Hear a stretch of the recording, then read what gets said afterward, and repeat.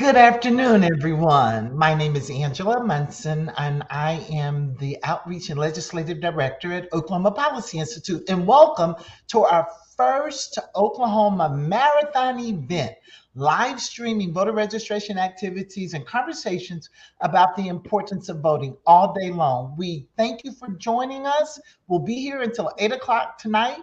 So if you have to sign off, make sure you sign back in. And to give you our official welcome, I'd like to introduce Shiloh Kent, who is our interim executive director, who will officially welcome you to today's event. Shiloh. Thanks, Angela. I want to welcome everyone to the Together Oklahoma Save Our Democracy Vote event. We're grateful to our partners participating in this event. We're also grateful to those of you who are joining us virtually. Today, we're celebrating National Voter Registration Day. At OK Policy, none of the work we could do in the policy areas in which we work would happen if we did not have voters. Without voters, we would not have Medicaid expansion. Without voters, our ballot initiatives on criminal justice reform, like State Question 780 and 781, would not have happened. Without voters, medical marijuana would not exist in Oklahoma. Unfortunately, we're last in the nation for voter turnout, which also means we need people to get registered. Our vote represents our vision for shared responsibility to ensure Oklahomans are healthy, our communities are safe, and our families can thrive. Voting is one of the most important ways we can hold our elected officials accountable. Please make sure you're eligible to vote today on National Voter Registration Day or in the coming days, because we need you to show up at the polls on November 8th. Make plans now how you're going to vote, where you're going to vote, and we'll see you on voting day, November 8th. Angela, back to you. Thanks, Shiloh. Thank you. Shiloh's away from the state, so this was important enough for her to join us this morning from a very important meeting. So I just want to say thank you personally, Shiloh, for all of your support. You know, it is national. This is a national day. This is the 10th, I think the 10th National Voter Registration Day. But this is the first time we've done anything like this in Oklahoma. There have been a lot of partners who worked hard over many years registering people to vote. And we wanted to honor them and acknowledge them and say thank you for their work by giving them some screen time today. And I want to say thank you to Roxanne Logan. Roxanne is one of our organizers with Together Oklahoma, and she's been the leader of this event. And Roxanne, I'll give you a few minutes to say welcome and thank you to whomever you've been working with out there. Okay. Well, again, I want to say welcome to everyone that's giving us some of their time today to join us in this very important event. And I would really like to thank all of our partners who are allowing us to live stream their registration events around the state, and also those who have agreed to join our panels, which will be later on this afternoon. But just voting is a privilege and it's also a duty. So we just want to provide everyone with access to get registered to vote. And that's what our partners are doing today with their voter registration event. So again, I just want to welcome everyone and I will give it back to Angela. Thanks, Roxanne. So if you're interested about the schedule today, you go to togetherok.org, togetherok.org. There's a schedule of events. So you can make your not only plans to vote, Shiloh, but your plans to participate and view and watch us today. We've got, like Roxanne said, great panels. We're going to give some gift cards out during the course of the day. So you want to make sure you're listening. And we have great voter registration events. So to get the day started, it's important that we go straight to one of those events occurring out in the community. So I am so happy to go all the way to Broken Arrow, Oklahoma, where we have Oklahoma United for Progress out there registering people to vote right now. That's that screen you see on. I think Margaret is somewhere close by. Hi, Angela. Can you hear me? We can. Thank you.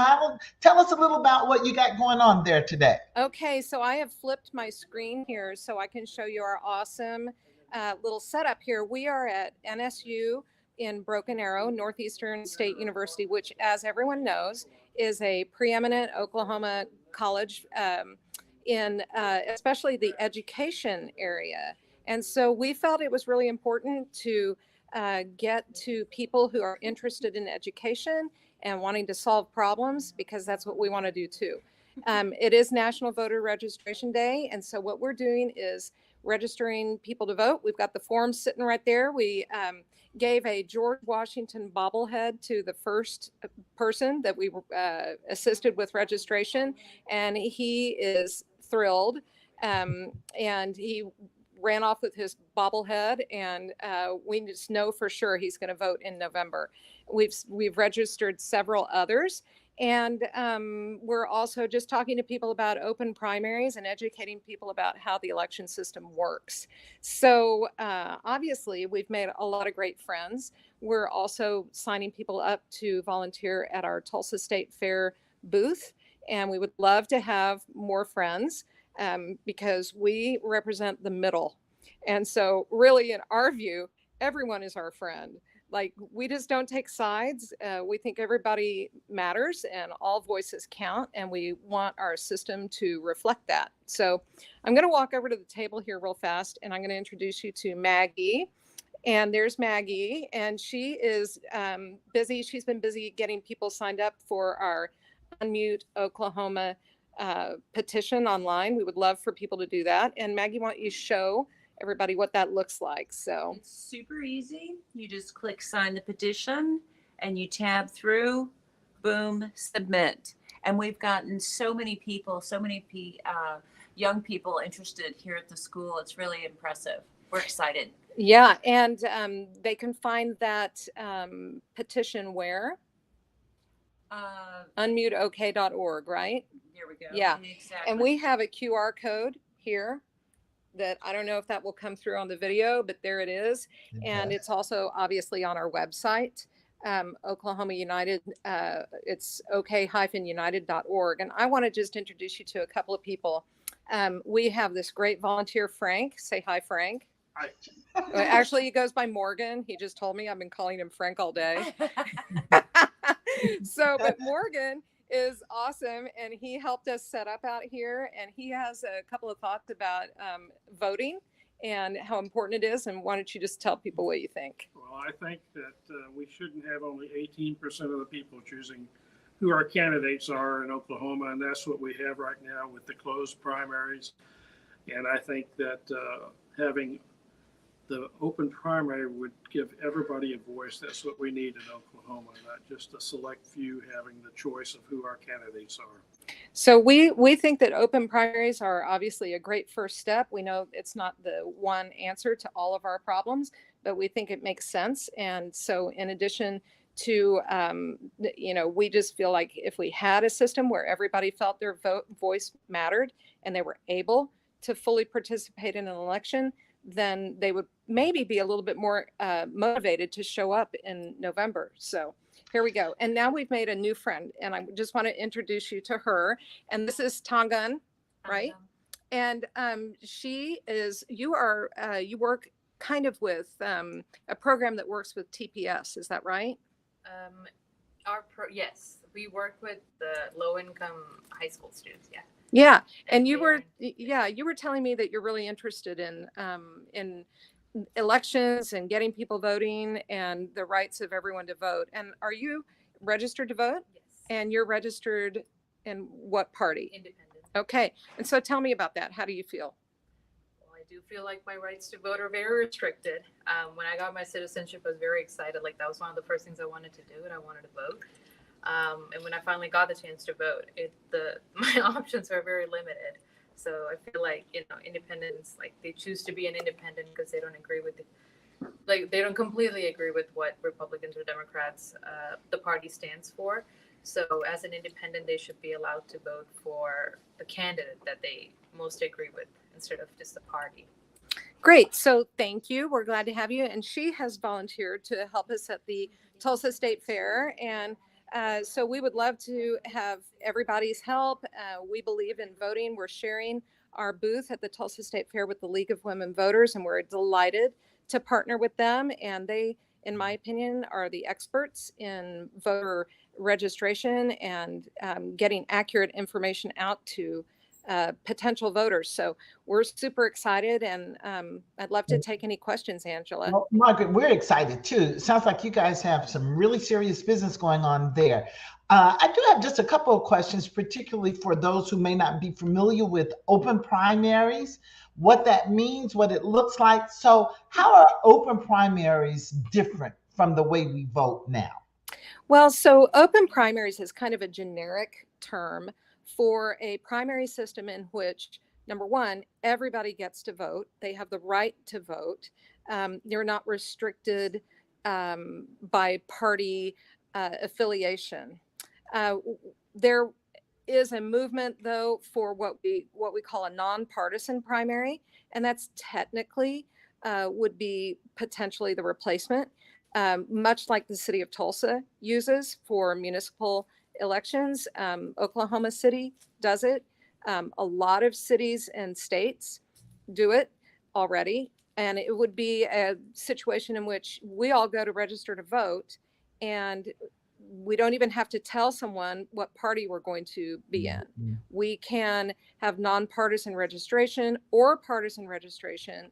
And then in a nonpartisan primary, all the candidates would appear on a single ballot, and we would all go vote, and we would save a lot of printing costs and election administration. And so, because believe it or not, that takes up a lot of taxpayer money, printing off all of these extra ballots. Our big thing is that independents right now are excluded legally from a full right to vote in primaries. And so it's really terrible because we're taking tax money from them to pay for all these ballots so that parties can have their own process. In essence, their own process of selecting candidates. Right.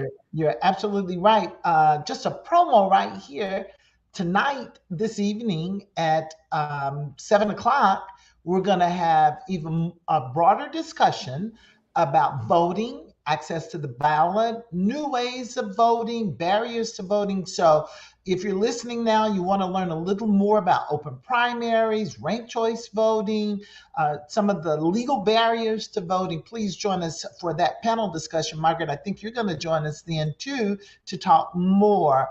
And you're absolutely right. Independent voters are excluded. Right now, state law gives parties themselves an option to make primaries open to include independent voters. Democrats have chosen to do that. So if you're an independent, you can vote in a Democrat primary.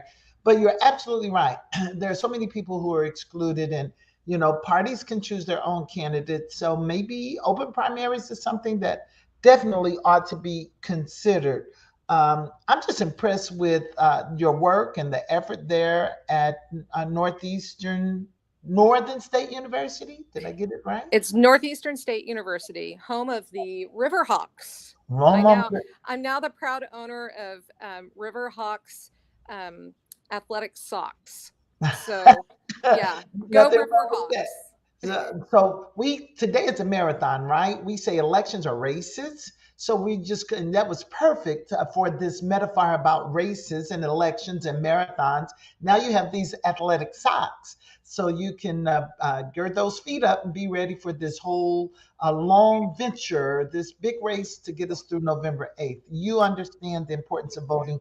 We do too. We've got another minute or so. Margaret, will it give you an opportunity for any closing comments? That you bet. I'm a helium hand. I'm always the kid, like, yes, I have something to say. So I want to just make sure everybody is aware that October 14th is the deadline to register to vote. And we've had a lot of people purged from the voting rolls. They may think that they're registered, but they're not, because they've maybe been inactive for a while. So what we're doing here and what we're going to be doing at the fair is looking up all that information. We're going to grab people by the collar and drag them in and say, hey, are you registered? Yes. Well, have you checked? Let's check. So we are loving it. We're having a great time, and we're all about having fun. And, it's a nonpartisan situation. We just want everybody to be able to say with confidence that they are represented in our democracy. All right. I think that's perfect. I know you and Roxanne work together a lot. And I don't know if you can turn that camera around so we can see you and just tell you personally, thank you for all of your effort and the work of Oklahoma United for Progress and making sure that people have an opportunity to really participate. There you are. Here I Oh, am, and I'm thank wearing my you. shirt, which Uh, you can't really yeah. tell. And I love the fact Grab that your future by the ballot. See, I have to turn it around because I'm so bad at being a camera person. I have no idea where the camera is. well, So you've done a great job today. I want to say thank you, thank you, and tell your volunteers thanks again. We appreciate it. you bet, We Angela. really It was a appreciate lot the of time fun. that you're spending with us. You guys have a Okay, good we're day. waving Enjoy. goodbye. Bye, everybody. Okay, Roxanne, unmute yourself. Man, that was exciting. First stop. That was nice, wasn't it? Sounds like they're getting a lot of people registered Yeah, and on a spreading college. a lot of good work. That's right, on a college campus. So, education is important. People don't realize school board races, state election, for legislative races, congressional races, all have some impact on education. And we've got some folk down at Oklahoma City Public Schools Board, right, registering some folk to vote too. There they are. Roxanne, you know these folk. Who are these people? Well, this is Amy Curran. She is a partner that we work with all the time.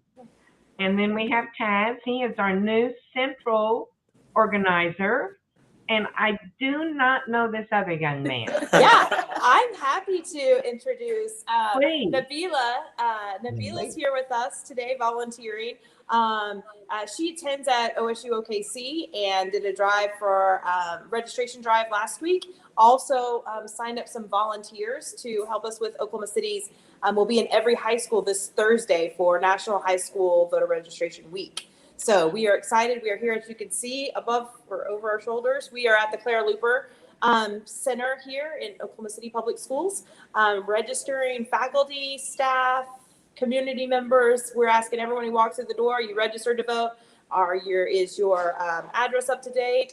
And really encouraging people who haven't voted in the last 18 months to be sure that they check their voter registration status to ensure that they are registered and ready to go for November. And you said it. You said a couple of everything you said was important, Amy, but you really said some important stuff like make sure that address is up to date, check your registration status. We just were visiting with Margaret, who's at Northeastern State University in Broken Arrow campus, and she talked about people being purged. You got a college student, you said OSU OKC. Nabila, yes. Did I say it right? Yes. Welcome. Thank you for joining us. So are you from Oklahoma? Or are you an out-of-state student? I'm from Oklahoma. We are doing voter registration all week on campus, and I've been a part of that. And then I've also been a part of dragging other students along to volunteer to help high schoolers register for the first time. So it's been super exciting, and I appreciate being with everybody and making these connections. Well, we appreciate you being there. So you're probably not much past 18 yourself, right? Kind of scoot on in there too, so we can see that. No, I'm a little bit of an older student, but I like to impart that how important it is to the younger students that you go out and vote and what's at stake. We have a very low percentage of younger people registered, and I tell people, like, are you gonna let this older generation decide everything for you, or like if there's certain decisions that if you're not at the table, then they're gonna put you on the menu, so you got to show up and vote. That's absolutely right. Don't want to be eaten alive. And Amy, you are with the Oklahoma, I'd see if I can get a Civic Learning Coalition. Yes. So tell us a little more about that, and also tell us about what you got going on in all these Oklahoma City public schools. Yeah, for sure. So I am both the executive director for Generation Citizen and a member of the leadership for the Civic Learning Coalition. The Oklahoma Civic Learning Coalition is really focused on democracy education beyond the school building. So Generation Citizen is the work in the buildings, and Civic Learning Coalition is beyond the building, making sure that we are doing voter education, voter registration. We do everything from talk to people about how to make a statement at school board meeting to following up and ensuring your legislators are actually doing what they said they would do, and exploring, what branches of government do which pieces of the work. So we do education around all of those things. Right now, we're in a really heavy 2-month push for voter reg and get off the vote, but we will be continuing our work beyond November in communities, making sure that folks primarily between 18 and 36 are out there participating, engaging, voting, and all of that. So that's what we do. Generation Citizen has been in classrooms across Oklahoma City, in Oklahoma City Public Schools, specifically, although we are in Tulsa and other places as well. But we have had a really strong partnership with Oklahoma City Public Schools. And a part of that partnership has been a series of voter registration drives where we are in every high school on the Thursday of National Voter Registration Week. So this Thursday from 10:30 to 1:30, we will be in in the cafeteria of the high school. So students can come register, community volunteers who are on campus, teachers, faculty, but we are there again to just keep updating voter registration, making sure people know what's going on. And it's particularly important right now for OKCPS because there is an important bond issue that will be on the ballot in November. I listened to you talk about people needing to know, and you work to get people registered and to get out the vote, but also teach them the importance of their participation. We did a survey and some listening sessions this summer, and people's interest in preserving democracy just ranked at the top of the list. But one of the things they consistently said was that folks just don't understand the process. And if they understood the process maybe a little more and understood that they do have some power as a voter, maybe they would be more inclined to participate. So hat off to you for the work of Generation Citizen and for the Civic Learning Coalition. And to Nabila, thank you for being an engaged voter, student out there, best to you in your college career. And Taz is one of us, so we didn't bring him on camera. Later. You'll see me in a second. I'll be on for other parts of the show today. We'll see him all during the course of the day. So, Amy, thank you very much for all the work that you do. Nabila, keep on being a young activist out there. We appreciate you. We'll see you again tonight too, Amy. I think you're on that panel. Yes. Thank you, guys. See you. All right, thank you. Bye. Bye. Roxanne, I listened to them talk about young people and young people engagement. And I think I was 14 years old when I first really became aware of the importance of voting and how it impacted our lives. And it was in an educational environment too for me. Mm-hmm. So I don't know about you, but when I turned 18, that was one of the first things I wanted to make sure I could do. Well, and I think the very first year they made it legal for 18-year-olds to register and vote, that was the year I registered and voted. So, yeah, it's a privilege, but it's also a duty that we all have to support our democracy. And what Amy said about the young people, I honestly believe the young people, 18 to 35, 36, even 40, are the future of this country. Well, and they are the ones that can absolutely save our democracy for generations to come. And it's unfortunate that the average voter is my age and your age, and yes. we won't disclose how old that is. Just know it's beyond the big 60. So yes. We have somebody else waiting to not only talk to us about what they got going, but give us a little bit of Oklahoma history. We've talked about voting and education, and I made the comment, Christian, and I'll introduce you in just a sec, that my first engagement at 14 years old was in an educational environment and the importance of voting when Oklahoma City Public Schools, where I actually attended off K through 12, I had no African-American representation on the school board. And the Oklahoma City Urban League in those days created what they call the Black Board of Education, which was a shadow board to really expose, make people aware of decisions of education, but also to say it's important that everybody ought to be represented. Right. So, Oklahoma has this really interesting, sometimes sordid and horrific history about Black folk, and also probably one of the most engaging histories about Native folk and Black people who were here at this state way before the land run.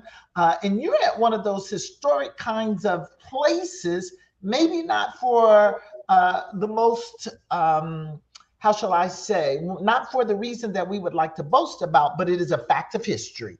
So, guys, welcome to Christian Pascal. Christian is with the Vernon AME, African Methodist Episcopal Church in Tulsa, Oklahoma, one of those historical places, and they're there registering voters too. So, Christian, you got the show. Why don't you tell us a little about what you're doing there at the church today and other things that are going on at the church right now? Because you told us there's some feeding programs and some other programs happening. Absolutely. It's a pleasure to be here. I'm glad to be on the show today. So just a little history. We'll take a little look at some things here in a moment. I am one of the ministers here in training under the Reverend Keith R. Mays Sr., and just a proud member of such a historic place because when you walk into the church, whether you see things online or have seen stories in the news, you are walking into history when you step on these grounds. And so what we are doing today is registering voters. I think so far we've had 5 or 6, which something is better than nothing. And so we have registered them to vote, encouraging them to, know that they do have a voice in any elections that are coming up, and just to encourage them to reach out and encourage others to do the same. As you mentioned, Miss Angela, we do have a feeding program since March 18th of 2020, when COVID just kind of shut everything down. Historic Vernon began a feeding program, the God Provides Ministry, and so we feed 7 days a week. 7 days a week, and we have not missed a day since March 18th. And to date, we have roughly about close to 670,000 meals served from this church. We feed the unhoused. We feed those who are just in need of a meal. I mean, you can drive up and get a meal if you want. We, serve coffee, and we don't serve just rinky-dink stuff. We have meatloaf, mashed potatoes, the flavored green beans, the honey butter rolls. We do it all. But Food. Yes, ma'am. You can come down anytime. We just believe that whether you are housed, unhoused, whatever your situation may be, you still deserve the best because this is God's house. And so, like I said, we have volunteers that come down and make sure that people are fed and know that they are loved. So yeah, this particular segment, now I'll get up. The room I'm in now, you can kind of see the pole behind me. There it is. Mm-hmm. The pole behind me here is a what I call a foundational pole. It has markings in it from the horrific events of 1921, the Tulsa Race Massacre, in that it has indentions from the fire and things that happened. So you still get to feel a piece of history. Now in 2022, I'm going to walk down the hall here. Such a historic. I think about faith-based organizations being really critical in the civil rights movement, and for the Black community really being the base of our action, and how people literally bled and died so they have the right to vote. So continue your tour. I just kind of get emotional when I think about what happened and how important it is for us to vote. And so this room that I'm in now, you can't see the details, but each of the little black frames are pastors of Historic Vernon from the beginning until our present Pastor Mays. And so this is our prayer room, and it has chairs. Let's see, there they are. These are the chairs from the rebuild of 1925. Still the original chairs, so they are running at about 97 years old, 98 years old. Up front, you have a piece of the altar and a replica of the podium, the pulpit podium. And so this is the room where the members had communion the Sunday immediately following the massacre. They didn't let the destruction that happened keep them from worshiping. And so this is the room they gathered in. And so we have kind of preserved this as a historic sanctuary, if you will. So that's something that holds history. Certainly does. Glad you guys are preserving that history too. Absolutely. Remember. Absolutely. So I'm going back in the dark here a little bit. I'm walking through our food pantry, so you see freezers behind me that have, and cabinets, shelves that have lots of canned goods and things that we use to prepare meals. And so as you walk to show us a bit more, I think about your church feeding people, addressing the needs of the unhoused, and clearly you see the connection between those kinds of what we consider social issues and voting. So they're registering voters too, as a way that our government and our public policies can truly respond to the needs of people. So, yes, because it's highly important for folks to know whether you are young or seasoned. I don't call anybody old, seasoned, to know that their vote and their voice is important. We can't just stand by anymore and just let anything and everything happen without getting out there, letting folks know, hey, I got to say so as well. I'm not just going to let you treat me any kind of way or give me any kind of rule or regulation if it doesn't make any sense. So that's what the voting process to me is. And I'm a young, tender 42, but wise enough to know that if I'm going to have a voice to say something, it's like faith without works is dead. You don't do anything about it and don't put any effort into it, you don't have nothing to say. So it's like, you're right. I'm glad you said that. Yeah.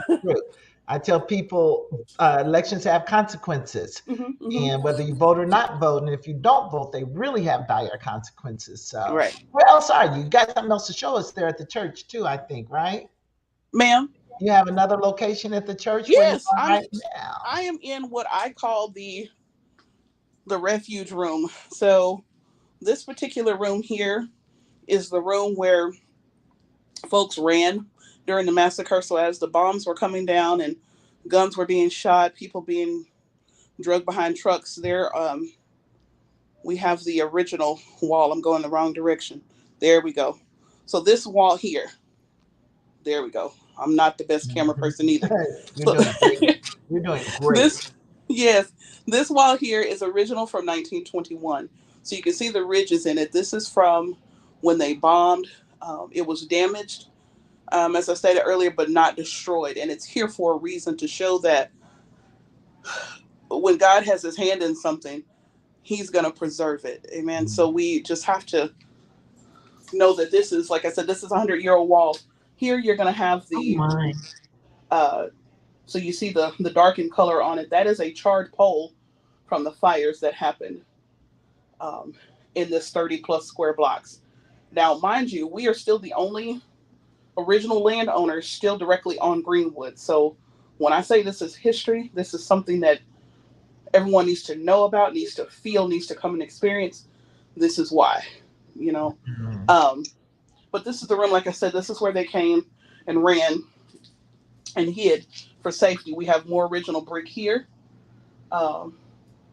There's a random 50-cent piece up here. Okay, that's all right. It's just laying up here. What I showed you earlier was the window. This is very important. You don't see window structures like this much. This is the window they came in. So our faith hall, where we have our feeding ministry, was not built until 1959. So that was like an open concept, open field. And so they were running from the event, came through that window and hid inside this room here. So this is history. And so we're looking at doing some preservation so that it is preserved for years to come and turn it into more of like a museum type attraction. So that,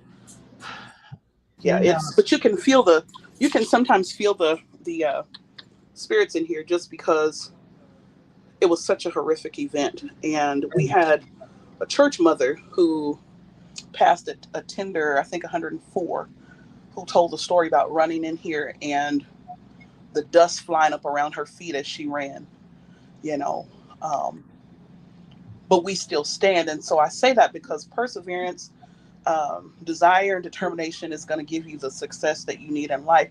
But in that, you can't just depend on ripping and running and doing this and that. You've got to get out there with some faith and vote. Voting process, life in general, you've got to put your best foot forward. And so in order to be heard effectively. So And to be heard effectively means voting. Huh, I got chills just during the tour, and you're right. Oh, me too. Patty, like I said, I don't know if you've ever I've been to the church before. I've I never would that. I would love to stay and drive there and see that. That is just awestrucking. You absolutely. know, it is just amazing. You're welcome anytime. And we've Thank come, you. this country has come a ways since then. But I think about the Civil Rights Act and the Voting Rights Act that were passed in the mid 60s. I mean, I was a girl, I was around then. So we're not talking about, as my kids say, my grandbabies, the olden days. We're just talking about a generation or two ago. And Right. that would not have occurred had we not elected people to office who understood. And like I said, people fought for the right to vote. Right. Women did, black people did, people are still fighting for the right to Yes. vote. So Mhm. I hat off to the historic Vernon AME Church in your service to the community, registering people to vote today. And I just hope that people will stream this event and stream it more and stream it more, and people will see it and come. How long will you be there registering voters today, Christian? We will be here until 2 p.m. But I'm kind of inspired now to just make it a more frequent event, not just make it one special day. Let's just do this more Mhm. often so that we get the message out there of the importance of the voice of voting. That's Absolutely. absolutely right. And between now and I think Amy told us, maybe Margaret, October 15th is, or mid-October is the deadline date for registration. Okay. So we encourage you and all congregations, all faith-based organizations across the state to understand that we too have a responsibility to engage. It's our duty. And I tell people, whether you're a Christian faith or Muslim faith or whatever faith, if you dig deep in, you'll see examples of social advocacy and the importance of social advocacy and meeting the needs of others. So, Reverend, I can call you Reverend, Pastor, Minister, Christian. Thank you for the tour. Yes. Thank you for what you want to You're do. Like I said, welcome. it's a good move today, huh? Yes. It's been great. Thank you so much. I love this. I really did love this tour. And I And know there's so much more to see. that's And right. I am going to make a trip up there to see that. We'll Well, we'll please do. definitely do Please so. do. We'll do Feel so. free to Thank you. contact me and let me know, and we'll get that arranged for you, dear. And if Thank somebody out there you. watching is interested, they can contact us at togetherok.org. Togetherok.org. There's a place you can email, contact us, and we'll put you in touch with Christian. Thank you so much Absolutely. for You're being welcome. with us today, and thank you for the work that you do. Thank you so much. Have a good Thank one. you. Take care, you as well. Okay, Bye-bye. Roxanne, we are off schedule just a little bit, kind of, sort Just a of, little just 2 bit minutes, here. not really. Busy day. I tell you, these first few minutes have gone by so fast. I'm going to encourage people who may be watching, use your cell phone, stream it through. I'm going to try to figure out how, I'm not a techie person, but I'm going to try to figure out how I can go to togetherok.org, click that link, and see if I can put my phone in the other room so I don't get feedback or something, and stream it from my Facebook page. I probably only have like 2 followers, but maybe I have a few more than that. But if you're watching, share the link, call a friend. We have a whole lot more to come today, just like what Christian showed us. And then, so, Mhm. voting is just not something we do. It really does change lives. Well, Angela, I am a Cherokee. And it wasn't until the middle of the 60s, before all of the natives tribes were even recognized as citizens of the United States. Yeah, And they were here when George Washington came and Alexander Hamilton and supposedly built this country, that's right. but You we know, were we always here. say We were Columbus. here. Columbus kind of got lost, right? Yeah. And so history. That's why it's important to teach our history. And people, if we understood our history, I think people would definitely be more inclined to vote. So again, I think about the work of the Civic Learning Coalition and Generation Citizen, and just trying to make sure people understand. Knowledge and information is important. So it's really important that we do this voter registration at libraries, which are centers of knowledge and Absolutely. information. I just love libraries. They're not quiet like they used to be when I was a kid growing up. I mean, there are computers and there are activities and meetings and all kinds of things. You can check out books and you can check out ebooks. And, they moved into the 21st, 22nd century almost. And so we're going to broadcast from a couple of libraries today, starting with the library where I grew up, the Ralph Ellison Branch Library. There's Katie Applegate. Katie is our I always have to think, Southwest organizer. She has the Southwest region of the state from Lawton, that's centered in Lawton around, but she's in Oklahoma City today at the Ralph Ellison Library where the League of Women Voters are registering. So, Katie, what's going on where you are?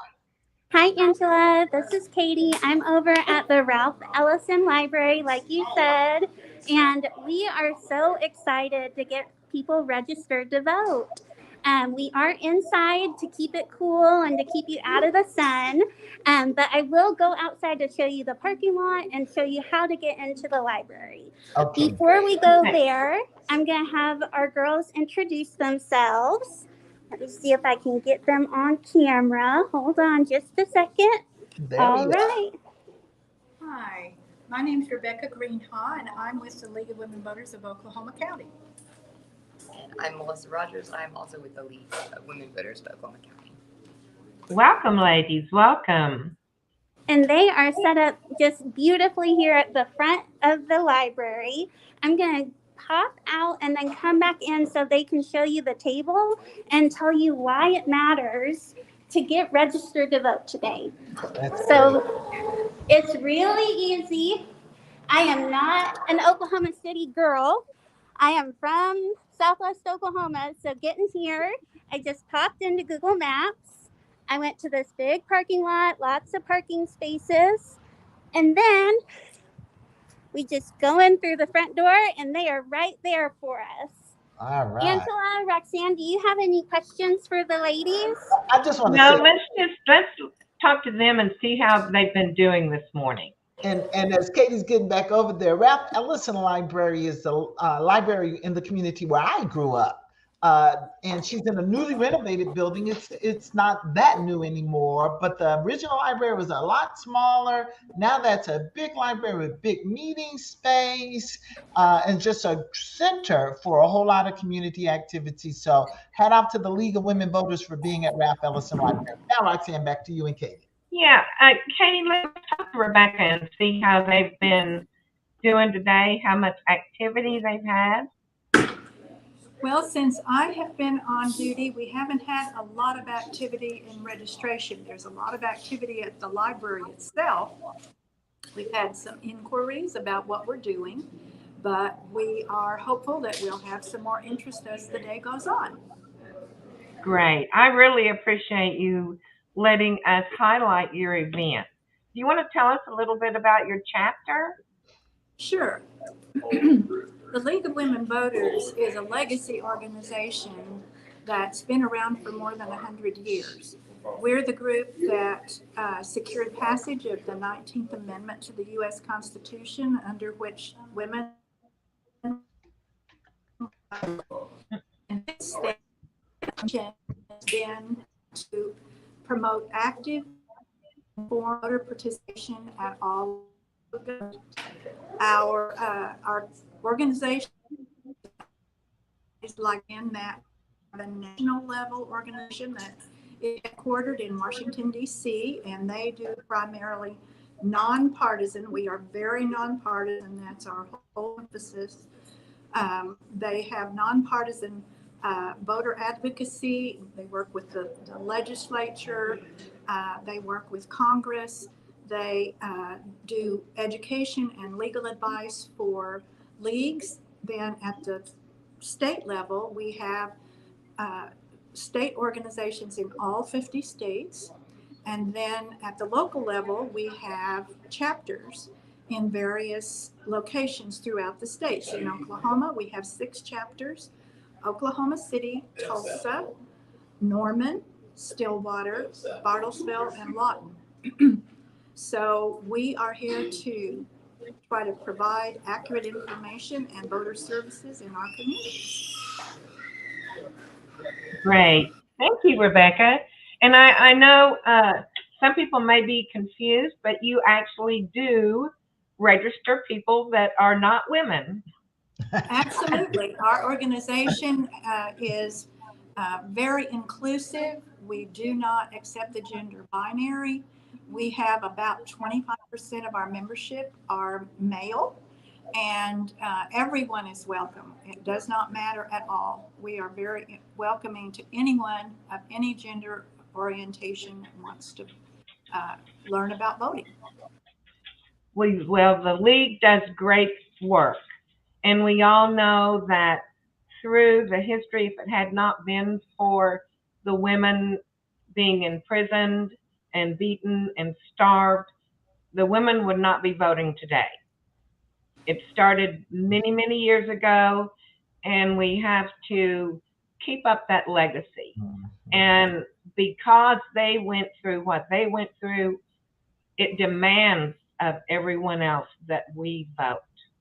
You know, Roxanne, you are absolutely right. I think just about what you said about women being beaten and imprisoned, and how other communities of color and disenfranchised communities historically could not vote in this country.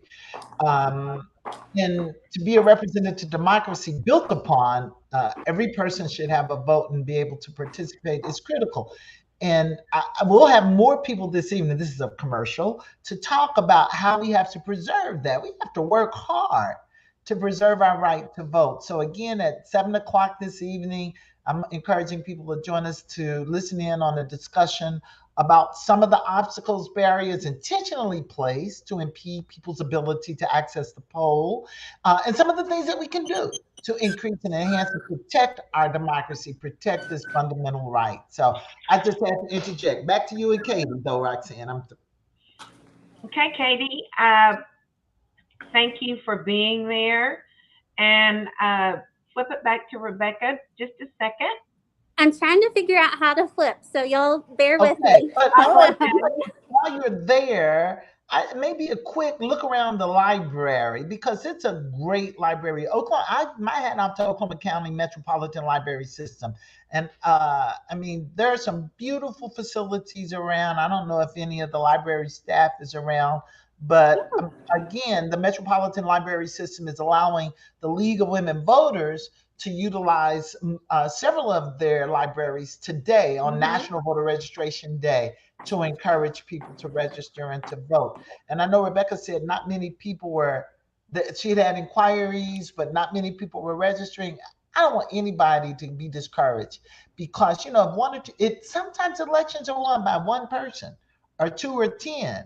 You know, I've had my share of elections, you know, that the margin was 130 votes. And so every vote counts. Absolutely. And we may be that new registrant that casts a vote that makes the difference in the election. So great library. Thanks, Katie. It's a beautiful library. Beautiful facility.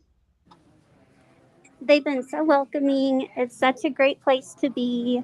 And the league has been doing a fabulous job. I'm going to go one more time around the library, but real quick, I'm going to have them show you their table about what you will see when you walk up. Well, we have our registration forms and clipboards, and we also have some information sheets that will give you the basics of your voting checklists. We have a handout that we think is real important. because it explains about the different levels of judgeships that will be on the ballot. And a lot of people, when they get ready to vote, that's one of the areas where it's more difficult to find information.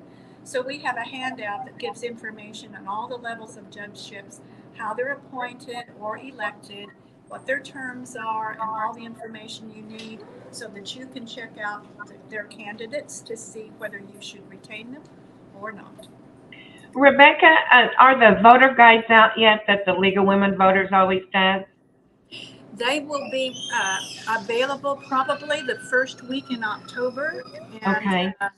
they will be included in, I'm not sure which week yet, but I'm sure they will be included in the Sunday paper one week during October. So watch for that. And then our office, which is at 720 West Wilshire Boulevard, and our phone number is 405-286-9909, and you can call and come by our office once they're available to pick them up, and we'll be distributing them. So if you have an organization that wants some of the voter guides once they're available, give us a call at that number, 405-286-9909, and we'll make sure. There will also be a link where they can go online and view that and download it if they want to. That's also true. That's for paper copies, but it will be available online both in English and in Spanish. That's great. I love the work that the League does. It is so important. All right, Katie.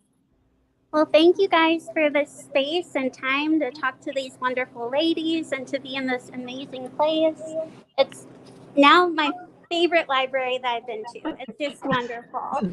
Real quick before we go, I promised them that I would ask them a very important question. Probably the most important one that I could think of for these ladies, which is, why does it matter to get registered? What's the goal there? You know, why does it matter to you? Because without voters to lift their voices and let their representatives know what their will is, then our democracy will not function. And that is the most important part, is that to keep democracy alive, we have to do our part as citizens and let everybody know what we want in our government. So if you have interest in health care, in child care, in education, in voting rights, and any of those areas that are affected by your vote, you can change and affect your government by raising your voice, getting informed so that you can make a difference in your community and your country. Right. Thank you. I feel like it's important to be registered to vote so that you can advocate for your community and for the issues that are close to you, because everything that is decided in our government affects everybody that is living in that government system. And so an informed voter, a registered voter, is a person that's going to be able to participate more fully in things that affect them. That's right. Very good. Thank you. Wow. I love to know the why. I love it. So it's always important to know the why, and they're right on target. You know, people do have the power. We do have the power if we use it. Katie, you be safe out there. Thanks for coming a long way to help us at Ralph Ellison. I think we're absolutely. Thank you guys. I'm gonna go read a book. Okay. All right. Enjoy. Thanks, Katie. See you later. Bye-bye. You know, I listened to what the ladies there with the league were saying about the importance of voting and how it affects every aspect of our lives. And it really, really does. People sometimes don't see the connection between their vote and what happens with the cost of groceries and taxes, or the criminal justice system, or our kids' schools. So go online, togetherok.org. And there are a couple of panels. I keep promoting the one at 7, but there are a couple more in between. We'll have a panel beginning at 2:20 that talks about the power of the Hispanic vote. You know, Oklahoma has a growing Hispanic population. This nation has a growing Hispanic population. And as, although everybody doesn't think alike or vote alike, but when we think about the number of people, it could be a strong voting bloc, and it's important that people of color vote. And we know that we are underrepresented in terms of our turnout here in Oklahoma. Everybody's underrepresented in Oklahoma. Shiloh said it early on, and somebody else said it about we're like 48th and the turnout in our last national election. You know, we have 2 and 3% of people that show up in school board races, and you know, less than half of the people who show up in key races. So, you know, a voteless people is a powerless people. I didn't invent that. That was an old quote from way back when, but it's true. I think it's if people are educated as to how these different, their city government, their county government, their state government, what, you know, whatever, their school boards, like Amy's doing, you know, and going out in the communities and teaching people the fundamentals That's right. about how voting, no matter at which level they're voting, it does affect their lives, their That's kids' lives, absolutely right. their families' lives. That's absolutely right. And you know, there are a whole lot of things that affect decisions, particularly the economy. And you know, we're in this huge inflationary period, and groceries cost a whole lot, and taxes are high. And Oklahoma relative sales taxes are high relative to some other places. Fortunately, our property taxes are not. But we, just like we saw at the Vernon AME Church, that those voter sites are being sponsored by the lay organization of the Oklahoma State Lay Organization of the AME Church. I may not have gotten the title right, but they're also setting up today at Homeland Grocery Store, where really for a whole lot of people, the rubber meets the road because groceries cost a whole lot of money. And you know, this last year at the legislature, there was this huge discussion about whether or not we should pay taxes on groceries and food, and some thought we should. I mean, some people don't want to pay taxes at all. I'm willing to pay my fair share. And if we take them off groceries, we got to figure out how we replace that income because it supports things like healthcare and education. But we got Cheryl Bowler who's with us. She's at that Homeland grocery store, really close to me. Cheryl, can you hear us okay? Yeah, I'm trying to move. I can get away from this mower out here. We outside Well, in front of Homeland. you know, Cheryl is where the real business is happening, out in the community with folk and the lawnmowers and everything else that's occurring. That's what we want to see, Yeah. real action. So once you get situated, Cheryl, I want you to tell us a Let me little. walk into the store and see if I can get Okay, better. you can step into the store.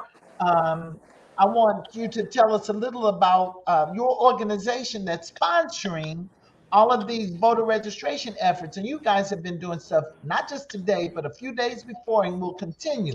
So I know I didn't get the name of your organization quite right. So Okay. tell us about the lay organization of the AME Church, and what you guys are doing to register Okay. folk to vote.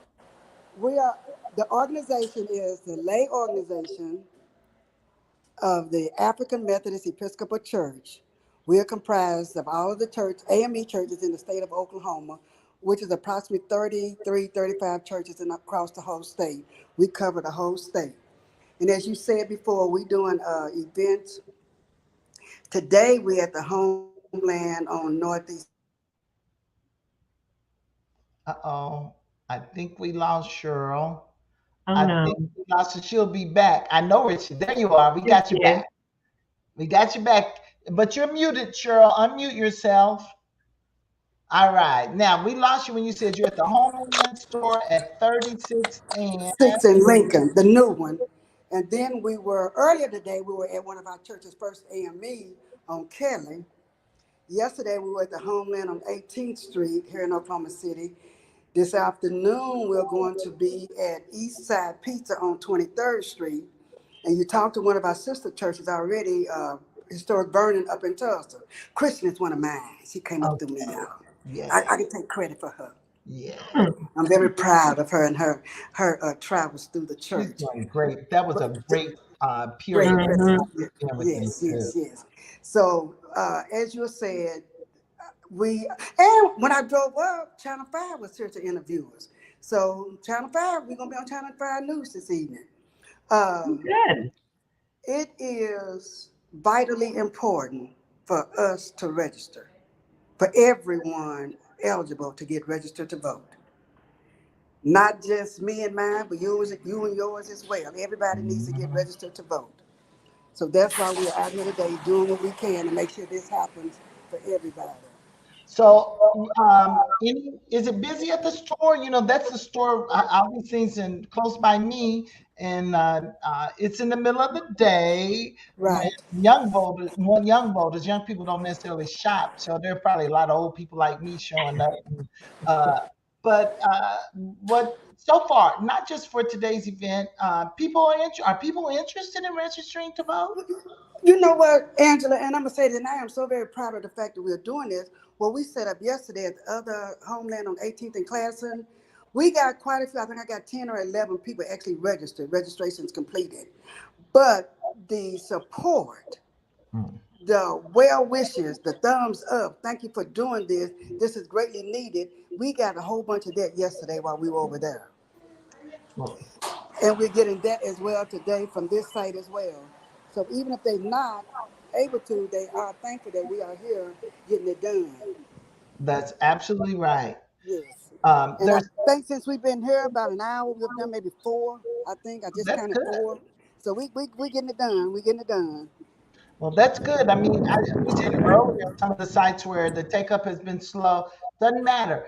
People can, you know, it's a learning process, and you know, you can register online. We won't. Right.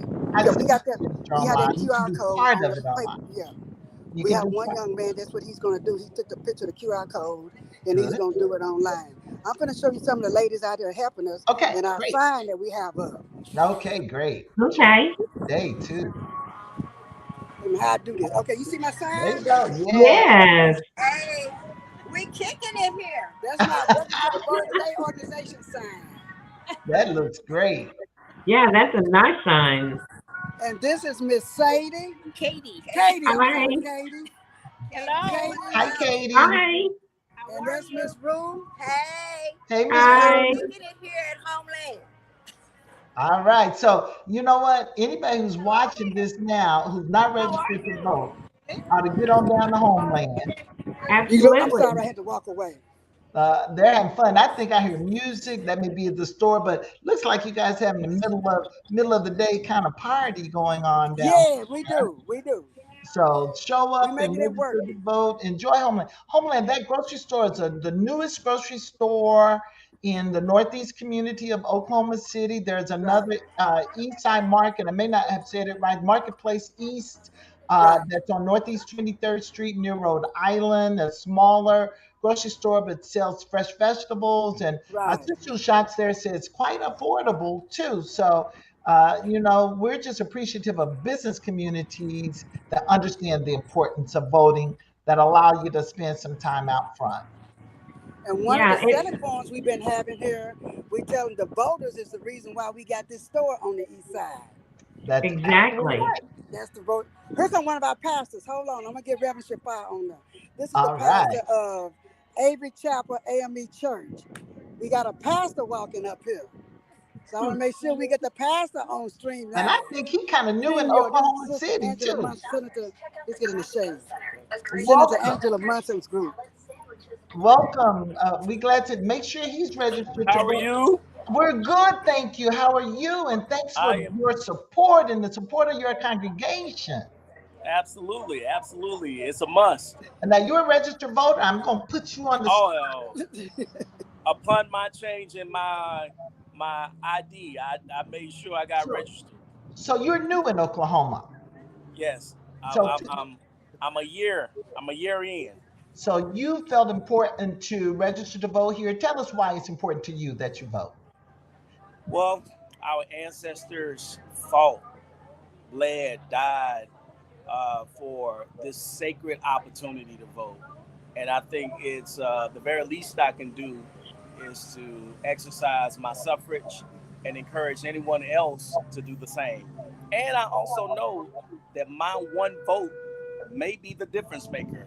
And so Absolutely. I operate in that consciousness. So yes, it's very important to be registered to vote and to actually get out and vote. You know, we were earlier today at the historic Mount Vernon, the historic Vernon AME Church in Tulsa, and got a Right. little mini tour of the race massacre, and was told the story about how the church building was a place of refuge for the people in the community who had to get away from the Right. bombs and the fires. So clearly they at that congregation understand why it's important for the faith community to engage. So, and you do too, since your members are there. So, any Yes. thoughts about our obligation as a community of believers to be involved in registering to vote? Absolutely, absolutely. I think, uh, I try to be a theologian, and one of the things I know about the character of Jesus is that he was very conscious socially. There was a moment, an exchange that occurred where there were those who was trying to trick Jesus, and they asked him, "What do you do with this coin?" All right, they gave him a coin, and Jesus said, "Whose face is on the coin?" And they said Caesar. And so Jesus said, "Render to Caesar's that which is Caesar." In essence, what Jesus was saying, that you and I, because we live in a political system, it is part of our responsibility to play an active role in that system. So Avery, the church that I pastor, happens to be the oldest African American church in the state of Oklahoma. And so historically, Avery has always played a pivotal role in the makeup, the political landscape of Oklahoma City. And what we're doing is just simply continuing the long and rich history of not only Avery Chapel but also the AME Church as a whole. So yes, we're excited and we think it necessary. It is not an option. It is what we That's absolutely right. Thank you, Cheryl. There you go. Cheryl, you got a great pastor. Cheryl is frozen. There you are. We got you back. Thank you. And we're so glad you grabbed your pastor for those comments, Cheryl. You're muted, so unmute yourself again. Uh, and just let me see it. I grew up a block from the historic Avery AME Church, and he's absolutely, your pastor is absolutely right. Some plus years ago, it was a pillar, it was a place that people in the community went to organize and plan for social action. Charles, any more comments? Right, Sam? Any comments, questions, thoughts? No, but Cheryl, I really want to thank you for being there. I Uh-huh. want to I want to thank Homeland for allowing me to be there, Right. That's an awesome. Thank you. Yes. We're and the dedicated. work that you're doing and the passion that you show in that work. That's what's going to make the difference. That's And we need to keep in mind that registering to vote is just the first step in a Right. long process. Right. that's right. Exactly. That's Then we right. got to mobilize, educate, and mobilize. Is the That's next. right.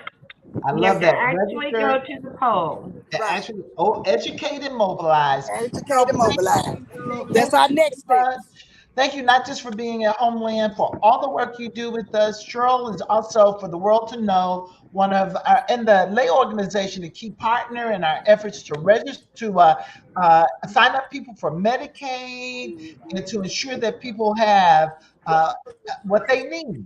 So, Cheryl, I Yeah. thank you for all that you do and keep training folk like Christian. That's how we can make Thank a you. difference. All That's right. right. Bless you, my Well, sister. I'll let you keep my number. Call me the next time, okay? All right. Thank you. Love Love y'all. you Y'all take it all. easy now. Thank you. Uh, Bye. Bye. This is such an exciting day. I mean, there's so many people doing so many important things across the state, and we're just capturing just a few of them. These are just a few of our partners. My apologies to those of you who we couldn't get to because you were registering people so early this morning. We couldn't start till 1. Well, we chose not to start till 1. We could have started as early as 9 to cover these events and continue till 9 tonight. But some of us just can't sit that long. But we did a full day because we want you to come in and out. Now, let me just say this. If you're listening, make a comment in the Facebook or however you're watching us, comment that you're here. Put your name in the comment section because we're going to have a drawing here in just a little bit for our first $50 gift certificate. And we won't know you're watching because we don't know who's out there watching us unless you comment. So if you put your name in the comment section, if you're viewing us on Facebook or YouTube, I hear till it's a little harder maybe to do on Twitter, but if you put your name there, all we need is your name. Then we'll give you the winners further instructions how we can find you and how you can find us. But we want anybody and everybody who's listening to have an opportunity to win that $50 gift certificate. Things are tight. We were just at Homeland Grocery Store, and I know, like all of you, how much groceries cost. So Roxanne, I don't know about you, but $50 could go a long way in my budget. It could go a very long way. It seems like I spend a large part of my budget on dog food and cat food. But I do know that in the last 3 months, a little bitty can of cat food has gone from 78 cents to well over $1. Wow. Yeah. And I was at a meeting the other day, and we were talking about money and the value of money. And we were saying about the Oklahoma tax structure. And for those who don't know, you start paying in taxes on your income in Oklahoma after you make $7,000 a year. That's gross income. Then you start paying state income tax, personal income tax. And then you pay the highest bracket at $12,000. So that's crazy for people. $12,000 nowadays. And the gentleman who was giving us this information said that those brackets and amounts hadn't been changed. I want to say since the 70s, early 70s. I can't remember what year, but he says that 12,000 then is equal to 80 some $1,000 today. So what you could buy for $12,000 then, you need 80 some thousand in income to buy now. So things are expensive. But, the way our tax structure is set is decided by elected officials who are decided by voters. So you got to register to vote to make sure you have some input. Absolutely. You have to register to vote, and then you have to vote for the candidate that best represents you. That's right. This is a nonpartisan event. We just want people to register. We want everybody to register and then everybody to vote. It's shameful that only a third of our eligible voters actually took time to cast a vote in the last presidential election. That means 70% of eligible voters went voiceless, went silent. So, Dave, I don't know if we're getting names in the comment section, but as soon as I see a name, Dave says no names yet. So, if you're listening and you just put your name out there, you're the one. So I know there are people viewing. I know people are viewing. So put your name in the show. We've got a few minutes before our next group is in. I'm looking at the time and looking at my schedule. No, we're not. Yeah, we do. We have a few more minutes. So we're going to go to another league library in a sec. And right after our library visit, we're going to bring in a couple of people who will talk to us again about the power of the Hispanic vote. We were talking about that earlier. I did a little stint with Oklahoma City Public Schools Board, and the largest single category, racial demographic category of students at OKCPS were Hispanic students. Again, signifying how fast the population is growing in our community. We welcome people here, and we want folk to be here. I'm looking at Dave's notes about where we are, so we're going to stretch a little bit. I wish we had some real entertainment. We're waiting for somebody to join us from the library. I'm going to shout it out there just in case you're listening. Somebody at the library to join us.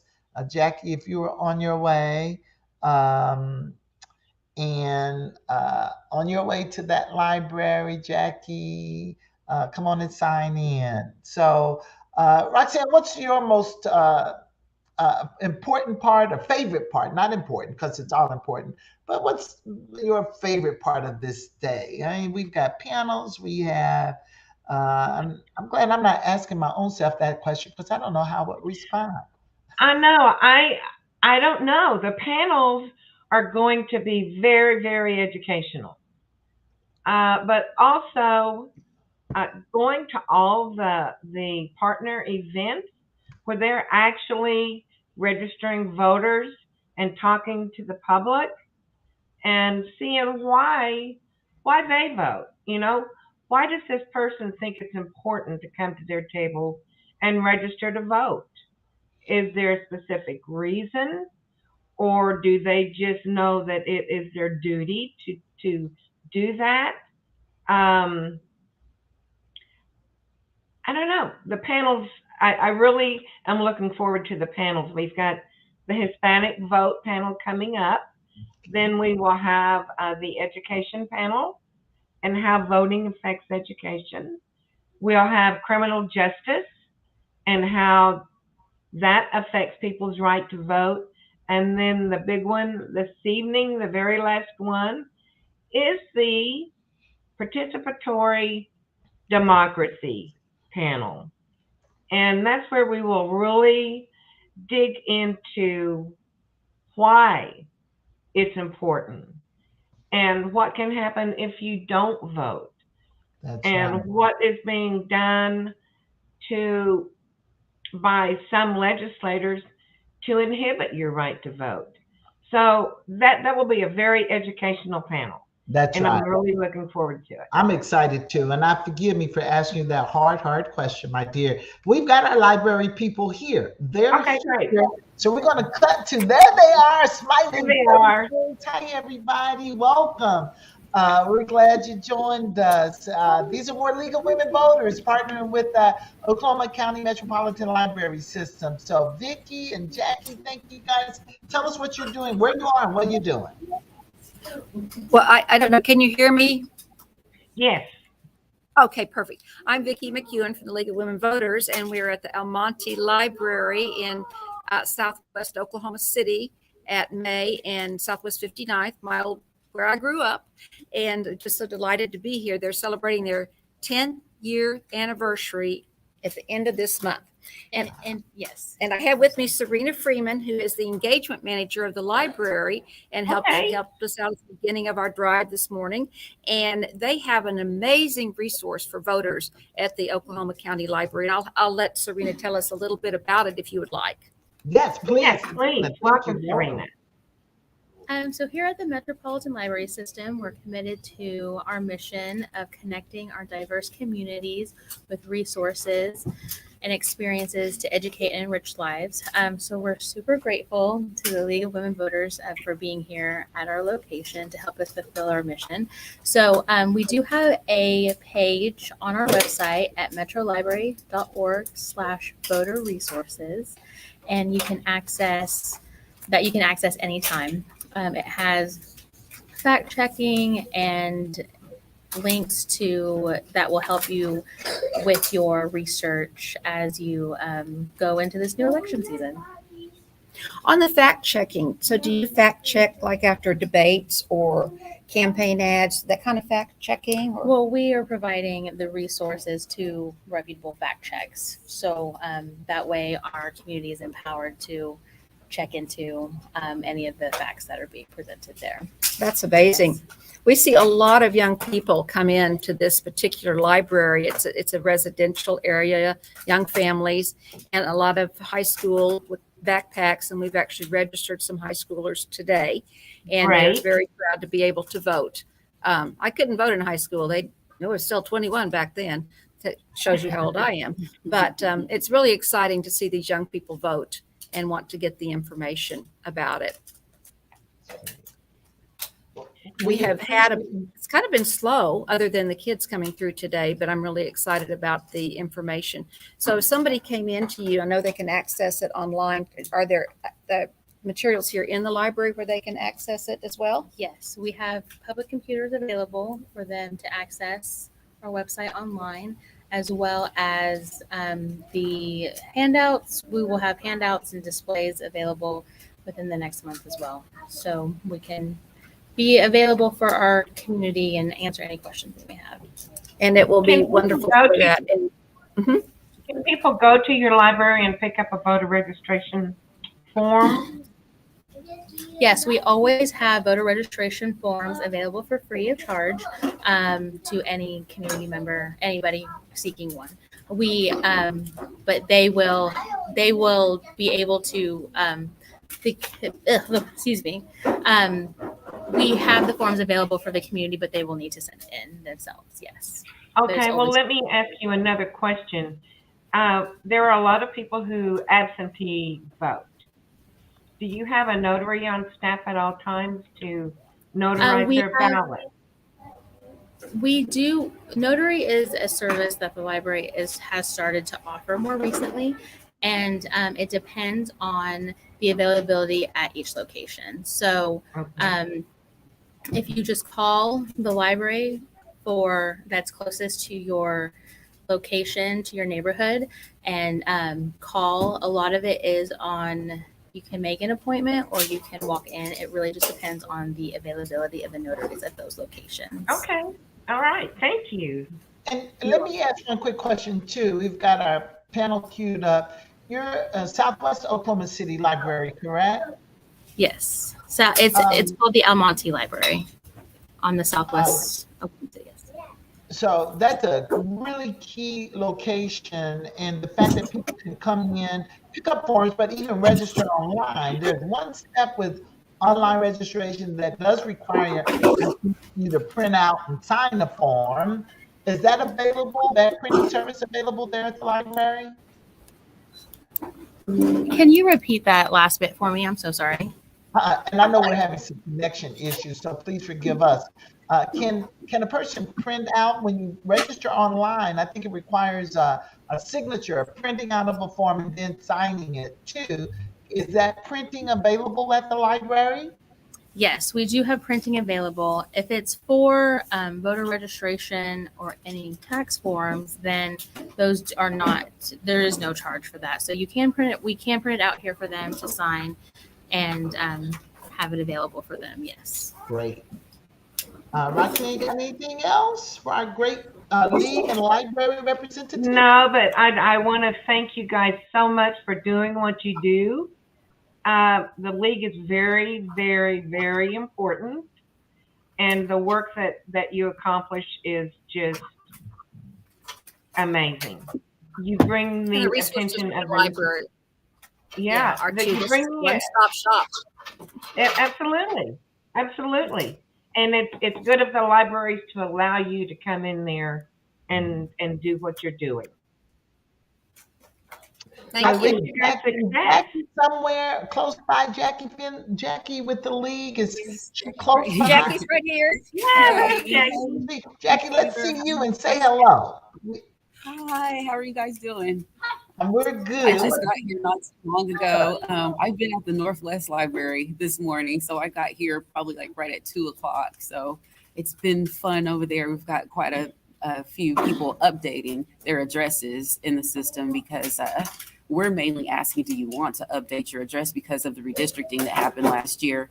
Absolutely. And we've gotten a lot of questions. People are saying, where's my new voting poll at? And I'm like, well, you have to go to Oklahoma voter portal. So redirecting a lot of people. Just want to say we've got a cute little printout. I think that it's the cutest thing in the world. Adorable. And I have this on our website as well, and like little descriptions of what's going to be on the ballot and what the state governor's responsibilities are, or what the lieutenant governor's responsibilities are, so forth and so on. This is at lwvokc.org. You might have to put www before you put lwvokc.org there. And but it's available. I will start posting these on Facebook soon.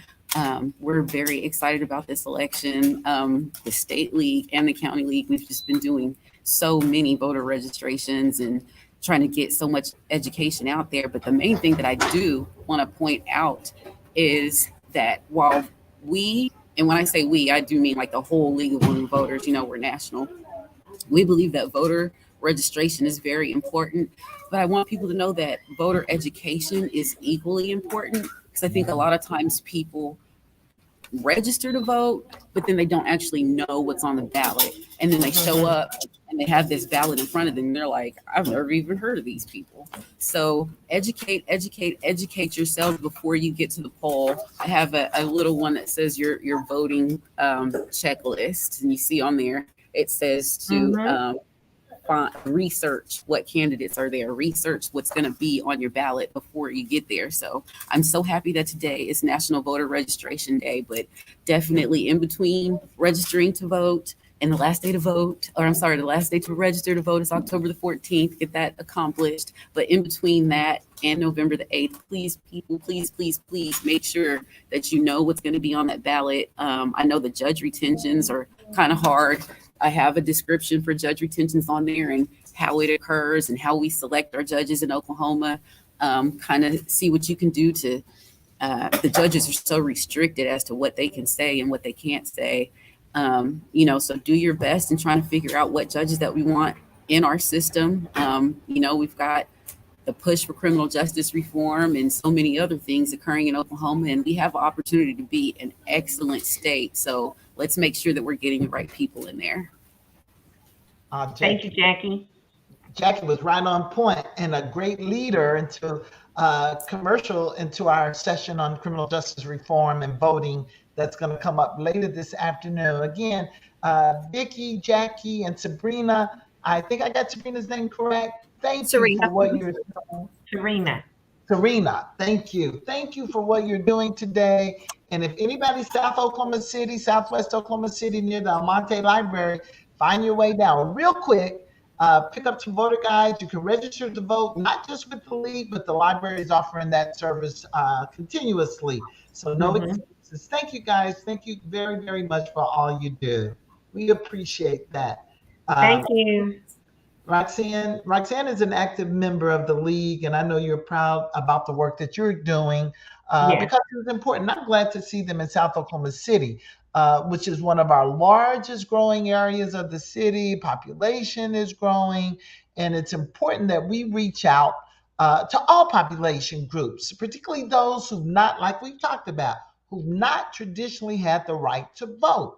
So we can make sure that everyone understands that their vote matters and they do have power if that power is exercised. And we have a couple of people that are going to join us now who work in one of those communities who understand why it is important for all people, but particularly folk of color, Hispanic folk, Black folk, I'm just saying everybody and anybody, but those groups of us who have not traditionally been empowered to vote, who now have that right to vote, it's so important that we exercise it. So I just want to welcome my friend David Castillo, who is the Hispanic Chamber, Oklahoma City Hispanic Chamber ED or President. David, you can fix me up. And Gabrielle, I call her Gabby Perez, who's with OK Policies, our immigration policy analyst. Unmute yourself, Gabby. Who's going to be with us. Let me ask you guys, we'll take 2 minutes to talk about this population. But I want to ask you personally, when you say, why do you vote? David, why do you vote? Why is it important for you to vote? Well, I think it's very important, Angela. Nice to see you, everyone. It's so important to vote. We have many people that complain about what's going on in certain areas, but They don't step up to the plate to go vote. It's up to us to put people in place that will support our issues, our values, the things that we want accomplished. And the only way to do that is for you to vote and get out there and have people supporting the things that you're wanting them to do. We muted Gabby a minute because she was having some audio problems. We'll see if we can get her back in. But David, you and I worked together for a long time. You were a member of the Oklahoma City School Board, the Board of Education. Now you're there leading the chamber. So describe for us from those key positions, critical positions that you sit, from business and economics, from education, what the impact that we can have on voting, and why it's important for people to engage, whether just casting a vote or to engage as a concerned citizen in those areas. And then, of course, take some time to tell us about the Hispanic Chamber of Commerce. Sure, sure. Yeah, it's so important, especially in the Latino community. The Latino community is growing so fast, not just in Oklahoma, but Oklahoma City. Angela and I, we sat on the school board together in Oklahoma City. Uh, Back then, I want to say it was probably somewhere around 40% Latino. It's 60% Latino now. And so that tells you a lot. That tells you the growth of the Latino community. And so as the Hispanic community is growing, representation should be growing as well, and it should be parallel. And so, but that's not happening. One of the reasons it's not happening is because we don't have enough people to get out to vote. There's thousands of registered Latino voters in Oklahoma, but only a small number get out to vote. So we have to work on that, and that's the things that we do at the chamber, and many organizations do, is try to get people out to vote because it's important to have that representation in your community. So, Absolutely. and Dave, you said that people don't vote, and that's across the board, regardless of our racial demographics. And I expect it would be true if we could measure it, what some people do by economic demographics. Are there barriers, specific barriers that you think that impede or limit ability to vote? And what are some of the things that you think we could do to encourage people, or to, like Roxanne says, to take their responsibility, duty, and right seriously? I think there are several barriers in our community. Language is a big barrier, but the other part is lack of us, educating the community on the reasons to vote, and then having the right candidates in place as well. Somebody that looks like yourself, somebody that knows your community, somebody that knows what the needs are in that community, and so what we have seen is over this last few years, we're starting to see more and more Latino candidates uh, start running for different positions. And we're seeing the Latino community start voting more and more. And so we still have to continue working on that, but it really is getting a lot better. But that's a big part, is to have somebody in place that you can trust, and somebody that looks like yourself, that will look out for your intentions as well.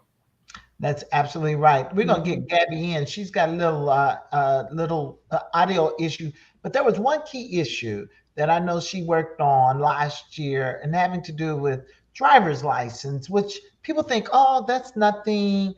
But in Oklahoma, and particularly in Oklahoma City, if you can't drive a car and drive legally, it can present a lot of problems. So, Gabby, we're going to just deal with the underlying noise, and speak loudly, because what you have to say is important. Tell us about this whole issue of driver's license. And then, Dave, I want to come back to you and talk about why you think that this is an important issue. And then, Roxanne, we can talk about how we can maybe change this. Gabby? Absolutely.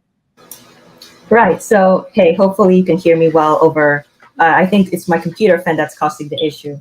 But yeah, driver's licenses came up this legislative session, and it might seem like a trivial thing, but it actually is a very big deal.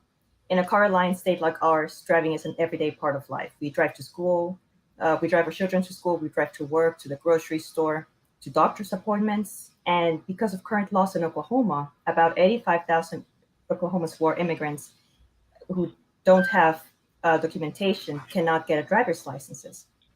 And so this puts what's an everyday part of life out of reach.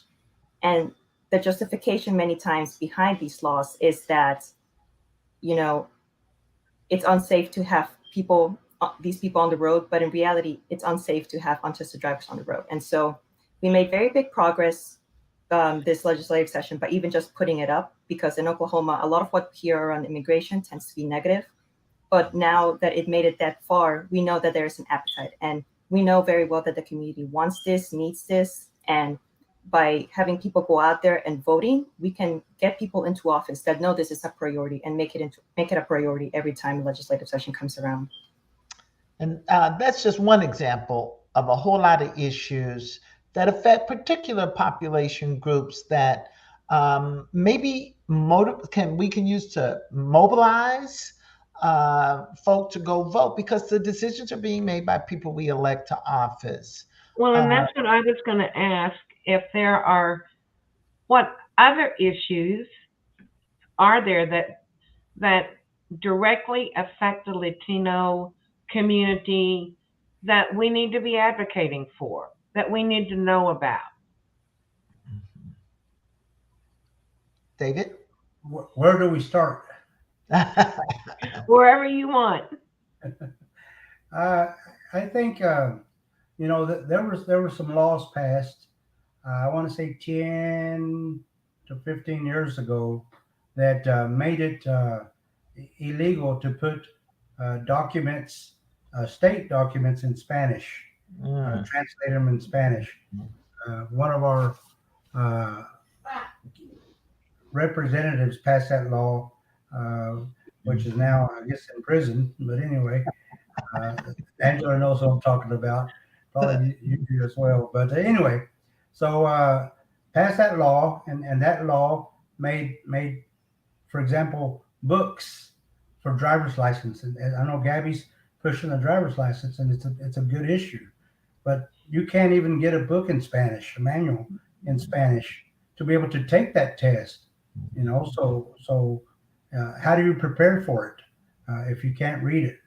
So issues like that are important, and because of that law, many of the state agencies can't put things in Spanish. It has to be only in English. So that's something that needs to be addressed for sure. That's way outdated for sure, especially with the growing population that we have today.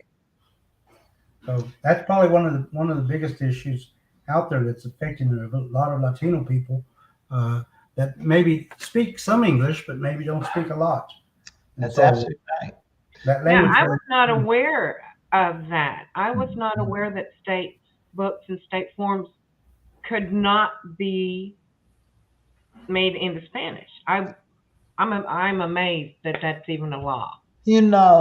Language is a barrier on all levels. Just trying to find people. If you walk into a place to get your license, and Spanish is your first language, just trying to find somebody there who can communicate and make it more understandable is difficult. And it's unfortunate, and I don't know your thoughts, Gabby and David, both on how we change this, because it's a cultural shift, so we can think more inclusively, so we can appreciate and value cultures and languages, which is a part of culture, that are different from ours. So we have work to be done, and that goes beyond voting, but it is about civic involvement and civic education. So I know the chamber is really active in a whole lot of places. So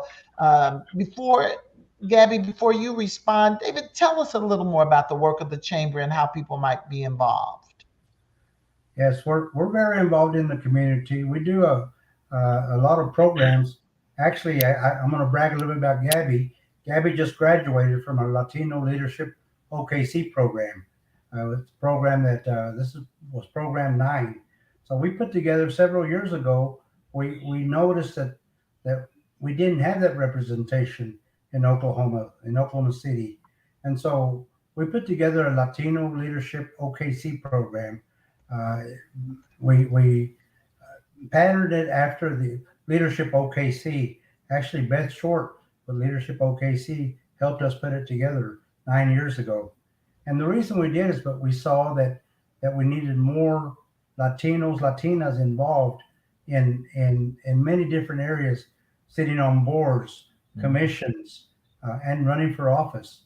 And so over the last 9 years, we've had several people graduate, and young people. Gabby there can be a great representative or something. We've been talking to her about that, I think, during the class as the class was going on.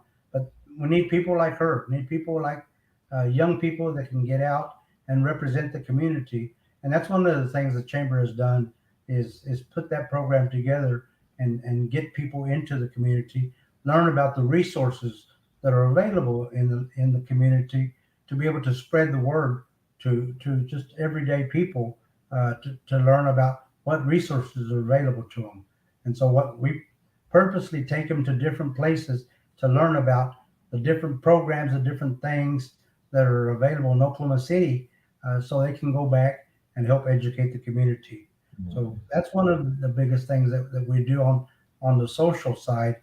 We have so many different programs. We have a women's program, a Hispanic Chamber women's business program, where we help women open up businesses. We started that 3 years ago. We've served over 300 Latinas, helping them open up their business. Out of that, we've created about 47 new businesses.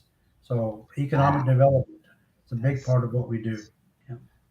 That's 40. That's a whole lot of new businesses. That's a lot of churning our resources in our own communities. And again, I heard a discussion the other day it's about taxes, but it's about business. And the number was like 85, 95% or something like that of all people in Oklahoma work for small businesses. So it's not that, I mean, we think the big companies bring jobs. Well, they do, but they don't employ the majority of us. Gabby, David was bragging on you, but I could brag on you too, because I've known Gabby since she was like 12 or 13 or younger.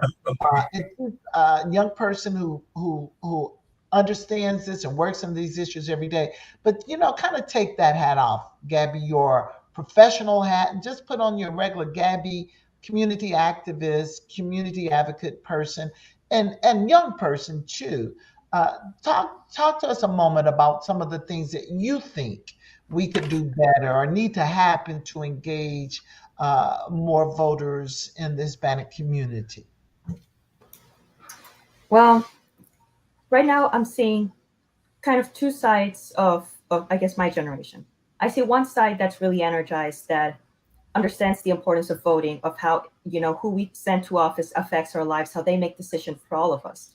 But I see another side that perhaps it comes from cultural background of the Hispanic population being more recently close to immigrants and not used to having that ability to vote, that what happens at the state capitol seems removed. And there's this kind of complacency, like, oh, I cannot affect it. Whatever will happen, will happen. And so there's these two halves, one that's energized, one that doesn't feel that their vote will matter. And I feel that it's important to get the word out that it does matter, that they're making decisions for all of us. And if we send the right people, then what issues are important to us, to them, will be, spoken about in halls that have historically not included us. And, voting initiatives like this make a big impact, getting the word out on who's the candidate, understanding what issues are up for stake, and where the conversations are leading at the state capitol. We just had a conversation with representatives of the League of Women Voters, and they do a great voter guide. And Roxanne will be back with us. She's an active member and a board member, but it would be great to put that voter guide in Spanish or other languages that have large populations here in Oklahoma, and figure out a way. I know that's money, but we can figure out a way to try to make that happen. And Gabby, I'm glad you said about people walking the halls who represent us, who are from our communities, who look like us, who really can't articulate issues because they're their own lived experiences. and just trying to encourage young people to run for office. Old people too, David. You and I think we've had our turn. You may go again. I think I'm through with that whole process. I'm done. I'm done. I'm done too. So, Gabby, it's your generation to Right. really kind of step up to the plate, and the more we see you, the more normal it will become. And my hope and desire is that any person who has some interest in running for office can say, "I can do that." And it really is so important. I think this last year, 2 years ago, we had our very first legislative Latino caucus. Like Latinos make up around 12% of the population, but we have less than a handful of people representing us at the Capitol. That those numbers need to match up and speak to what is going on in Oklahoma. And same with the school board. We want to, we work at the state level, but, local elections are so important. Think about Oklahoma City City Council. Think about Oklahoma City School Board. And we know the demographics for the school board. So, equitable representation really is important. And I just appreciate the work that you both do. David, I appreciate the work of the chamber and your steadfastness, and Gabby, who's a great role model for all young people, just not other Latino young, people, but for any and every young person who aspires to make a difference. So, any closing remarks from either of you? No, we just have to continue getting people educated in our community about the benefits and the reasons to vote. And so, it's something that we have to continually work on. It's not something we can just do one time. We have to do it throughout the year and see what happens. That's absolutely true. Gabby? Similar, it's just important to get people involved. Even if you yourself cannot vote for whatever reason, there are still other ways to get mobilized in the democratic process. And, just getting that knowledge out there that you do have a voice, no matter what your immigration status is, what your background is. If something matters to you, you can advocate for it. Oh man, that's a perfect way to end this conversation. Even though you can't vote, that doesn't mean you don't have a voice. You just gotta we have to create opportunities and not make it difficult for people, but we also have a responsibility to say, I'm gonna get my 2 cents worth in. And I'm gonna make sure I'm heard. Thank you, David. OK Policy is quite pleased and proud to be a partner with the Oklahoma City Hispanic Chamber of Commerce. And we're proud of Gabby's affiliation with us. And we stand ready to help you any way we can. I appreciate you taking the time with us this afternoon.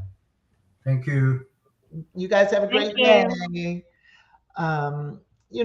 Roxanne, I tell you, it's been a good day. I mean, I can't imagine we're almost 2 hours into the day, and we got a bunch of hours to go and a lot more fun things to go. And I hear tell we've got some people all the way in Stillwater. Is that right? Yes, we do. We have some people at the Wesley Foundation. Why don't you take it away, Roxanne? Okay.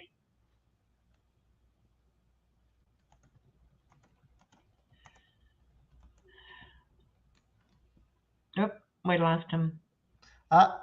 There.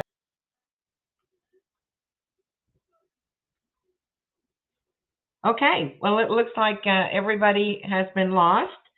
So we're going to be going to the Wesley Foundation in Stillwater, and we're going to be talking with another League of Women Voters chapters. This will be the Stillwater chapter, and they are going to be there registering voters and educating voters. And we have had on a couple of League of Women Voters chapters previously, and they focus so much on education. And it's not just registering voters, it's educating voters. And it's teaching people how to be advocates. It's teaching people about issues, about voting issues, about criminal justice issues. And I am a board member of the League of Women Voters, and I'm very, very proud of that fact. And I lead the advocacy team, and we track bills that affect voting rights, democracy rights, criminal justice reforms that need to be made. And I just want to say that I really enjoy working with the league. And hopefully pretty soon they're going to be there. And I think Dave has them right now. So as soon as he lets them in, we will go to them. Hey, Taz. Hey, how's it going? Good. I thought I was doing a solo here. No, we're out here, I promise. Say hi, Barb. Hi there. Hi, Barb. Yeah, no. So, I mean, so this is this your first time volunteering with the League of Women Voters? Or how's Yes, it it going? is. Awesome. I just joined last month. So, yes. Oh, really? Yeah. Yes. Well, congratulations. This is the League of Women Voters is an excellent, excellent organization. And there's Jan. I know Jan. Jan's a very good friend. There she is. Yes. Are y'all having any luck there? Have you registered very many voters? We have sent forms with students. Many of them are running late to class, and they haven't had time to fill the form out. We've reminded them about voting absentee if they're registered somewhere else. This station has registered 4. Hello again. Hey, Hi. hey guys. Good to see y'all. See, their students just rocking right up to us now. There you go. But I think in Stillwater we have 4 stations, 4 voter registration stations. Hey. How's it going over on your end, Roxanne? Well, we're doing great. We're getting to talk to a lot of great people at different voter registration events we've been having around the state. I think this is our 3rd or 4th league site that we've been to, and it's been a fun day. We get to talk with people at the tables. We get to talk with people who are coming up to the tables. So if you want to grab one of those students and ask them why they think it's important to vote. Ask them why they register to vote. And so I think if we can get some information from some people that are there with you, that would be great. If not, there we go. So asking people why they're registered, right? Is that what you asked? Yeah. Why do they think it's important to register?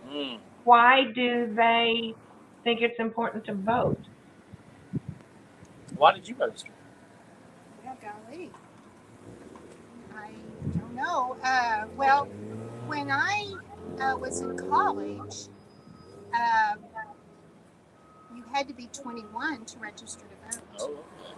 Yeah. And anyway, when that law changed, I registered right away, and I think I voted in most elections. We've moved a lot, but as we know, every vote counts. One vote can make a difference. Absolutely. And it is important to have a say in our government. Absolutely. Yes. Absolutely. Yeah, I'm very excited to be here with y'all too. So, Taz is barely past college age himself, so he's one of those college age students down there. It's in Stillwater. Taz, why do you vote? I mean, you're like 22. Sorry, I totally missed you. You're like 21 or 22 years old. Is that I'm correct? 23. I'm 23. Oh well, forgive me. Freshly so 23. old. Don't worry. You're a young person, so why do you think it's important to vote as still a college age young person? Oh man, I think she cut up. Are we having technical difficulties? Roxanne, can you hear me? I can hear you fine. Taz, do you hear us? We can hear you now. I was just asking you, Taz. Roxanne, maybe you asked a question. Taz, tell us why you think it's important to vote. Well, as somebody who doesn't have the ability to vote yet, and as somebody who is an immigrant who came here, civics has been an incredibly important part of my life. I spent the last 5 years organizing, getting other people really to vote on my behalf, because there's a lot of things I care about. Absolutely. I was brought into the process through things like immigration justice because I was an impacted person. But the truth is that we're all impacted people. There's always something happening, whether it's politics or in policy. Actually, this past fall, I was here registering voters here over at OSU campus. I actually got to, during 2020, I participated in a lot of their organizing and protests and whatnot too. And just participated in collegiate level activism. And it's just a way that I was able to get, honestly, more friends because really it's our values that bring us together. But yeah, and just like, I get to meet cool new people, especially. So Absolutely. It really does bring people. You are cool, yeah. Such a nice young man. Only cool people are allowed in the League of Women Voters. Truly. That's pretty good. Okay, I'd like to be counted among those ranks. Absolutely, yes. You are. Of cool people. Well, So, in talking about making friends, making associations is so important. Working in coalition, which we do, is so important, and we can be more impactful when we have other groups to work with. Absolutely. And Taz, what you said about even though you may not be able to vote, you can still advocate. And we were just on a panel with the Hispanic Chamber of Commerce president, he and Gabby, and they said the exact same thing. There are a lot of Latino people who cannot vote, but that does not mean that they cannot advocate for the things they believe in and advocate to the people who can vote. Just because they cannot vote does not mean they don't have a voice. Absolutely. And that's why we have Together Oklahoma, right? Because voting is only one part of that process. Absolutely. Right? The consistent advocacy, going up to the capitals, even just having conversations like what we're doing right now is all important as a part of civics education, and just, being a participatory member of your government, because it requires all of us, right? It literally requires all of us. We're all responsible for each other. Roxanne, I think you got some pretty cool people here at the League of Women Voters. I genuinely, I love y'all's organization. I've had some experiences in the past working with y'all, and continue that, that pattern of excellence. Every country, it's there's some statistic that I read out there that says one of the best things that you can do for your nation is making sure that your women in government, that their participation in government is an all-time high, and that represents the quality of life. And so having organizations like the League of Women Voters is incredibly important. And men have a process in that as well, and making sure and supporting supporting their women as well, and making sure that they're coming out. Well, actually, men can be members of the League of Women Voters. Oh, sweet. We do have. Oh, absolutely. Yes. Oh, are you a student? Kind of. Sometimes, yes. Kind of. Well, student memberships are $18. Oh, sweet. Okay. Yeah, sweet. You guys there are you getting go. right on camera. Well, Barb, you said you just joined the league. What made you think that was important that you do that? Well, I think that it's important to keep everyone informed. And my mother-in-law, who recently passed away, was with the league for years and years back in Ohio and Illinois. And seeing all of the different things that she was involved with made an impact on me. And now that I am retired and looking for other kinds of things to do outside the classroom, the league interested me, and all of the different things that they are involved with. Good. Yes, I agree wholeheartedly. I am very proud to be a member of the league because what I believe in is what they advocate for. And what Oklahoma Policy and Together Oklahoma advocate for is the same thing, the same issues that the league advocates for. And that's what makes us really good working partners. So I'm sure that going forward, we will be able to work with you again at some point, Barb, and include you in one of our events. That's right. Let me just say thank you to the league and Stillwater. Stillwater is one of those places where people can be active in any number of ways. So that the folk down there in Stillwater know how to make a difference. And there's somebody, I think they're registering somebody right now. I It looks think like. Yeah, we're so. registering someone right now. Yeah. And we don't want to interrupt that process and say, why are you registering? But clearly they understand. So um, I just want to express my personal appreciation to the league, you, Roxanne, all the league members, and the work that they do, particularly with that voting guide and the information that they provide. It makes such a difference. Not only do they register, but they inform. And those Yes. two things go hand in hand. And the voting guide that the league puts out is just an amazing document. Uh, the league, of course, is nonpartisan, and politics plays no effect on their voter guide. All they do is explain who the candidates are, a little bit of background on them, what race they're running for, and they list all the candidates.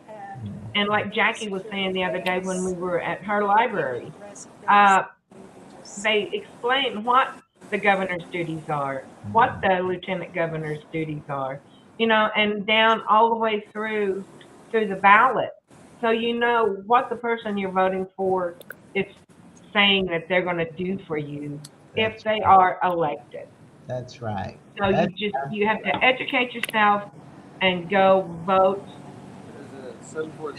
And there's one piece we don't talk about too, is then we hold people accountable. So Absolutely. that's a whole nother subject we'll talk about. We'll have That's another. another marathon we can I do. hope people will stay tuned to togetherok.org, togetherok.org. We'll be doing all kinds of events over the course of the legislative session to help inform and engage people. So, I know Pat Taz muted them. Say thank you, Taz. Thank you, Barb. Thank you, Pat, for joining us this afternoon, all the way from Oklahoma State University in Stillwater. Go Pokes. All right. Thanks, guys. Bye. Bye. Thank Uh, you, guys. Roxanne, we've got just a few minutes before we start this next panel about education. And you're coming out of Stillwater. We're going to talk to some people who work in higher ed, who worked in the K through 12 system, who work with parents. Career Tech, Oklahoma is pretty famous nationally for having one of the best career tech programs in the Mm-hmm. country. Our ability to train people in technical careers. And I always chuckle because we think about what we play electricians and plumbers. Kids don't think I want to be a plumber or electrician or car repair person anymore.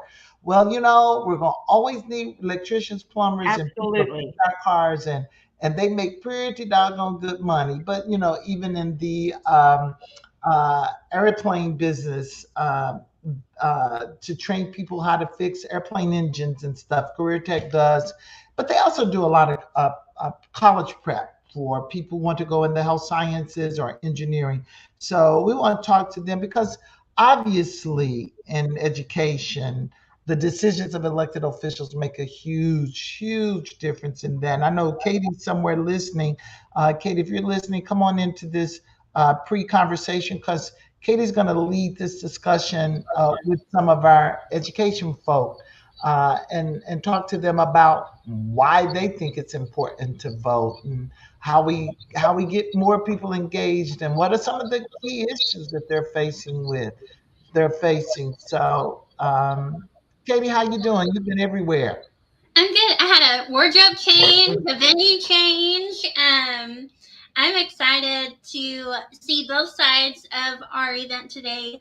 I was at a voter registration event, and now we're going to go into a panel event. And the overall theme that I've really felt from everyone involved is just how important this is and how excited they are to participate.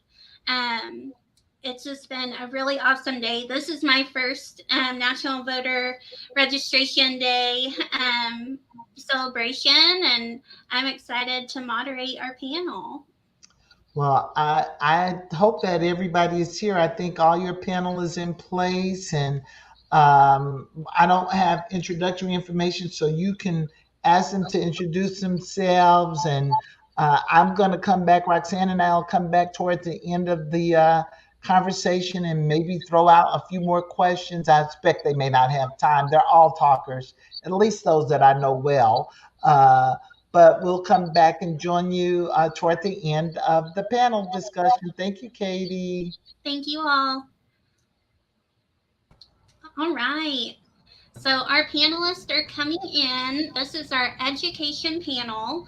And just like when we're in the classrooms, I am going to popcorn it. So I'll start out with my introduction and then I'll popcorn it over. We will go over our names, our titles, our organization, and our pronouns. So I'm Katie Applegate. My pronouns are she, her. And I'm with Together Oklahoma, which is the outreach arm of the Oklahoma Policy Institute. And I am the Southwest Regional Organizer. I am the head of our Medicaid Healthcare Affinity Group. And before this chapter in my journey, I spent a lot of time in higher education in Oklahoma through events management. So I am going to kick it over to Dr. Schneider. Hi, I'm Dr. Carrie Schneider. I am an assistant professor at Cameron University down here in Lawton. My pronouns are she or they, and I'm really excited to be here today. I actually worked briefly with Katie at Cameron, so that's how we know each other, but I'm excited to be part of this other event. All right, and we'll go to our other Carrie. Y'all are keeping me on my toes today. Hi, everybody. My name is Carrie Elledge. I am a 5th grade classroom teacher from Norman Public Schools who is currently elected to serve as the Vice President of the Oklahoma Education Association. My pronouns are she, her. Thank you. And Mike, we'll go to you next. Well, first of all, good afternoon.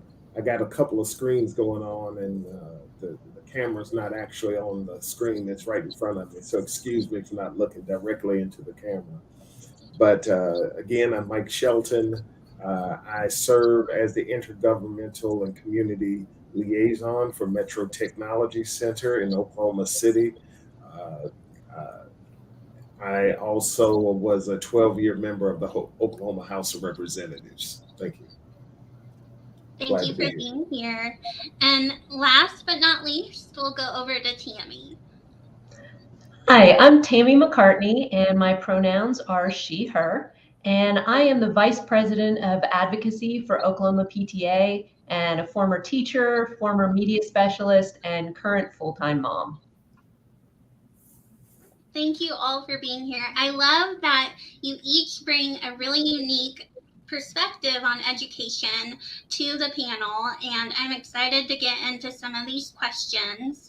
I think the first question I really want to start out with, because it's the foundation to our whole discussion today, is why you vote. I think for a lot of folks in your classrooms, a lot of folks in your communities and across the state, knowing why is such a big factor in how they come to the polls. So I will let anyone take that question away. Why do you vote? Well, I will be willing to start. I was always that student in class who raised my hand first, so continuing tradition. I used to vote because I did not want to be somebody who complained about the way things are and then not be a part of the solution. So it's always important to me, if I say things should be this way, I feel like I should be taking action to make them that way. This year, I'm really voting as part of teacher appreciation, something we're talking about at Oklahoma PTA. You know, we say we support our teachers, we put out a statement saying we support teachers, but we've also got to vote for teachers and back candidates that are pro-teacher and pro-education. Thank you, Tammy. I I'd be happy to follow that up. I'm so sorry. No, Tammy, you just made my heart so happy because the best way to prove that you're a public school proud advocate is to vote for our students, to vote for our education, and to vote for public ed. So the reason why I vote is because I know that my vote is my voice. And currently, it is so important to make sure that we are voting for the voiceless, who are our students. They don't have that same opportunity unless they happen to be 18 on the day of the election. And so we must stand up for those who are voiceless. We vote with our voice, and it's so important that we do that. Yeah, and to bounce off what Carrie just said, I mean, I'm coming at this from like a communication professor standpoint, but voting is a form of communication. Voting is how we communicate to the people in power, to the government, what policies we care about, what our priorities are. It's really one of the many ways that we can communicate. And so I think that just having that ongoing conversation, having your voice heard is super important. But I also was just raised to vote. Like my mom took me with her to go voting. She would take me into the voting booth and show me how it worked. And that just felt like it became just a routine. Like this is just a thing that you do. And it seemed common sense as a thing that you just should do. It's part of being a citizen. And let me just say that I could just bundle everybody's comments into one, and I'll try to avoid some of the comments. I won't avoid them. I'll just go ahead and repeat a couple of them. Our vote is our voice, and that I was raised to vote in my household. I think that those are very the foundations of how I started understanding the importance to vote. But I think I was also raised with the mentality that it's the smallest way of community engagement. It's the smallest action of community engagement that you can do, is make sure that you go to the polls to change your community. I can go into the cultural aspects of, what community, how voting has changed my community, but I can tell you that more than anything, I vote because I know it makes a difference. And the person that's in those seats that we elect, if they don't, if I know firsthand, if they don't see you voting, you don't exist. And so it's important that they see me voting so I can have a conversation with our elected officials. Thank you all. I'm so encouraged by your why. I think that a lot of students, a lot of community members, a lot of first-time voters, sometimes they have similar stories where they have been to the polls with their parents or their grandparents, but some of them are generation breakers. They are going to be the first one in that voting booth. And so for those viewing today, for your students, your colleagues, your community members that may be unsure of voting or a first-time voter, what are your hopes that they will get from today's panel? I'm gonna go first. Oh. I hope they're encouraged. I will put myself on the spot. The first time I voted, I was not confident enough to go up to the poll worker and ask her what the steps were. So I ended up doing a straight down party vote, which is not what I wanted to do. So I think you can go in and you can go through the steps, but unless you know what you're doing and you know who you're voting for, not just a familiar name on there, I think it really does matter as a first-time voter to really know what you're doing and have that vote count. So I hope today's panel just encourages everyone that may not be as familiar that your voice counts and your voice matters, and we're here to help you. Katie, to feed off what you just said, I hope that not just this panel, but this whole event that Together Oklahoma is putting on lets people know that they're not alone. And so those first-time voters or 50th-time voters know that there are places to learn about what's on the ballot, who the candidates are. I mean, and I hope they see Oklahoma PTA as a resource to learn more about who's running and what's on the ballot. So we're not as alone as we think we are. And there are a lot of people who care about voting and who care about educating voters. Yeah, and one thing I would hope that, you know, my students would get out of it is seeing the connection between voting and the impact on your life. I mean, so many of my students are future teachers, future high school and middle school teachers, and by voting, they actually get to vote for who their boss will be. They get to vote for the superintendent of education. They get to vote for the school board. They get to vote that actually changes the conditions of their labor. So they're voting for school funding bills. So there's so much that when they vote, it actually has an impact on their life, and seeing it not as something that's really distant. I feel like a lot of students frequently feel like they see reporting on national elections and federal elections, and it feels distant from their life. But I think, and I would really hope that they would get how voting can actually have a material impact on their everyday existence, not just like where they live and the laws in an abstract sense, but in a concrete sense of like the conditions of their work. And that's a great point. I think over the years I've seen too many, or talked to too many people that I know well, that have had a mentality of my vote doesn't matter. And I think that, to your point, Carrie, that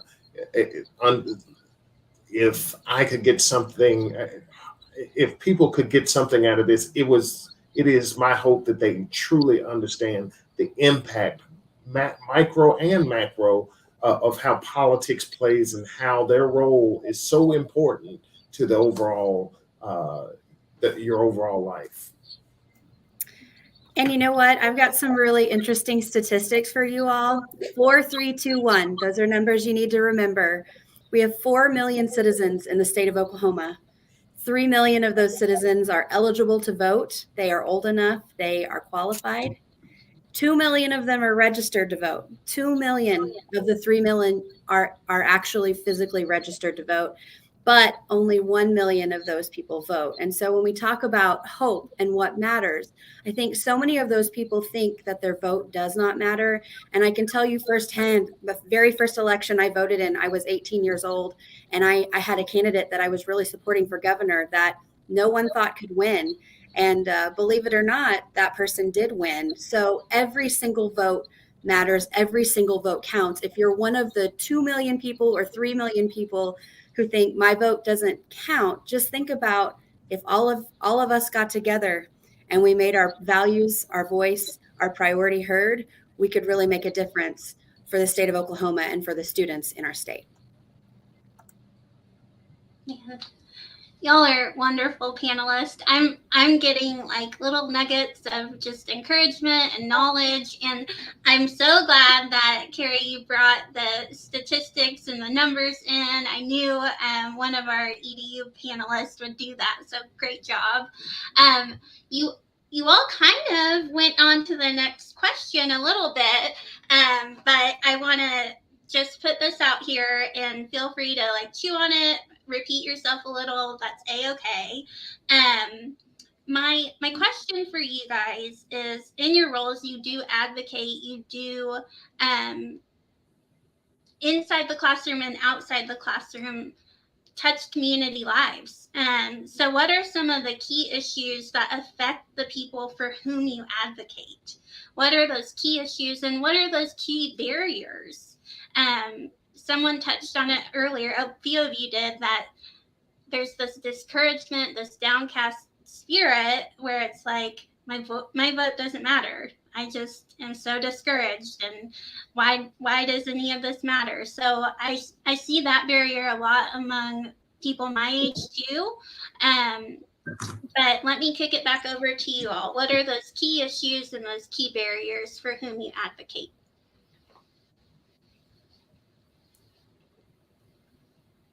I'll go ahead and start, just because we're all kind of staring at each other. The single most important factor in a classroom is the educator who's in front of our students. And currently right now, we see in the state of Oklahoma that we are struggling with issues of recruitment and retention. Education is no longer a desired field. We are having fewer and fewer people go into teacher prep programs in our higher ed. I know that there are people on this panel who can speak to that. But we want to make sure that the people that are in front of our students are the highest quality that they possibly can be. And that starts with being able to recruit the right people into the profession and to retain and value those educators right now when it seems like it's such an underfunded and undervalued profession. So it is seriously life and death for public education, and we need to make sure that recruitment and retention of high quality educators is at the forefront of what we're doing. Yeah, and I can speak as someone who works with students who are in an educator preparation program. I think having those students learn about the civic engagement rather than being discouraged, but really like track, like what are the bills that are happening or being discussed right now that might impact you, whether that is the requirements for teacher licensure in the state, whether that is changes to some of the curriculum requirements. If they're able to track those, then they actually have power over it. They don't have to feel powerless or discouraged because they now know like who they could write to, who's the head of that committee that's discussing that bill, who could I actually contact, who should I vote for, who should I try to vote out if this is the direction that I want that path to take. So really making sure that those students feel encouraged, that they have some power over it rather than discouraged about this profession. Are all of the graduates from our program who graduated last spring are now teaching in secondary schools in the region. And they not only were aware of like the content knowledge that they had to learn to teach, but kind of what policies they were going to come up against. And I think that helped them feel a lot more empowered as teachers. Even if the pay isn't great, they have the power and the knowledge, not just to teach their students, but to like engage with their other new colleagues and understand like what they're up against and be able to build some solidarity in that way. And let me just talk about a silent killer that hurts us and is, I'd say, the overregulation. I'm speaking from a legislative perspective, is that legislators have overregulated public education to a point that taking the fun out of teaching, not allowing teachers to teach. And I think that that would be considered one of the things that people don't always realize. Teachers probably realize it, but parents don't always realize it, that your teachers have handcuffs on what they can and cannot teach. And one things we really need to work on is getting the legislature out of the process. So I'm approaching this from a parent standpoint and a former teacher, but I'm wearing my parent hat right now. I have a 12 and 8-year-old. So I am really trying to get people to be aware that their vote has such an impact at the local level. You know, we talk a lot about people think they're good citizens if they go and vote in the presidential election, but it's the local elections that have the biggest impact on what happens in the day-to-day functioning of our schools. You know, the school board elections, the superintendent of public schools, you know, those are the ones that we saw through COVID had the biggest impact on what happened at our kids' school. They're the ones who decide on funding and priorities and those sorts of things. So, you know, I also looked up some statistics before coming today, and 18 to 24-year-olds, only 11.8% of them voted in 2014 in Oklahoma. 25 to 44-year-olds, 20.9%. You know, people who are either currently in school or have kids in school are not voting in high numbers. And we're the ones who need to be voting for our kids and for our teachers. Thank you all. Go ahead, Carrie.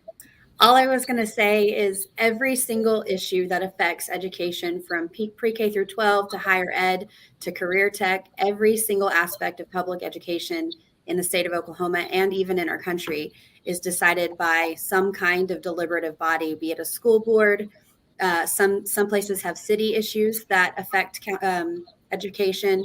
We have the legislature. Every single issue is decided by somebody else. And so it's important that we are making sure that we're electing the right people and that we're getting people out to vote for that for our students. So, follow-up question for each of you. Now that we talked about some of those issues and barriers, how are those issues impacted by a policymaker? And then how could those issues be impacted by policymakers, by those changers and those movers and shakers? So how are those issues impacted, and then how could those issues be impacted? You know, we're not in legislative session yet. We're in interim studies, but we will be going into legislative session in the spring. That's a mouthful. And so I want to get your thoughts and feelings now, but I also want to follow up with you guys further into the spring and see if some of these predictions and thoughts and feelings were true. Well, I will say that federal funding is one of the things that we're really trying to educate parents about right now, and something that could really be impacted by our choice of superintendent for public instruction. One candidate is talking about rejecting federal funding as a way to reject federal mandates. And so that's $920 million that we could lose from education funding. And so I'm not sure everybody is aware of the programs that would be impacted, the loss of teachers, the loss of staff. It could be a real game changer for what happens in Oklahoma's public schools. And if we don't have people out voting in that election on November 8th, then a minority of people are making a huge decision that's going to touch every school in Oklahoma. And I would say also it moves from those really big issues like that question of federal funding and those millions of dollars that could be impacted to things that might seem like a small issue that's moving through legislation, like legislation about concurrent education in the state. Right now, a lot of juniors and seniors in high school can take college classes, and we have a lot of enrollment from those students. There's discussion that that might be expanded to sophomores or even freshmen in high school.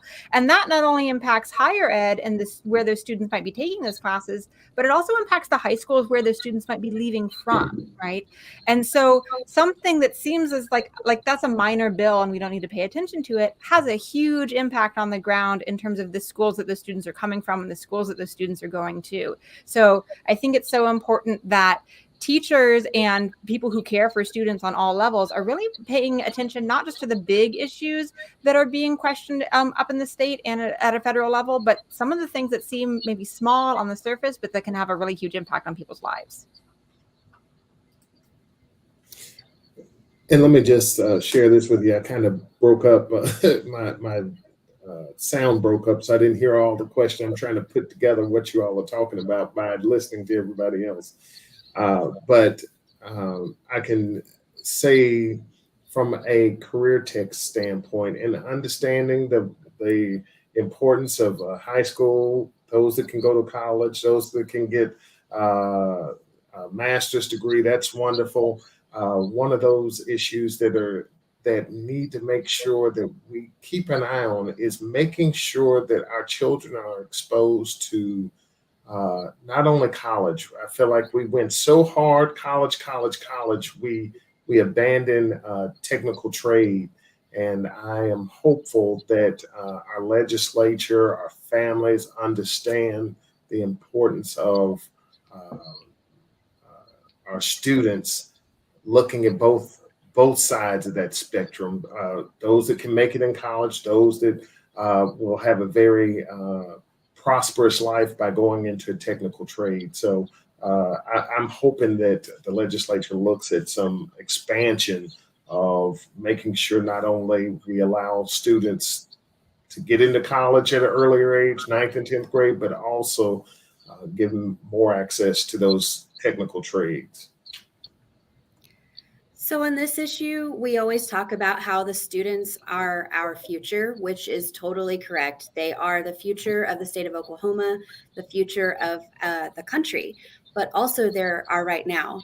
And if we aren't investing in education for our students, then we're shortchanging and kicking the can down the road, thinking that they'll catch up at some point. And it's time that we make sure that we're investing in our students. I can tell you that education is one of the largest workforces in the state of Oklahoma. It's not something people think about. They think of traditional things like the medical profession, or they think of state workers, but education is one of the largest workforce programs in the entire state. So it's time to start looking at how do we invest those dollars that the state definitely has. We know that we have surplus in our rainy day fund.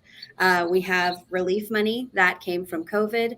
And then we also have the Panasonic deal money that isn't currently being investing there, that we could reinvest in things like public education to ensure that that money is going back directly to our classrooms, directly to our students, and ensuring that we are doing the most that we can in order to ensure that right now we're doing well, but well into our future, we're taking care of our citizens in our state.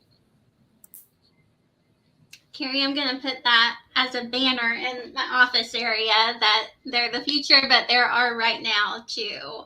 And y'all, I can't thank you enough for all of the conversation and just your input on all of these questions.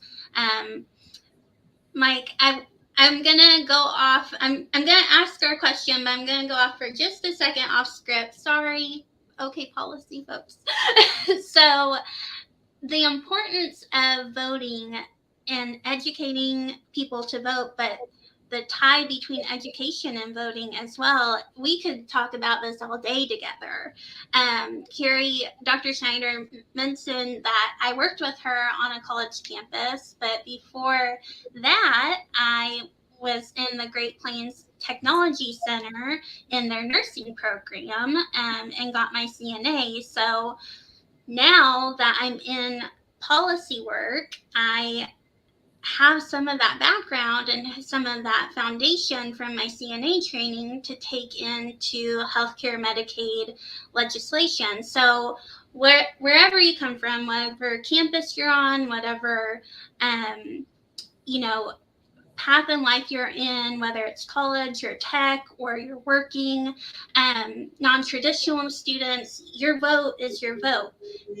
And you bring all of that knowledge and all of that life experience into that polling station with you, and it matters. So just Mike, thank you for talking about the trade side of things, and also just all of your input. So I'm going to move us on to the next question. I hope we don't go over, but thank y'all for indulging me a little bit. So we talked about the issues, we talked about policymakers, but in your perfect world, which I hope we can create through this event and through National Voter Registration Day today, if more people voted, do you believe those issues we've talked about would be addressed differently? I know some of us have that statistic in front of us a lot on how low voter turnout is in Oklahoma. So again, how do we think it would be different? Those issues would turn out differently if more people showed up to vote.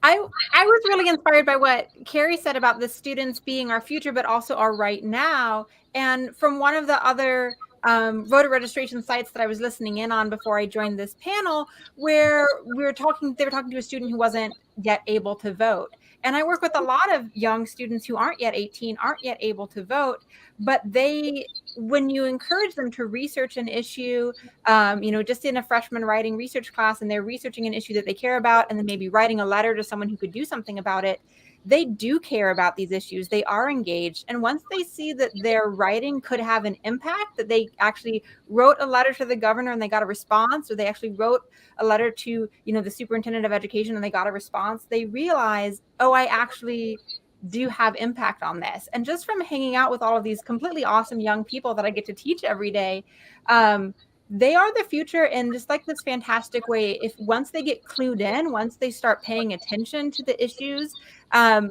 they have this amazing vision for a better future, better than even my generation has imagined.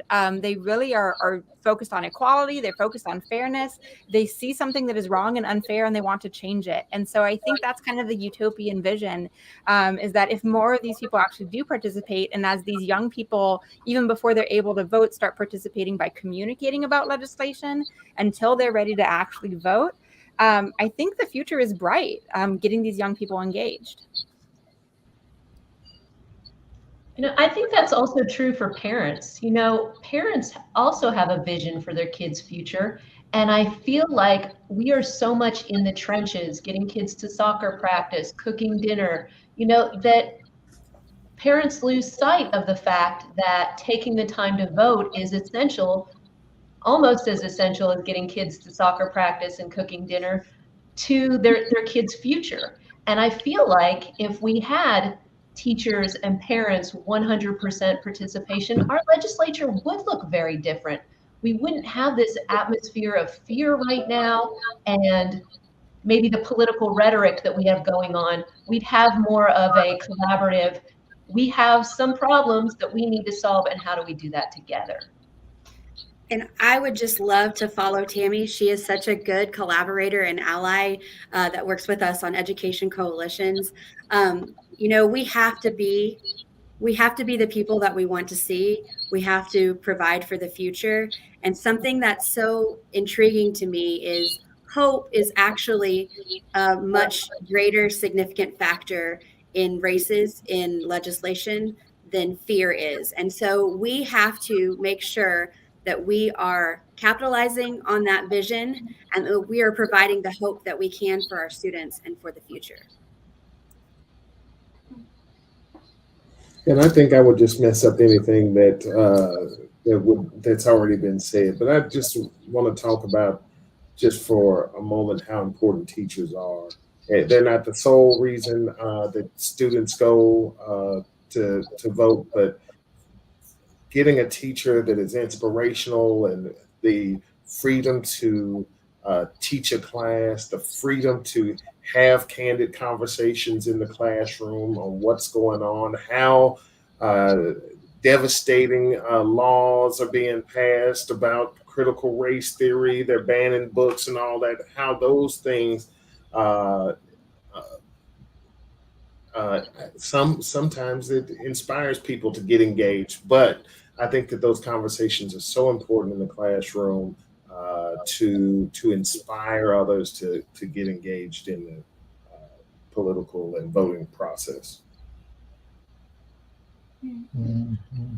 Thank you all for your answers and for being advocates and allies to each other and to our communities and our students. I know, Angela, did we have any questions? Well, it was right on the subject that Mike ended on, and thank you, Katie and panelists. I mean, this has been really an interesting conversation.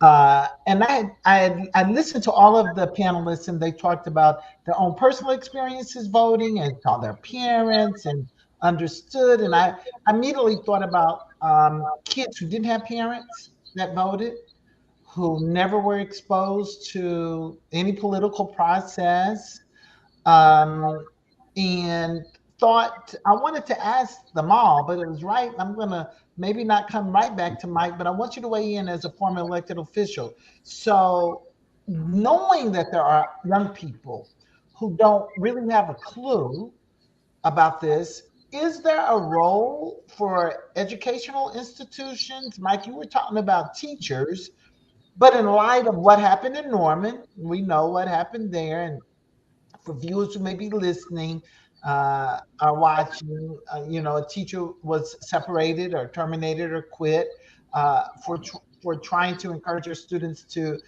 access material that they couldn't otherwise. Knowing what the law in Oklahoma says without ever speaking to the words critical race theory, but about teaching and entering into conversations that make people feel uncomfortable based on their gender and race or sexual orientation or whatever. Knowing what elected officials in Oklahoma have put in law, what space can educational institutions now fill to help young people understand that they have a responsibility to vote and can vote?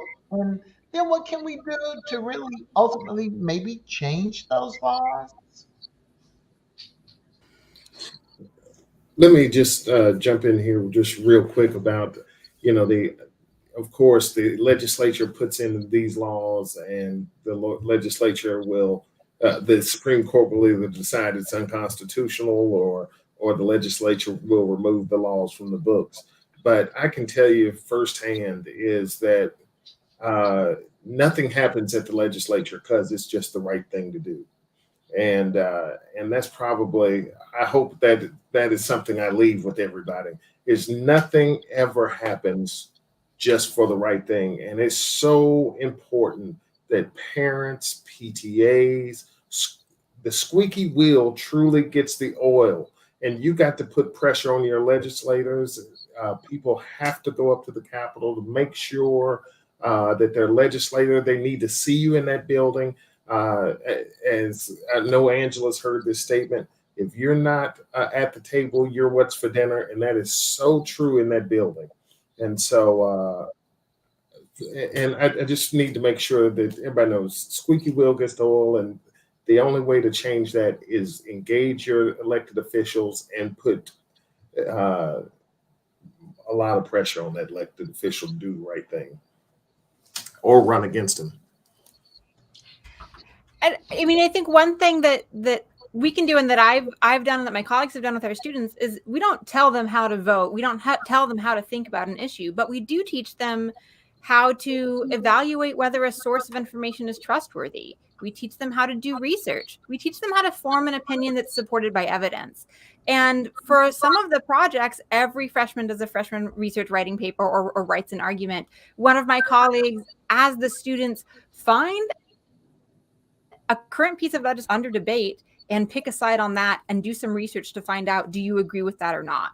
So not telling the student whether to agree or not, but say, pick something that's being discussed. That's your topic. Do some research, learn how to evaluate sources and figure out what's trustworthy and make up an opinion.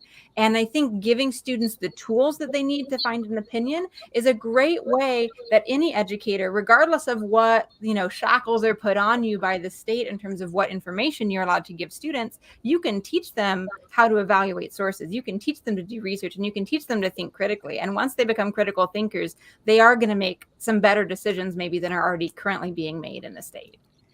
And if you all don't mind, I would love to follow up on that really quickly. We have some amazing pre-K through 12 educators across the state. And one of my favorite stories that I've heard lately is we have an educator who, on the student's 18th birthday, gives them the gift of a voter registration and make sure that they understand how to turn that in with the election board and to make sure that they are registered to vote, which is so important. So I think we are all in this together, making sure that our students know how to do what they need to do. It truly is a gift. That is amazing, Carrie. That is amazing. Tammy, did you have anything you wanted to add? Oh, I always have something to add. I think I would say that when we talk about voting, I'm a little bit aggressive about it. I talk to a lot of people about voting, whether or not they're registered. I actually carry the voter registration forms in my car. So I have a lot of conversations about it. And people are always saying to me, I don't know when elections are coming up. I have to work on the day of election. There are all these barriers that people think are in place that keep them from voting. And a lot of that is true. But, there's absentee ballots. You can vote anytime 6 weeks before the election, and you never miss one because they send the ballot to your door. Like, there are ways to overcome many of the obstacles that we believe are in place.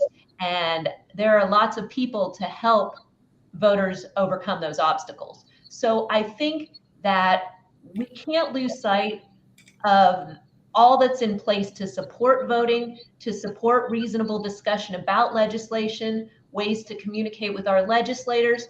It can get kind of rough here in Oklahoma, and we lose heart sometimes. But as other panelists have mentioned, like, hope is a powerful driver, and there are people out there to help us overcome our obstacles and despair and frustration to actually take positive action. That is awesome. I have a follow-up from Angela's question for you all. And Dr. Snyder, you kind of touched on it. You all give tools and resources, and you help your communities, your parents, your students to critically think. When I was in school, I think I had like Schoolhouse of Rock, or the I'm Just a Bill on Capitol Hill. Is that the only resource we still have, or do we have other resources that you want to talk about?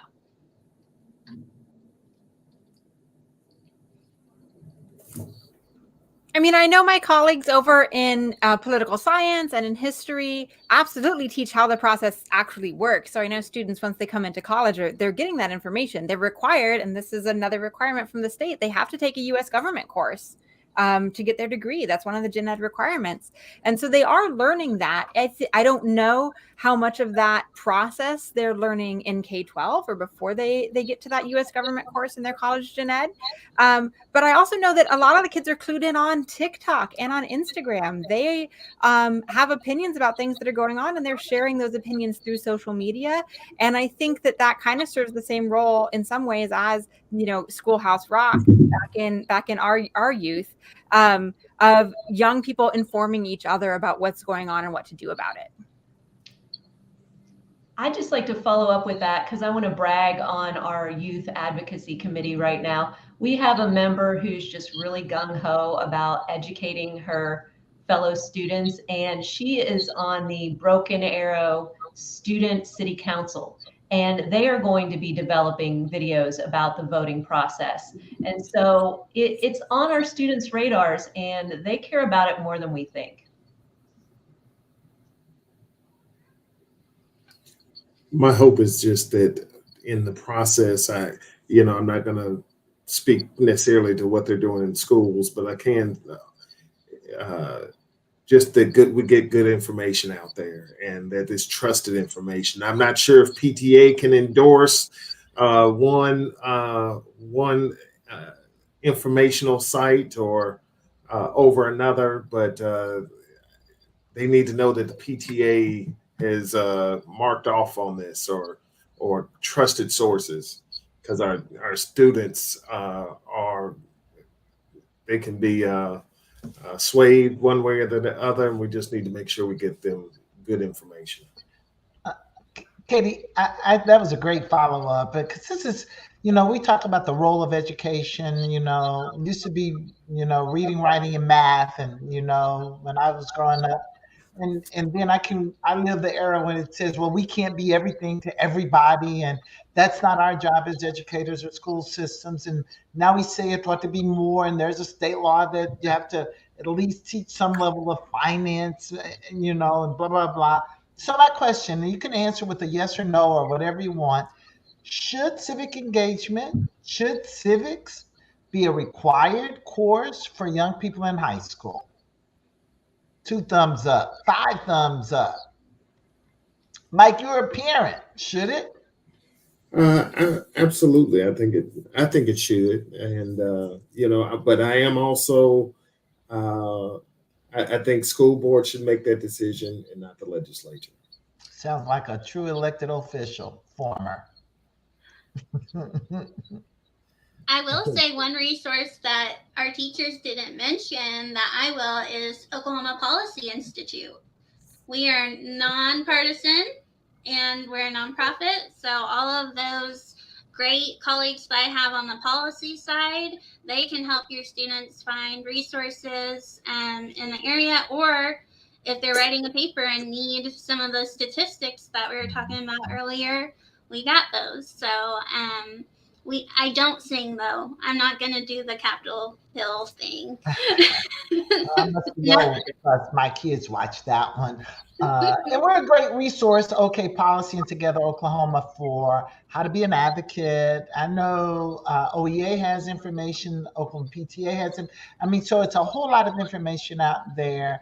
But I always go back to that question: how do we even prick kids' interest? How do we make them curious to even ask, to even know that they can? And it's okay for a lot of kids, but there's a whole bunch of kids particularly in our public schools, who just don't know how decisions get made.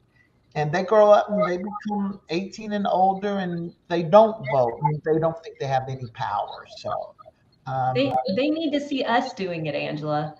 They need to see their teachers doing it. They need to see their parents. They need to see their soccer coach. They need to see their grandma. They need to see every single one of us walking around on election day with our I voted sticker. And I don't even know how many schools used to be. Schools were the polling places. Right. And you know what's something really interesting that we're seeing as a phenomenon across the districts at the local level? Representative Shelton, you've talked about the local level. A lot of school districts this year and in the past couple of years have moved an effort to change their calendar to ensure that they're either having a virtual day on their state election days, or that they may be out of school. And what's so neat about that is we have parents, we have churches, we have groups coming together as a community together to say this election day matters. And so as a community, we're going to get together and ensure that not only can our educators vote and our parents vote and the students who are eligible to vote, we want everyone who possibly can to get out there and exercise their right. And so it's a movement that we're starting to see more and more of. And I think that will also make a positive impact at the polls. I just think, and you are absolutely right. Partnerships together. I voted Career Tech at Metro Technology Centers. That is my voting place. But I just think, what if every public school was a polling place? So there were more options. And people say, and we don't have volunteers and we don't pay poll workers enough. And there are a whole lot of, systemic issues to doing that. But just think about if we did that, how easily accessible it would be. You could walk into any school across the state of Oklahoma and cast your vote. So, I mean, that's utopia. That's my hope. And I'm inspired. You guys, Katie, you're a great moderator. Thank you. I learned from the best, Joel. I just really want to thank Angela for your leadership and for helping us find our voice and use it. And also to each one of our panelists that brought their whole selves to this event, and for being bold and for speaking your truth and helping others to vote as well. I know we're a little over time. Actually, we are, but we've got an extended little transition here. So maybe we give each panelist an opportunity for a closing comment. Please do. Not everybody all at once, though. Don't make me call on you. Well, let me just first of all thank everyone for the opportunity to be on here. I was not a good I was not a good student, so I'm always amazed when I'm invited to speak on educational panels. But I'm grateful for the conversation and to hear you all, the real experts, have talk about impacting education. You all are the heroes and the front line, and you should be treated as such. My hope is continue to, we started this conversation about empower, and I hope that I hope people are empowered by going out and voting and getting engaged and pulling others with them to the polls. So I just thank you again to be a part of it. I'll just wrap up by saying over 90% of our students go to our public schools, rural, suburban, and urban. We have students from every demographic and every walk of life. And we really need the citizens of Oklahoma to have a plan to vote, to know where their polling location is, to request an absentee ballot if they're not going to be available, or go early vote. And make sure that you know that you're going to need a notary if you do absentee vote.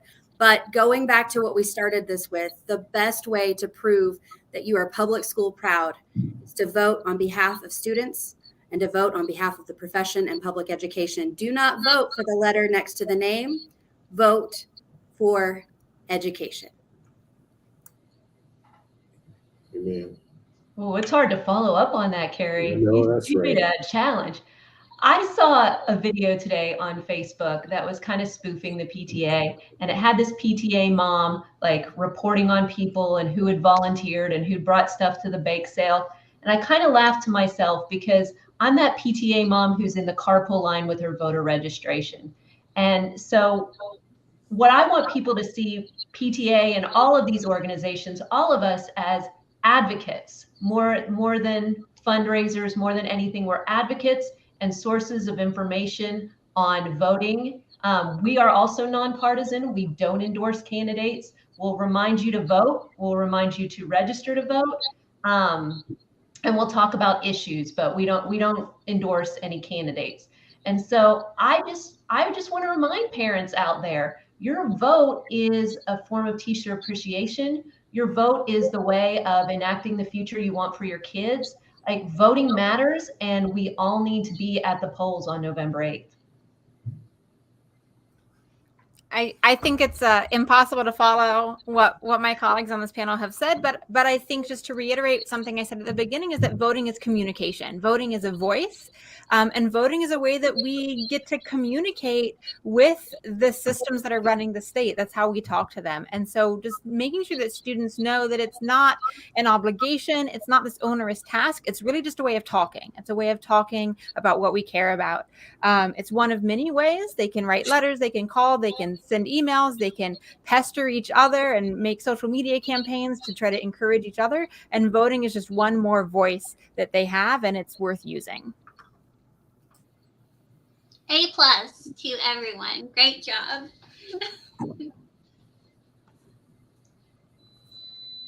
I'm trying to find that unmute button too, Katie. I agree. A+ to everybody. This was not a pass-fail quiz. It was not graded at all, but if it were, you'd all get an A+. Thank you for being great advocates for our children, for education. And if you're an advocate for children and for education, you're a great advocate for our entire society. So thanks for being good drivers in there. Katie, thanks for being a good panelist. Moderator, don't go anywhere, Katie. Stay with us. To our friends at OEA, at Cameron, at Career Tech, at Oklahoma PTSA. As a PTSA mom, I still wear my shirt too. Call on us if we can ever help anyway. TogetherOklahoma.org, okpolicy.org, places you can go for references, for any kind of research that we offer. We make it available free of charge. So avail yourselves of what we have to offer. And thank you again for being with us. Bye, guys. Katie, don't go anywhere. We're going to bring Roxanne, too, in here with us. Great job, Katie. Great panel. I sat here and I jotted down a whole bunch of other questions. Of course, we don't have time for all of those. But, one thing, school is a place where we have a captive audience. And it's a place where thoughts are framed. And I was glad that Carrie from Cameron talked about critical thinking. And I always tell my kids who are adults, but they'll come with some, I'll say it like this, some wiki whack something. And I'll say, where did you get that? And they'll give me some site. I said, that's probably not a credible resource. And you know that. So being able to teach what's, places, how to discern truth and not, it's hard. And we have to start talking to kids about that when they're young. So, if you want to have a fair, equitable, and open society, you have to educate people. You have to educate your people. And if we don't educate people, we have created a system of bondage for generations to come. So, You know, and Representative Shelton said one thing is that we have to get the legislature out of education. The teachers are hired to teach. We've got to let them teach, whether it hurts somebody's feelings or not. If it's hurting their feelings, that probably means they need to know it. You know? It's like discipline, huh? Yeah. It's very interesting, and there's a wide school of thought out there, and okay, policy. For those who might be listening, we don't do education issues. There are a whole lot of organizations who focus on education policy, who work it, who know it better than we do. So, as we have this conversation as individual voters, not with our okay policy hats on of sorts, school is where we got that captive audience, and we gotta let teachers teach. Absolutely right, Roxanne. And there's so much intersectionality between our priorities here at OK Policy, what is going to be discussed in legislative session and in education. It's all connected. So I think the panelists did a great job. And yeah, I'm with you, Angela. I had a lot of other questions, but I hope that the conversation that we started doesn't stop just because the panel stopped. Like, I hope That's they right. continue to have that with their colleagues and their families and in their communities. You're absolutely right. Thanks, Katie. We appreciate you. We appreciate you being on the ground in multiple places today. It was so fun. Thank you guys so much. We'll see you again before the day's over. Okay, bye. Thanks, Katie. Bye. Roxanne, it's been a good day. We're almost halfway through here in just a little bit, and our next guest is already here with us, who has, to my knowledge, really spearheaded a lot of what's been happening the last couple of years in this space. Yes. And in fact, David Wilson, who is going to be with us in just a sec. There he is. Hey, David. You know what? I'm glad you're here because I was going to say something. David, for those of you who don't know, our friend David Wilson, David is assistant to the bishop in the United Methodist Church, and I generally describe him as the executive director of the Oklahoma Indian Missionary Conference, but his official title is assistant to bishop. But David, I hear tell you have a new title underway. Hopefully end of November, maybe a bishop of the United Methodist Church. That's what we hear tell. We have not talked about that, but a little birdie told us. We've been too busy with voter engagement.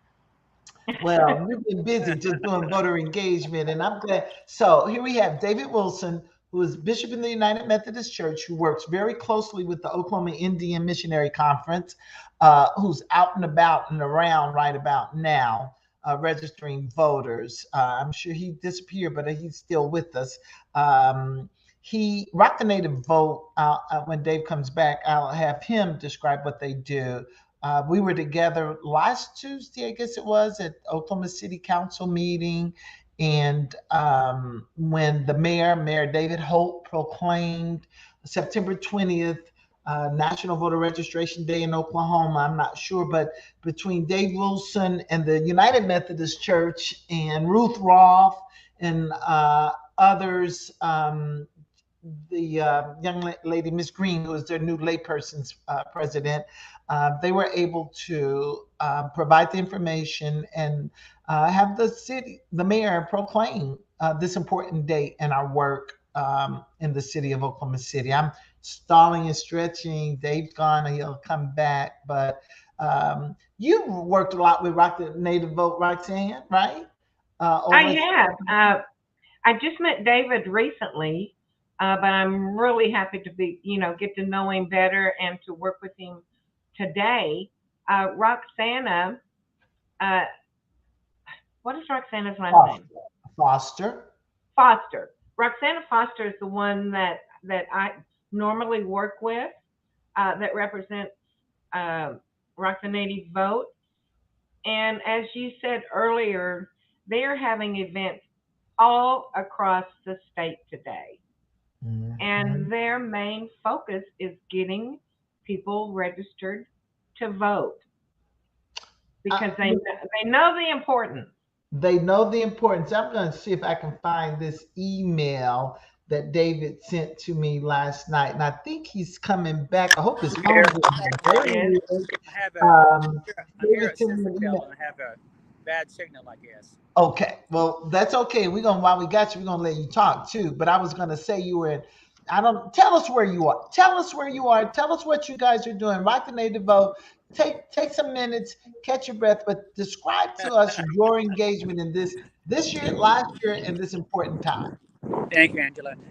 We're a part of this big National Voter Registration Day event, and I have been this morning starting early with some interviews, and we were in Okmulgee, Oklahoma for their National Voter Registration Day at Muskogee Creek Nation College. Then we went to Tulsa for the Tulsa crew for their day. A wonderful day, and right now I'm at Sept Park here in Oklahoma City waiting for our crew to arrive to set up our registration, and musicians waiting for our food to arrive. So we're having our event 5:30 to 7:30 here at Sept Park at the main stage to have a great night of registering folks to vote and music and food. JB from Oklahoma City is performing tonight, and we'll have some of his pizza from Eastside Pizza, which is free. AJ Harvey, a Native American performer, will be here, and we have a group of Hispanic, Latino, and Indian folk who will be doing a fashion show tonight. So it's great work. We've got some locals coming by to bring greetings, to say hello, and we're looking forward to a fun night. Well, let's talk a little more about tonight too, and Yes, then ma'am. Roxanne can visit with you about Rock the Native Vote and your real voter registration effort, why it's important in that effort. But does it cost to come to Sept Park tonight and indulge in all the fun things you just described? No, it's a free event tonight, so we hope folks will come and enjoy some great food and music. Can bring your lawn chairs, bring your blanket. This is a beautiful setting out here, and so come and enjoy it and get to see some folks. It's going to be a very fun night, so it's very free, and we hope to have a good turnout tonight. I think the operative word is it's free, it's free. fun, it's entertainment, it's free again. I just wished I could be there with you, but we'll have Us some too. representatives there, and I'll be with you again tonight from Sept. So we'll have a representative. So you don't have to worry about the mechanics if you're busy being the host, but we want to grab a little time with you Sure. or anybody else live tonight from Sept Park, trying to encourage people to come down because you will be registering voters there. That's clear, right, Yes, you David? will. Yeah.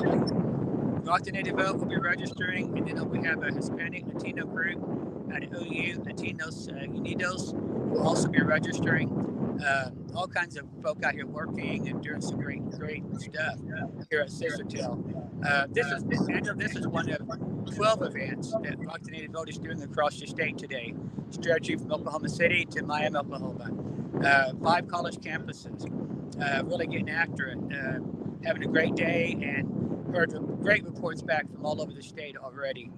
Not only registering folk to vote, but raising awareness about the need for us to vote and to get out there. And it's been great. We have wonderful partners with the Chickasaw Nation, Muskogee Creek Nation, Cherokee Nation, Choctaw Nation, all these folk that we've got to see throughout the state, and we're thankful for that. So Rock the Native Vote, I'm going to ask this last question. When we say the Native Vote, we're clearly speaking about people who are indigenous to Oklahoma, to this country. Yes. But so I want you to talk a little more about the point of the Native Vote in Oklahoma and, what it looks like. I mean, is it high? Is it low? What work Yes. needs to be done? And what else we can do to encourage folk in Oklahoma, everybody Thank in you. Oklahoma, but particularly the Native Vote in Oklahoma. Sure. And, when we're out registering folks to vote, either tonight or wherever we happen to be throughout the year, we register everybody, anyone who's interested. We don't care who you are. If you're interested, we will visit about that and get you registered. But our focus for Rock the Native Vote has been on the indigenous community, who for years has had a really low undercount in voting.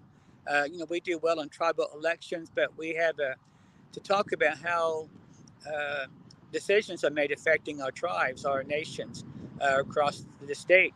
And I remind folks, I said, there's not a single thing, much we do throughout the day, that is not impacted by someone making decisions.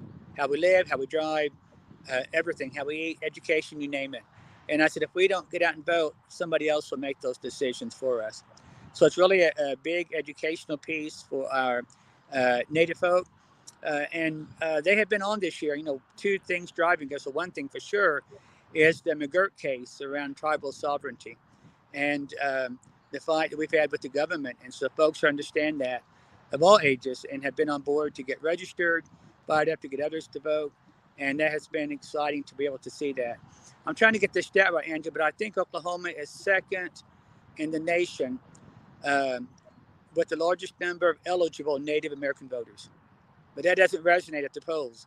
And so we got to find a way to make that happen, make that work, to help our tribal peoples understand why this is important and how important it is for not just our present day, but for our future. That's a huge block of voting. It is.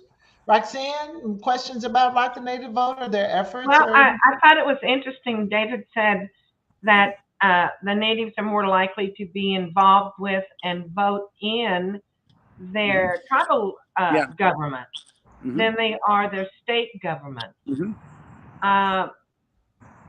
Why is that? Is it lack of trust or what? It's more that people believe, we get to elect our own tribal leaders, and we get to vote on issues that directly impact Native voters. And so people see that importance of registering and voting in tribal elections, and we just need to push it over to local, state, general elections as well. So that's a big piece, is that tribal identity with that. Right. When I was in Okmulgee and Tulsa today, one of the neat things, folk, is that in addition to registering folks to vote in elections, the Okmulgee crew that we had there was also registering folk to vote in their tribal elections. Two different processes.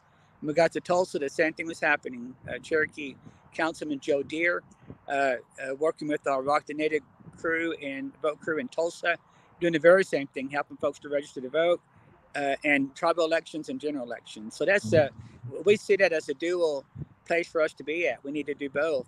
Absolutely. To make sure that it doesn't stop with the tribal elections. It goes on. And it continues to be a learning process to many, but we sure have been getting after it, trying to help folks to understand that. That's absolutely right. Oklahoma, I'm sorry, Roxanne, please continue. No, I was just going to say, what can be done to educate the tribal folks that the state government means as much to them as the tribal government? Yeah, I think it's a continual process of educating everybody. Oh, I think we lost David again. We lost him again.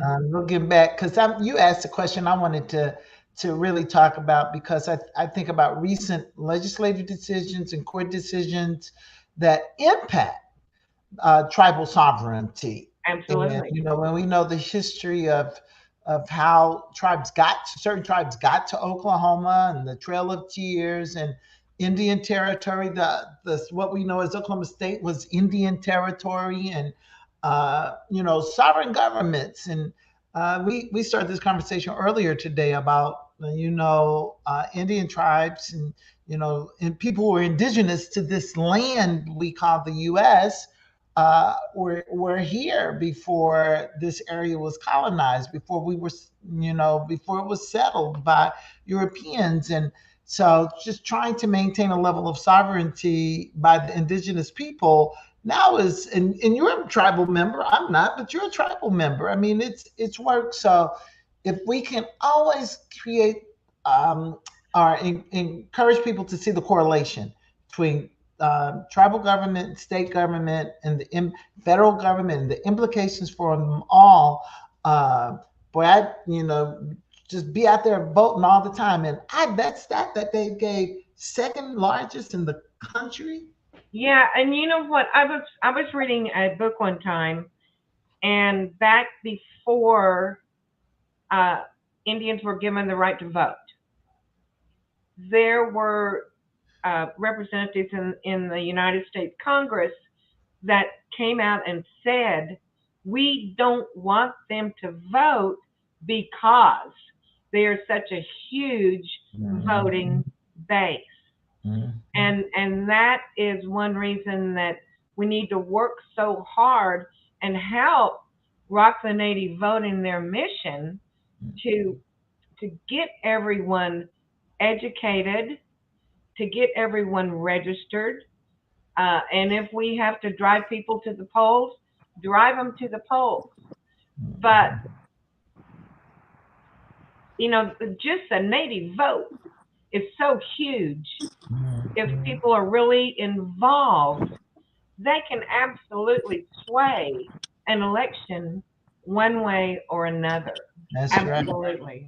right. David, thanks I'm glad you're back. We were talking about the level of participation in tribal government versus state government, but how state governmental decisions are made that have direct implications for sovereignty of tribes, and trying to make sure people understand that. Yes, for sure. Just look at the McGirt case in terms of asserting our sovereignty, and then the governor of the state who doesn't like tribes to have sovereignty. He wants to tell the tribes what to do and how to do.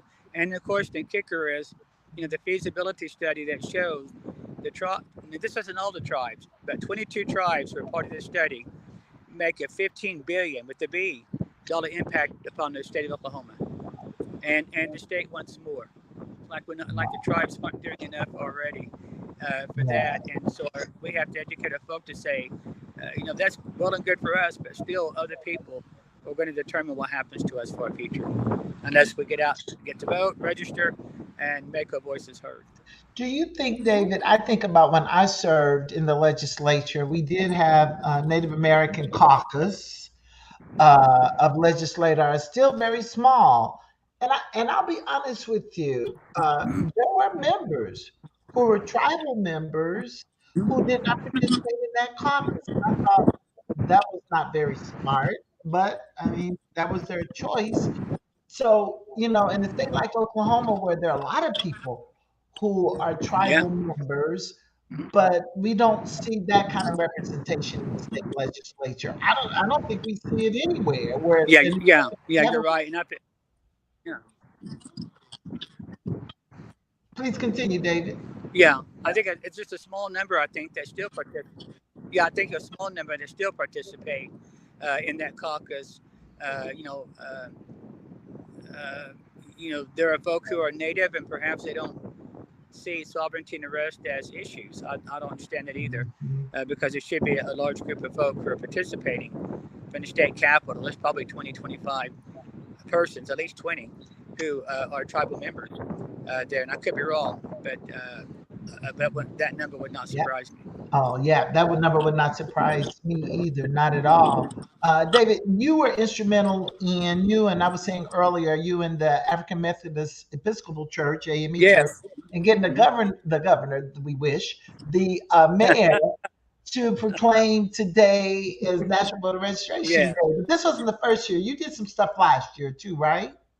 Yes, we've actually done this since 2019 or 20, I forget, maybe in 20. So this is our third year to do National Voter Registration Day. And each year, Mayor Holt has been good to issue a proclamation citing the work that Rockland Native Vote and Latinos Unidos is doing for voter registration, for National Voter Registration Day. And we are excited, and I was very, very pleased to see the AME vote participating as well in this process. And I think they're doing several of these events across the state also today. They are. They are. We've had them on. I look at the schedule. It says we're going to Ponca City. Roxanne, you have an event on in Ponca City here in just a little bit. We have an event in Ponca City tonight. It's a block party at a community center there in town. Seminole is having an event tonight there. They're having a fried bread making contest, traditional foods, registering folk to vote. Those tonight, Oklahoma City, Ponca City, and Seminole, the last three events that we are doing. The rest all happen during the day today. Folks registering in different events that we got to have. So we mentioned Roxana Foster. So this will be our We still got 3 to go tonight. You, Yes. you are one So busy some fun things person. happening across the state tonight. So we're going to check I in. am. We're I going to am check. been up early this morning. Yeah. You were in Tulsa yesterday. You were in Tulsa yesterday too? Tulsa today. I Tulsa. forget where I was yesterday. I've been too many places. Tulsa, not Milwaukee today. You've just been all over the state just today, it seems like. Well, I have. I I wanted to do. Yeah. It's been fun. Rock the Native Vote probably gets the big award for sponsoring the largest number of voter registration events today. If I don't know what the prize would be, but if there were a prize, you would certainly get it, David. Thank you. Thank We you, did man. mention Roxana Foster, who I know has been a good team member of yours with Yes. you in terms Yeah. of planning and organizing the events. But we do want to acknowledge Yes. this doesn't happen just because you and Roxanne. I mean, you got a crew of folk all across the Oh, we state. do. We have so many volunteers across the state. I mean, every place we go to, and they're having fun. They're enjoying what they're doing. Young folks, retired folk, native folk, non-native folk who just want to make a difference, want to volunteer. Andrew and Roxanne had a call this morning. I was here waiting for the news crew to get here, and a professor from OU called me and said, "I have a seventh grade who's very interested in doing voter registration. So how can I get him engaged?" And that was so exciting to hear that the families have these folks who are interested to make these things happen and to get that going. So great hope for the next generations of people who want to make a difference. So, are you guys available if some organization is out there listening or watching this later and they want to do a voter registration effort? Could they call on Rock the Native Vote for a bit of Yeah, a I would call upon us, and Roxana has we have so many events still to come for this year, and we would love to visit with them. And there'll be some folk here tonight from some other organizations. I forget the names of which groups they are, but they're also interested in helping us in whatever way they can. And we're always looking for some great partners. Always looking for good partners, and you've been a great partner Yeah. to us when we were Thank talking you, to and you folk all as today. well. Well, you guys have been good, not just on voter registration, but again on our work on Medicaid and other advocacy efforts that we do across the state. You guys have been there, and that's what it takes: a partnership to affect change. Yeah. It takes a full partnership. So I just want to Yes. personally say thank you to my friend David Wilson, soon to be bishop. I don't know how Thank you, Bill. I'm just a good old Baptist, but we appreciate you and all that you do. Now, another shout out. Thank you. 5:30, right? Thank you, Bill. 5:30 at Scissortail Park, 5:30 to 7:30, downtown OKC. Yes. Right near the new Yes. Omni Hotel. I don't know what street it is Exactly. on. West of Bricktown, south and west of Bricktown. Yes. Miss the big Scissortail Park. Free food, entertainment, voter registration. And David's gone again. If we get him back, we'll just say thank you. If we don't get him back, we were just getting ready to be out of time with him. But David's a good partner, isn't he, Roxanne? Roxanne's gone too. Well, we're coming up on our halfway mark here in just a second. Lots of good things to come. We've got some more registration events happening all the way in Ponca City. We're going to go to Eatside Pizza. David mentioned JB.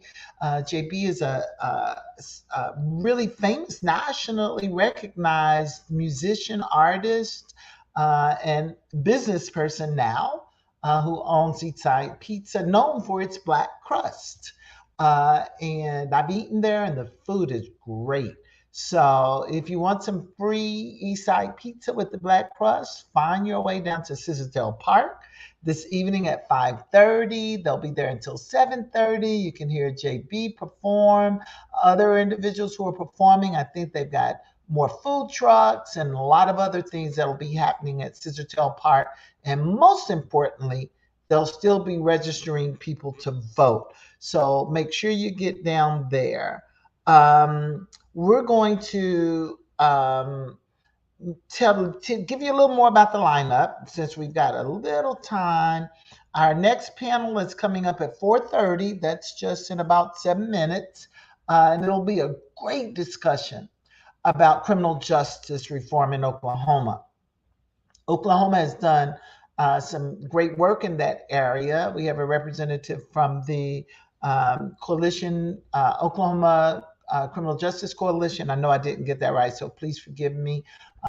From the Oklahoma Baptist State Convention, please forgive me. Their prison ministry, and one of our great policy analysts at OK Policy to talk about reform that's happened in Oklahoma and what's yet to be done, and some things that have seemingly stalled out, and ways that we as concerned citizens, voters, residents, activists can play a part in ensuring that our justice system is truly just and fair and equitable for all people, and that people who are justice involved because of other issues, whether it might be mental illness or substance abuse, can truly get the kinds of support and services that they need so they can become contributing, come back to our society as contributing, responsible citizens. We're going to head out to Ponca City, as I said a moment ago. We're going to be at Eastside Pizza where they'll be registering votes.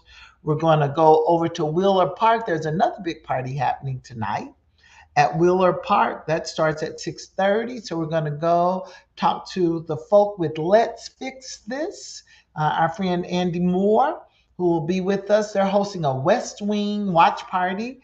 Some of you who are West Wing fans probably have watched that series, but they've got one particular series, one particular episode that they're going to watch this evening and have some discussion as it pertains to voter engagement. So if you're looking for an opportunity to interact with others, watch a little TV on the big screen outside by the Ferris wheel, enjoy a little food, I think there as well. You can head them over to Wheeler Park. That's at 1701 Southwestern. It's Oklahoma City, 1701 Southwestern.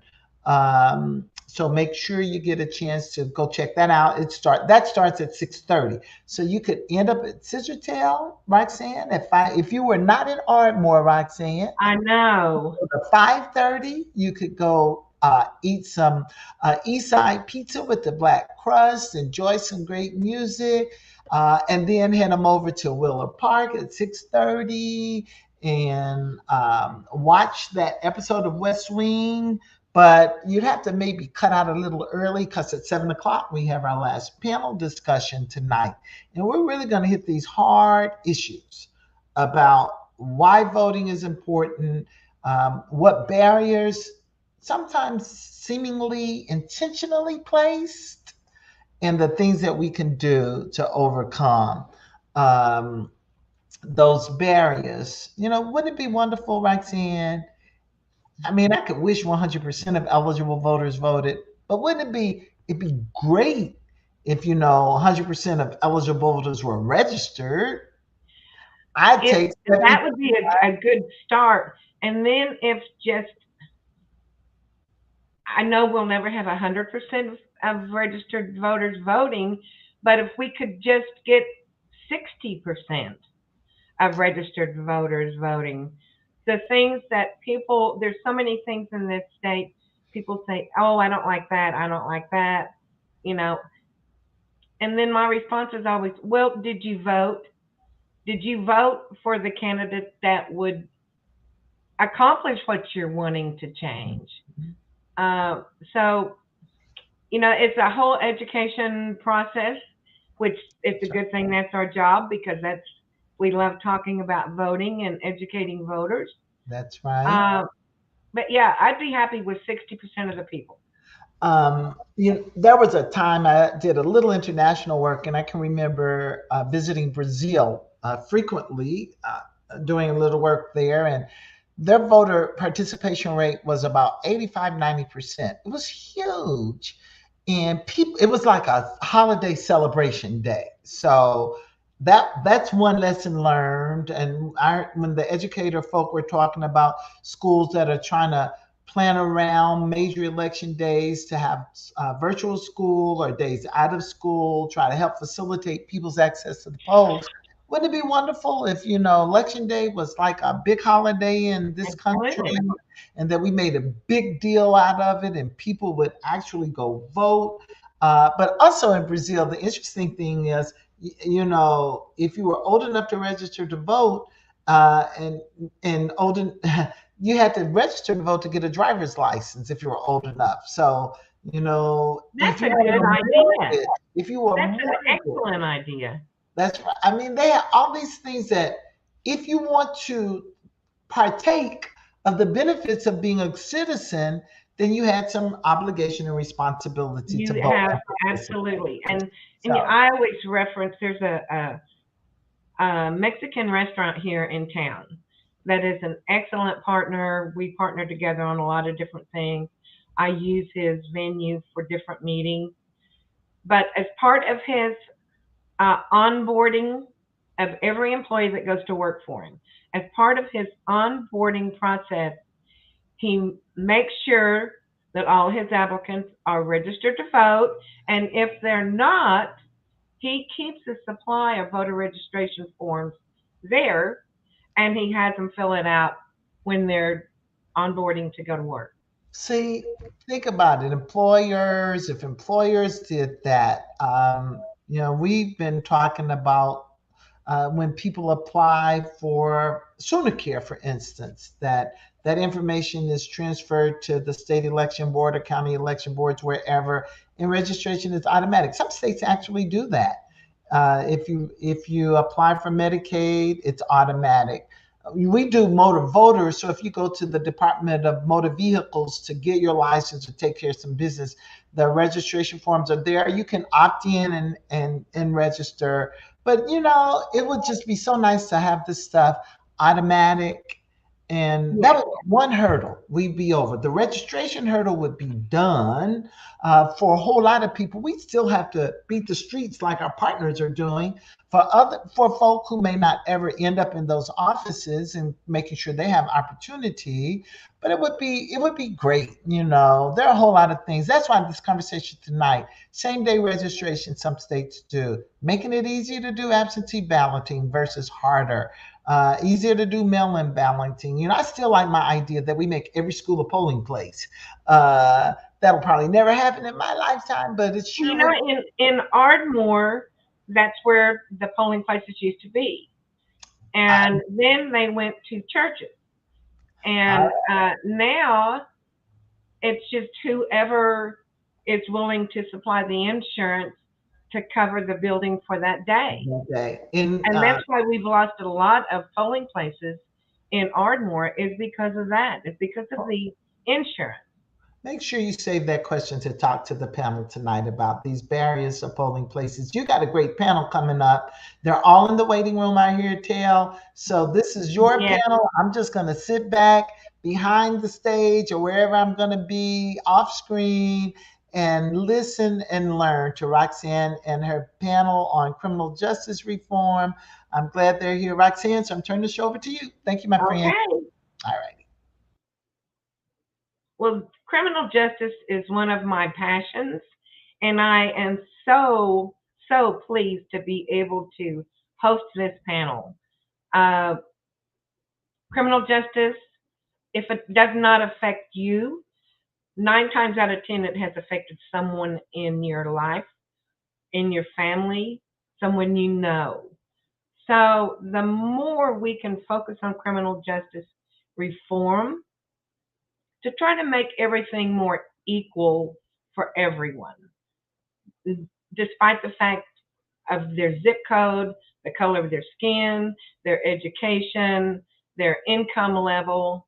Everyone should have the same rights. Everyone should be treated fairly by the court. So with that, hopefully we're going to be bringing the panel on here. And these are some of my favorite people in the world.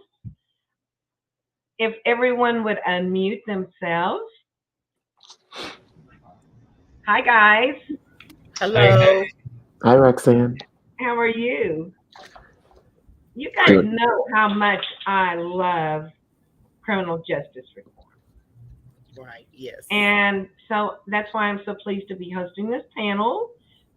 So what I want to do is just kind of go around, let you introduce yourself, what you do, where you work, and included in that, tell me why you think it's important to vote. So, David, let's go to you first. Sure. Yeah. Thanks, Roxanne. Also, this has been a great event. I've been tuning in all day, and it's just amazing to see everybody focusing on voting today. I just love to hear it. But anyways, I'm David Gately. I'm the criminal justice policy analyst at the Oklahoma Policy Institute. So Roxanne is one of my colleagues. But I think voting, when we're talking about voting, to me, on a fundamental level, voting is really a practical and effective way to make change. So much of the time I find myself asking, like, what can I do to help on issues and causes that I care about for our state and also our country? And voting is usually a really good place to start. It's only one tool to use, or one piece of the puzzle, so to speak, but it's a really powerful one. It's not the end all be all or the sure-proof way of getting what we know we need for our communities, but it's at least one place to start.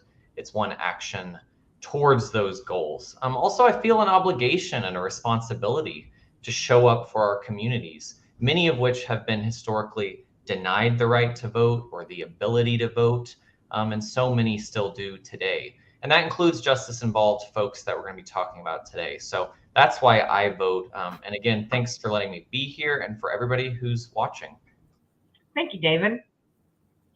Donna, why don't you go next?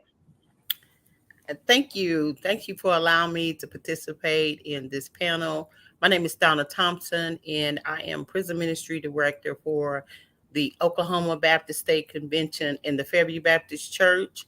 And it's just a wonderful opportunity to get information out about voting, because in Oklahoma, I noticed that our voting turnouts have been low. So I want to be able to help as many people as I can understand the importance of registering and exercising their rights to vote by being a part of this panel. For me, it is very important to register and vote, because I feel like you can't be a voice if you're not registered in voting. I don't think people should complain about outcomes if they aren't registered and voted.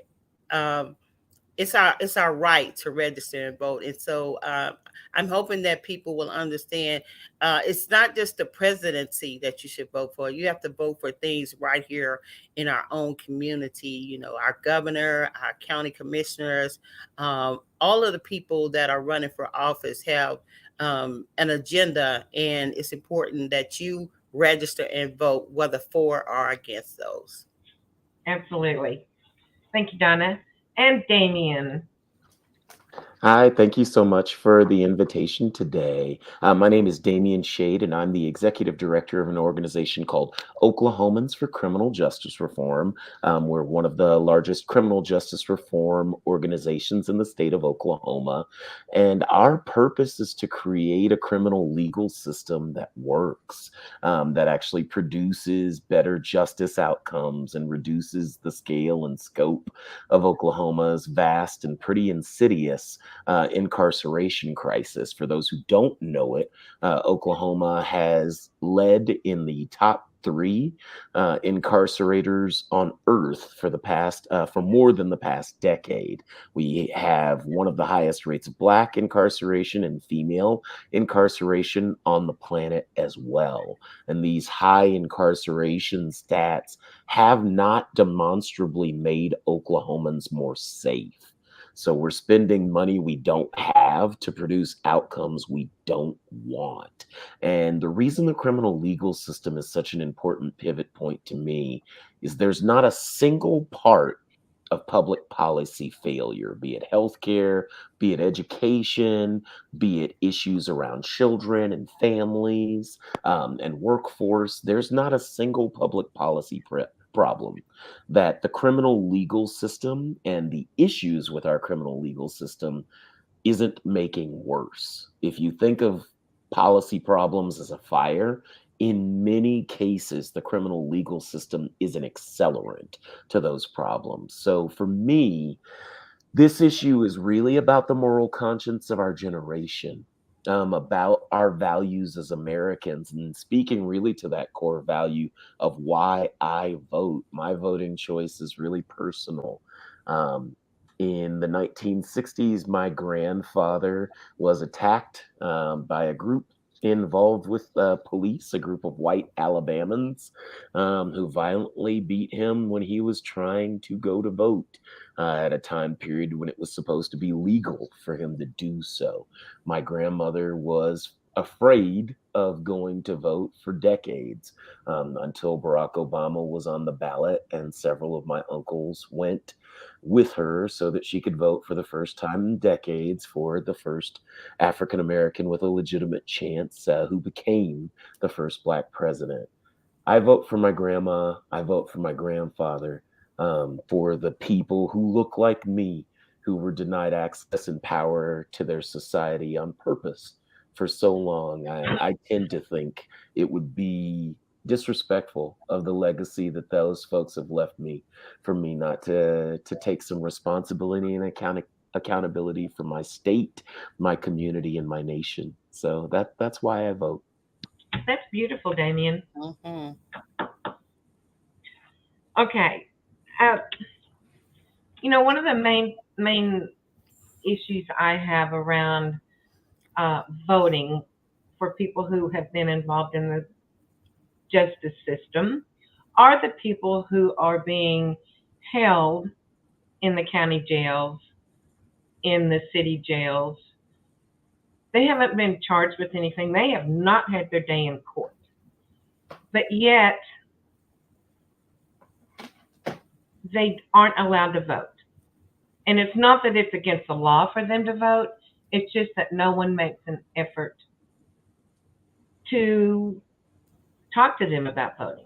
The election board send representatives to every nursing home there is, every veterans home there is. I would like to see them also add city jails, county jails to that list. And I don't know what do we have to do to make that become a reality? I would like to respond to that.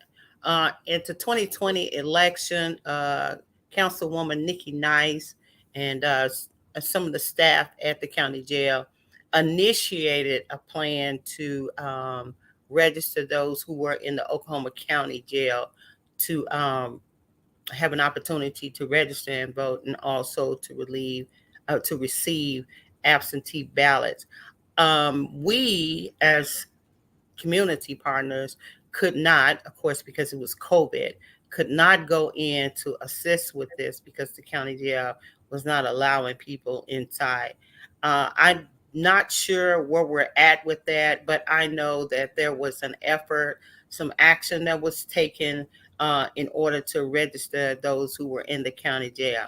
Unfortunately, I don't know where they're at with this effort at this time, but I do know we were part of the process of trying to get those who were in the county jail to register and vote in the 2020 election. So I do want to say that somebody started it, and I'll look into where we're at with that. But I just wanted to say that piece. Well, Donna, if you get any information on that, please let me know. I am in Ardmore. Okay. And Ardmore is kind of an animal unto itself. So yes, any help you can give me on that front would be greatly appreciated. I think that it's still at the county jail. We're still not able to go inside. So it would still take the staff and whomever the county jail would allow to come in. But so I'm not sure, the situation has been different since COVID. There's been staff shortage. I won't say that that's the reason, but in order for us to be able to do this at the level that we would like and be most effective, I think that we as volunteers would probably have to assist with that. And so, because like I said, we still can't go into the county jail to actually do the voters registration drive. So they would have to do that. But I will follow up and I will let you know. Okay. Yeah, and what we're wanting to focus on today with this panel is how the criminal justice system affects the rights of people to vote. The barriers that they might face, the ability to register, as we were talking about, those who have been incarcerated and come out of incarceration being told or believing they will never be able to vote again for the rest of their life. Those are kind of the things I want to talk about. I could take this panel in a completely different direction than some of the questions that we have planned here, but I won't do that because I've only got a certain amount of time. Okay. But what are some of the key issues that affect the people for whom you advocate? And you can just jump in. Yeah, I can start on that one, Roxanne. I think so many of the key issues that are affecting all Oklahomans today are also issues that are affecting people who are justice involved. For example, most all of us care about the cost and access to health care, or keeping our schools funded and safe for our children, and also making sure we have safe communities. And that means also safety from police as well, and so much more. That said, I think for justice involved individuals, these very issues have even more barriers and concerns when you have a criminal record, for example, particularly a felony record. And you mentioned that with voting, that's just one of them. But justice involved folks are 10 times more likely to be unhoused. They're 5 times more likely to be unemployed in Oklahoma. It's harder to get an education or a professional certification. All of which then make it harder to keep food on the table and pay the bills or even find housing in the first place. And as Damien mentioned before, justice involvement takes things that might already be so challenging and it makes them even worse, exponentially worse. On the other hand, there are, I think, key issues that are unique to justice involved individuals, such as the burden of court fines and fees, or being under constant surveillance from the government through things like court-ordered supervision, like probation or parole. It also means the threat of being arrested and detained with an inability to pay a bail amount, which forces people deeper into the justice system and financial ruin. It also means being away from family and friends that are so important to our overall well-being. So these are key issues. And I think that, for example, when we see over-incarceration in our state, we're still, as Damien mentioned, those statistics, we're still one of the leading in incarceration. And that's incredibly distressing when you look at the statistics on who we incarcerate by race and ethnicity. So I think that those are some of the key issues. And there's so many more. But I think when we're talking about justice involved folks, again, there's so many barriers to the issues that so many Oklahomans already face. I'll kick it to someone else from there. So the big piece that I'd like to follow up on what David was saying is just that the racial dynamics of the disenfranchisement, of folks just losing their basic right to vote. Just to talk about pure national numbers, as of 2020, between 5.2 million and 6 million Americans were disenfranchised from the right to vote because of felony convictions. Those individuals are by and large disproportionately from Black and Brown communities. Black Americans of voting age, folks like me, are nearly 4 times as likely to lose their voting rights as the rest of the adult population. And 1 in every 16 Black adults is disenfranchised nationally.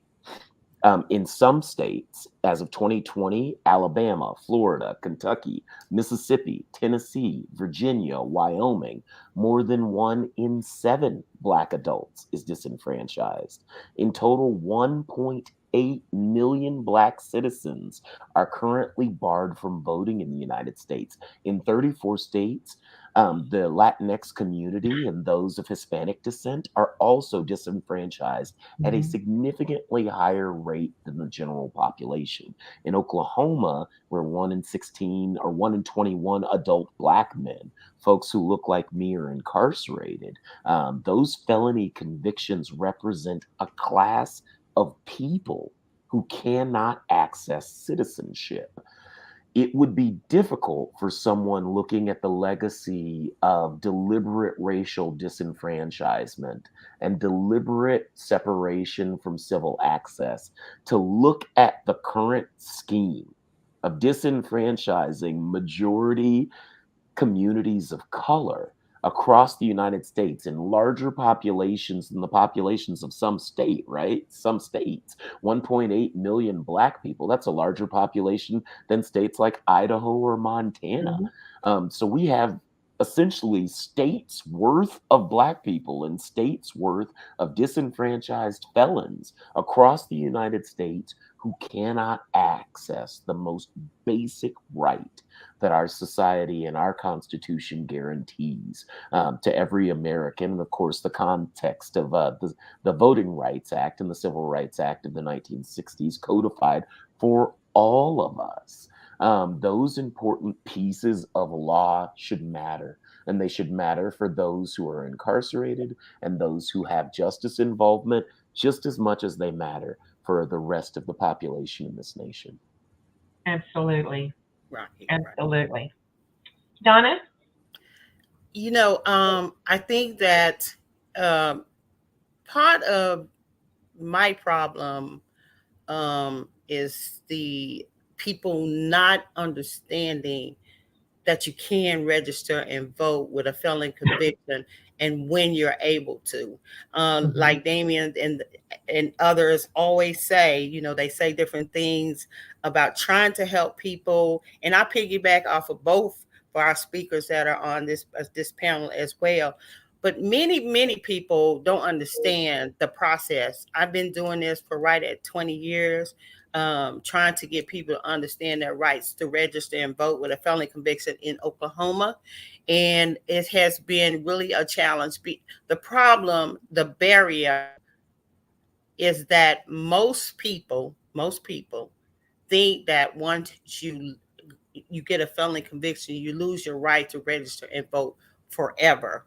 So the process is trying to go back and tear that down and re-educate people on their rights to register and vote. So we completed a formula.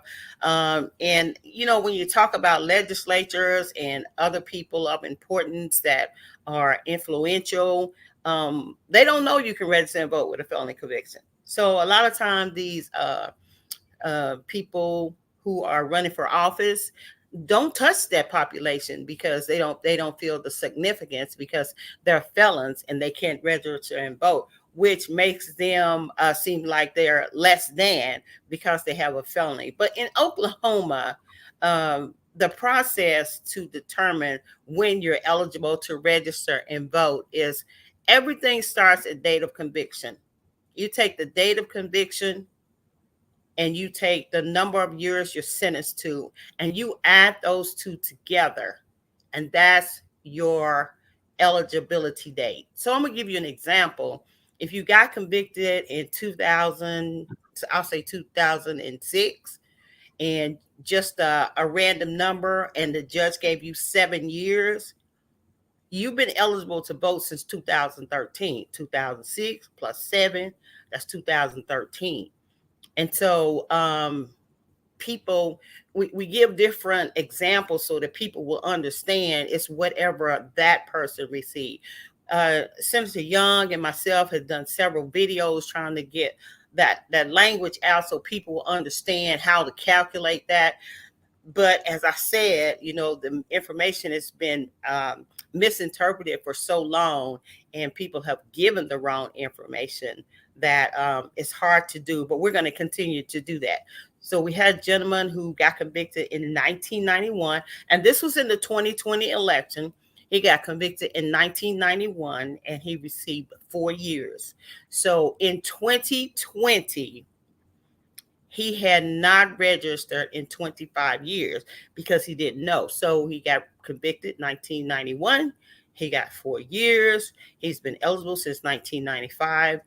So for all of these years until 2020, his understanding was that he would not be able to register and vote. And even with people with deferred sentences, that's not a conviction, so to speak. And so you never lose your rights to register and vote if you have a deferred sentence. It's just like being in the county jail. You're not being convicted when you're in the county jail, and the deferred sentence is not. Yeah, the terminology is you're not convicted. But if you have a deferred sentence, you can register and vote. So people, even if they were registered voters, they stop because they think they can't vote anymore. And that's not true. So what we do when we go to the prison, we actually have a formula. And we go to the prison. We have the people in the prison turn the paper over. We don't even let them see the formula at first. Have everybody to write down, when did you get convicted? They write it down. And how many years did you get? And they write that down and they add it together. In prison, the terminology and the language is calendar days. So people understand. They know what 4 years calendar days is. That's all 4 years times 365. And let me just quickly say this. Another part of the problem for the population of people is the Department of Corrections and the State Election Board are two different agencies. So the language of completed sentence, somebody say, well, you can register and vote once you complete your sentence. That's completion of sentence for the Department of Corrections is different from a completion of sentence for a state election board. Let me tell you what I mean. If you are convicted to 10 years and you go to prison, you will accumulate time, credits, and things of that nature to decrease your amount of time incarcerated. So most people who may have done a 10-year sentence without any issues or problems will probably, I'm guessing the guys who could agree with me on that or correct me if I'm wrong, would do 5 years, 5.5, and then you're totally through. That's a completed sentence for the Department of Corrections. But you got 10 years. For the state election board, you receive a 10-year sentence. And so in order to register and vote, you have to do all 10 years calendar days before you're eligible to register and vote. So when you have people saying, when you get off probation, when you complete your sentence, that language needs to be clarified so that people will know. Department of Corrections, you will not spend 10 years in prison on a 10-year sentence because of the time you calculate. But if you get probation, you're going to do day for day because you won't be able to accumulate anything. I know they're working on some programs for that, but it's a conversation that some people cannot determine whether they are or not, so they don't register, they don't vote, and they carry the same message. I can't register and vote because I'm a felon. I agree with everything you said. And some of the happiest people I've ever seen in my life, a lot of times I will go door to door registering people just to see if they're registered, and checking their status. And I don't know how many times I have gone to a door and asked someone if they were registered to vote, and they said, no, I cannot register to vote. I cannot vote. If I could just say this, I encourage anybody doing voters registration. What we do, we have something on our table with a picture frame that says felons may be eligible to register and vote.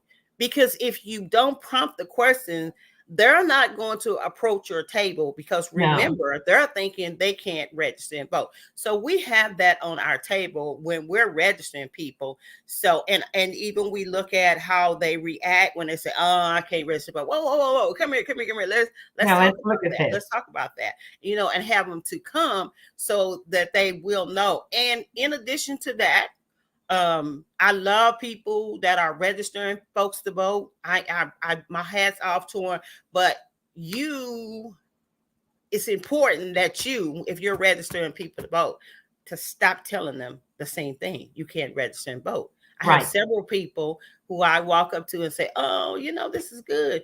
Can I vote if I'm a felon?" No, you can't. You can't. So you understand what I'm saying? It's that continuous educating and educating, and I appreciate all those people. But when you're registering people to vote in the state of Oklahoma, it is important that you know the process Absolutely. and the formula to register and vote people with felons. Yeah, if you're going to register people to vote, you need to know the rules that apply to everyone who Mhm. you might be registering.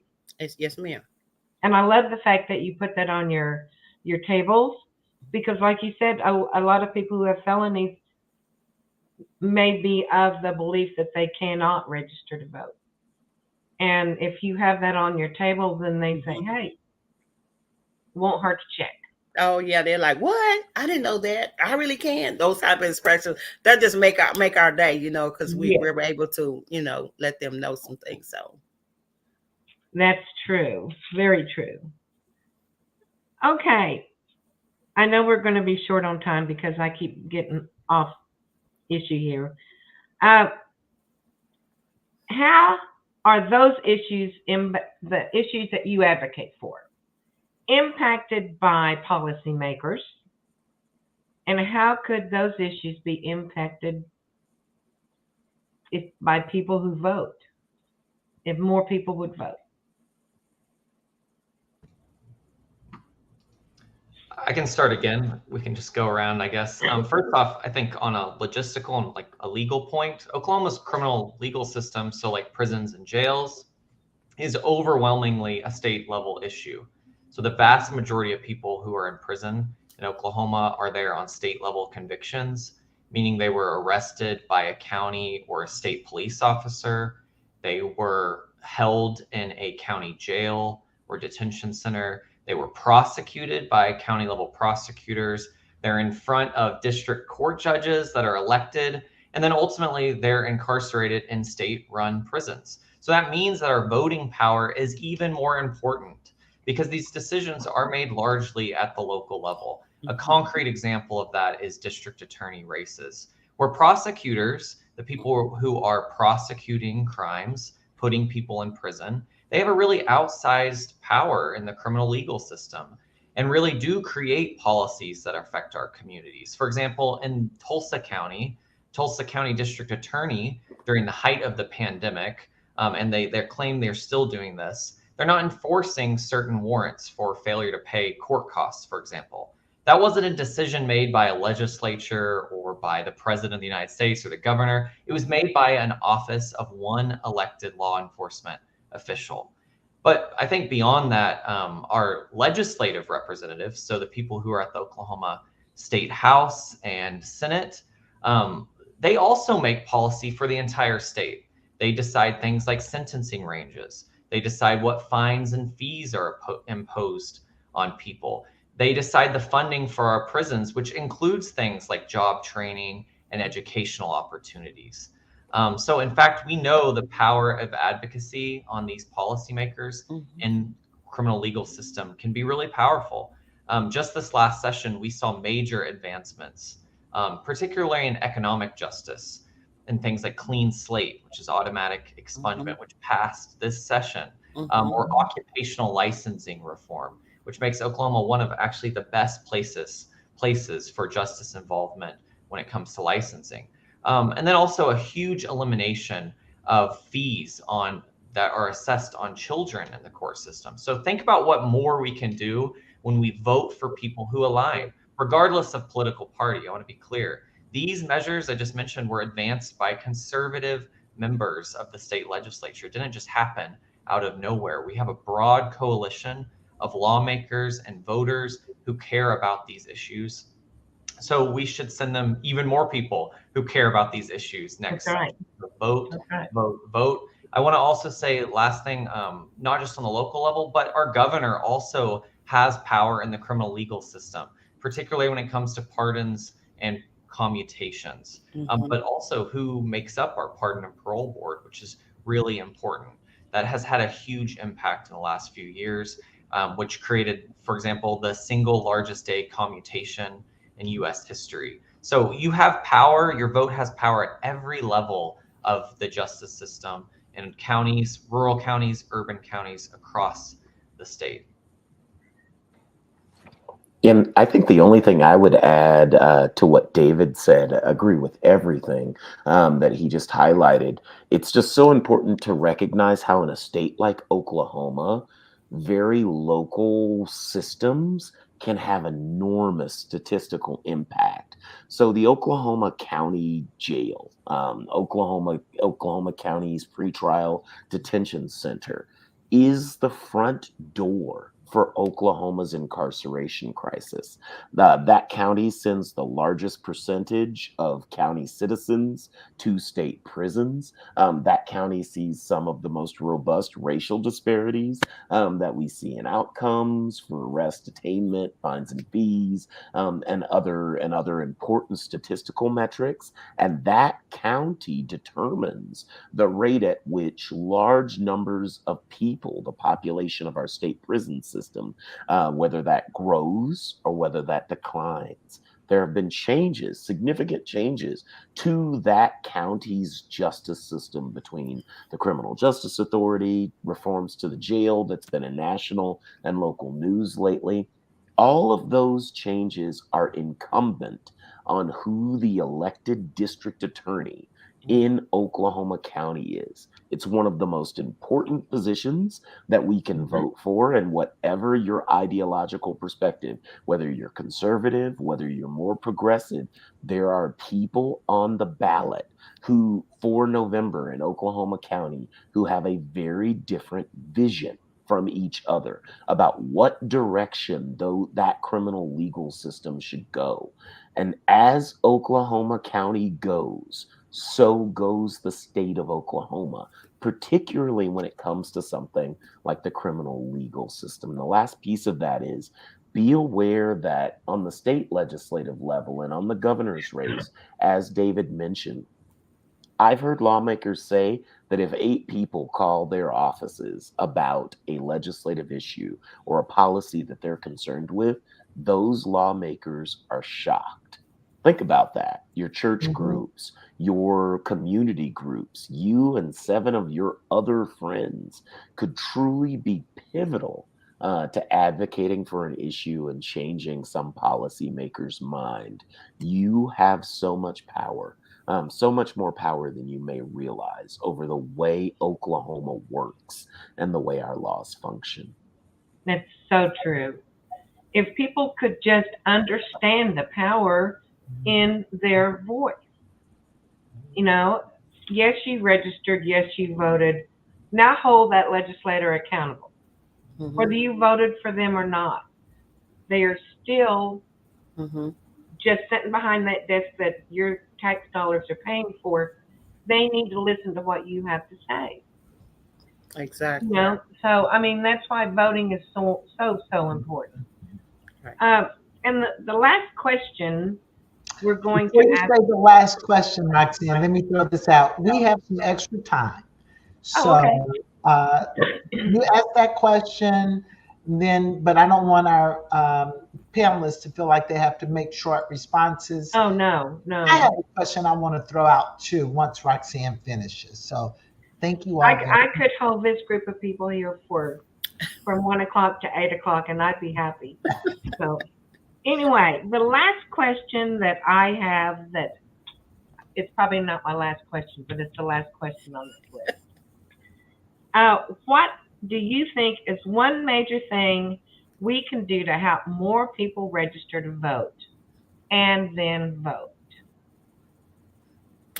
I would like to say that I think educating the population of people, in addition to their family members, of the importance of registering to vote. But you know, when I'm always happy when I see someone who's made aware that they're able to register and vote. And I just want to just piggyback off the conversation about the biggest commutation in the state of Oklahoma. I think it might have been the U.S. I'm not sure, but it was a great thing. In that commutation, there was a question about the people who got their sentences commuted. So they asked me the question, why haven't, this is in the 2020 election again, why haven't those people who were released from prison registered to vote? Because many of them felonies were reduced to levels to where they'd been out that long. And so in order for us to know exactly what we were talking about, Senator Young submitted the question to, at that time, Attorney General Mike Hunter, because we did not know how to tell people when they could register and vote whose sentence had been commuted. And we didn't want anyone to get in trouble for registering and vote too soon.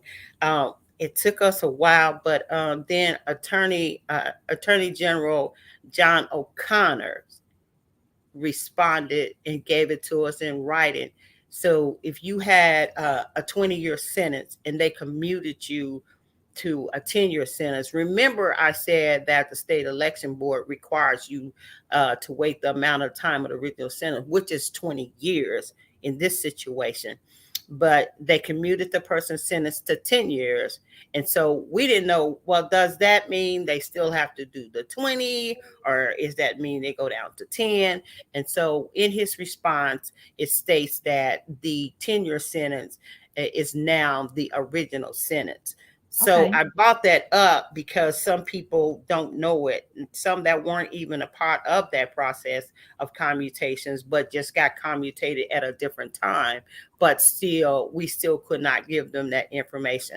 So in order to help people understand and register and vote, that was a big piece for us, because we were able to reach out to a lot of those people who got out. You know, we don't know where everyone is, but we were able to provide them with that information. And I also think that it would be good if we were in a lot of different places to where people can hear information about the importance of registering and voting, not necessarily for or against a person, but what the vote is about. What the vote is about. The vote is about, and when you're talking about kids, even though it kind of goes without saying, it's the superintendent and raises for our teachers and things of that nature. I have conversation with people, oh, I ain't gonna vote for that. I'm not gonna do it now. So you have kids, you have grandkids. Yeah. You know, you are making a vote or not for their future. If you don't vote for you, what about your kids? So those type of conversations sometimes you have to have, because it goes so with so many people's head when it's not put in their face as to how this affects you. That's just kind of something. Yeah, they don't realize that potentially every ballot that there is to vote on affects you in some way. Right. You know, I agree with you completely. Go ahead, Damien. Happy to jump in. So I think really the most important thing that we can do to boost voting participation in this country and in Oklahoma really is a culture shift. It's remarkable the amount of things that we do based on cultural inertia. So we consistently have these repeated things that we do over and over again because of the legacy of doing them. We haven't built a culture around registering to vote in this state or in this country. We haven't built a country about gathering a culture of gathering groups of people in the community and going to the polls specifically, with the exception of some church groups that I know. And we need to build a robust culture of both of those things. I think community partners, of course, nonprofit and faith organizations, there really needs to be, in particular increments before important voting cycles, large scale efforts of the civil society groups and of regular Oklahomans putting out the call that now is the time to register to vote. Here is the date that the election is. And most importantly, here are the things that will be decided in this election. And I don't mean in a partisan way. I mean in a very simple citizenship way, right? Right. Most Oklahomans don't recognize that when I care about my local community schools, that when I care about the jails and prisons and the police conduct in my neighborhood, that when I care about mental health investments, when I care about child care investments, all of those pieces, it's not Joe Biden, it's not Congress people or senators, but it is our local and state elected officials who have power over all of those pieces. I think more than anything else, we need a culture that educates the public about that reality, that it is these officials who you should be spending the majority of your news consumption time focused on. It really is there that you have the most power to affect change and I build agree. systems that work. I agree. And too many people only vote every 4 years, you know, and there are a lot of elections in those 4 years that they're not voting in. All right, David. You know, I was just sitting. I don't think I could say anything more than what was just said. I would add that, you know, when we're talking about just every 4 years, also primary elections have a huge impact in the state of Oklahoma, just kind of how our party system's set up. And I think education is key too. You know, when it comes to justice-involved folks, there has been legislation that's been introduced by lawmakers that would force the state to send out notices when somebody's right to vote has been restored after a felony conviction. And so I think on a policy standpoint, we could be doing more there as well. You know, just educating people and again, letting them know that this is your right, you have it, and you should use it and you can use it. Well, David, with that in mind, is that something that we as advocates could be working towards, making it something the election board automatically does?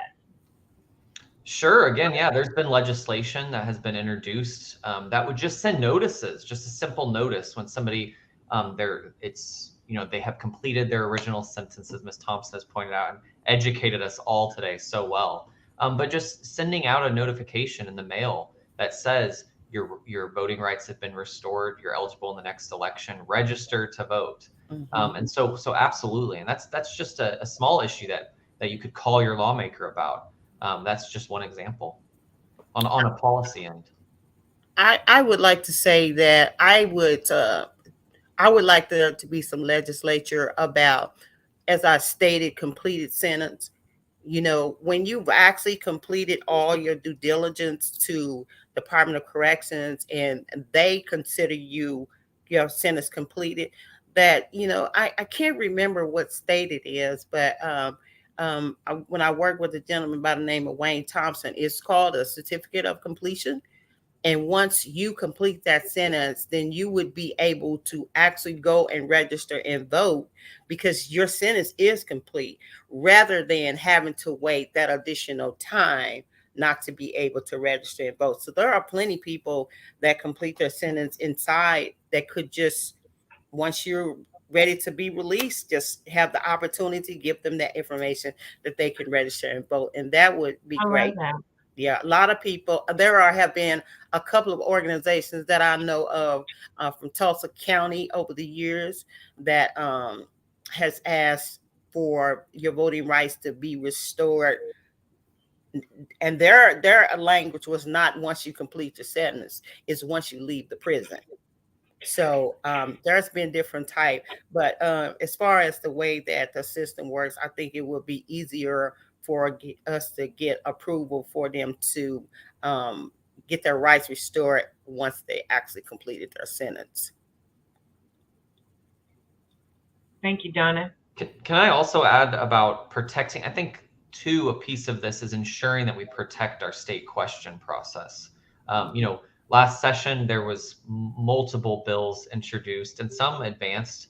None of them passed, but it could be next session. But that would make it harder for Oklahomans to pass a state question. And we know that state questions have been instrumental in criminal legal reform in the state of Oklahoma and decreasing our incarceration levels.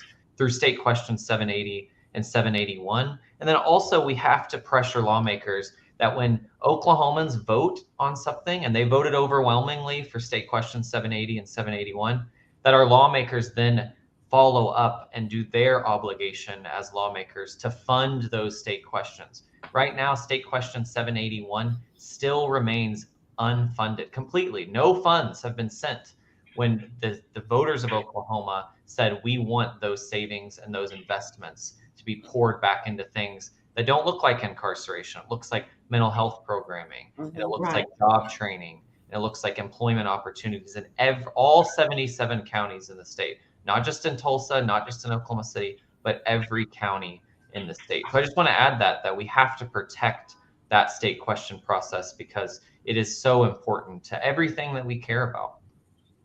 Right. I agree completely. And it seems like it was 20 years ago when those two were passed, you know, and they're still just sitting there ineffective. You know, this has been a great panel discussion. So I applaud you all for not just your conversation today, but your work and your commitment to the work. And I do, because this conversation will live forever, kind of sort of in the virtual world, and people will be no doubt going back to it. We'll be using snippets of it as well. So I want each of you just to take a minute or so and talk about your organization and what you do and how people might be able to engage with you. Damien, why don't you start? Awesome. Well, thank you so much to Angela and Roxanne, both former colleagues of mine at the Oklahoma Policy Institute, that I really appreciate the opportunity to be here and just talk about criminal legal reform, which has definitely become an animating part of my life. And what I hope to be doing with the rest of it, building a justice system that makes sense. If you are interested in getting involved with Oklahomans for Criminal Justice Reform, we are actually hosting a fairly significant policy reveal event in Oklahoma City on October 6th. I will drop into the comments. I'll drop into the chat, and then maybe you all can share into the comments. If you drop it into comments, it'll be in the public comment. We'll get it there. Dave can get it there for you. Awesome. There's a link that I just dropped that they'll be sharing into the comments to our policy reveal event, where we'll be talking about those issues, many of the things that David just mentioned, things like funding the treatment and diversion resources that voters were promised 7 years ago, things like updating Oklahoma's outdated and really harmful sentencing structure and sentencing code, things like ending and eliminating significant millions of dollars of criminal court fines and fees that are attached to our lowest income rural communities and our lowest income communities of color in the urban dense core. Oklahomans for Criminal Justice Reform is deeply committed to creating a criminal legal system that solves problems. Our current one is producing too much harm. It's producing too many broken families, too many broken communities, and too many folks who are locked up well past any conceivable benefit to public safety. And so that's what OCJR's mission is, and I'm really happy to be part of this amazing coalition. Thank you all. Thank you, Damien. Donna? Yes, I am the director of the Oklahoma Baptist State Convention and the Fairview Baptist Church. I'm prison ministry director. The Oklahoma Baptist State Convention is approximately 265 churches across the state, and 265 plus across Oklahoma. Sorry about that. Across Oklahoma. But we are the largest African American group of churches, and it's important to us that our churches are involved. So with that, my pastor, Dr. John A. Reed Jr., felt like all of those churches in the convention should be doing something to touch the lives of those who had felony convictions and their families in the community. So At this point, we are reaching out to each one of the prisons in the state of Oklahoma. We do as much as we can for the family. It is a wraparound service based upon needs to help people. Angel Tree program to help the children, or if their children are at risk, just getting them connected with any type of resources that we can. We know that not one person can do, or one group can do everything. So we partner with those who are already doing these activities, because we don't feel like we need to reinvent the wheel when there are people like yourselves and others in the audience that are doing a great job. So I couldn't tell you exactly what I do, because it depends on the situation. And so with that said, and at the Fairview Baptist Church, we Dr. Reed, he's been in the community forever. So be celebrating his 60th year in 2023. But everybody comes to see Dr. Reed. So trust me, I have a bunch of people that come to me from him. And that way we could just reach out. Even though we are Baptist churches, we do not discriminate against anybody that needs some help. We're definitely trying to help them. And sometimes you have to help the person first before you can start talking about anything. Do the Maslow hierarchy in order to make sure that they're okay first. But in the prison, we're in the prison every week. Every week, one of our churches is in the prison. So I thank all of those people who are a part of that, and everybody in the community, because they have just wrapped their arms around us and helped, and we appreciate that. Thanks, Donna. And you, David? Well, you may, if you're watching, you may know this from just the event today, but I work for Oklahoma Policy Institute. We're a nonpartisan, independent policy think and do tank. I always want to add that. So we're focused on ensuring that lawmakers are educated and focused on the issues that matter most for our state. And we have a vision of having a truly equitable Oklahoma. And I think that vision includes a justice system that's focused on what works to, yes, prevent crime and promote genuine public safety, but also respecting the humanity of those who may get caught up in the justice system. It's also a justice system where outcomes are not distorted by things like poverty and race, and where everyone has equal access to justice. And I think part of that is also ensuring that everyone has the opportunity to exercise their democratic rights, including the right to vote, where those, especially those who have been historically marginalized, ensuring that they have a voice in our politics. And also that our elected officials reflect the diversity of the state of Oklahoma. So we do so much more, including our advocacy wing, which is Together Oklahoma, which is putting on this event. So please help us if this inspires you or interests you. Please help us in this fight and in this effort. And thanks again for letting me join this wonderful panel and event today. Well, I think, Roxanne, you've done a great job along with these panelists. Yes. And I actually, right before, when I got off and right before they started, I ran to the kitchen and got a little snack, little popcorn. So I munched as I watched, and I guarantee you are all better than the movies. Thank you, Ms. But what Gary. you said is the work is hard, and Yeah. there is a lot of work to be done. Oklahoma has made progress, but there's this disconnect.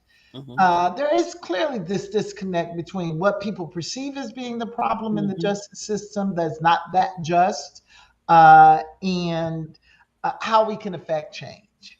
So we're doing our best to see if we can really make that happen.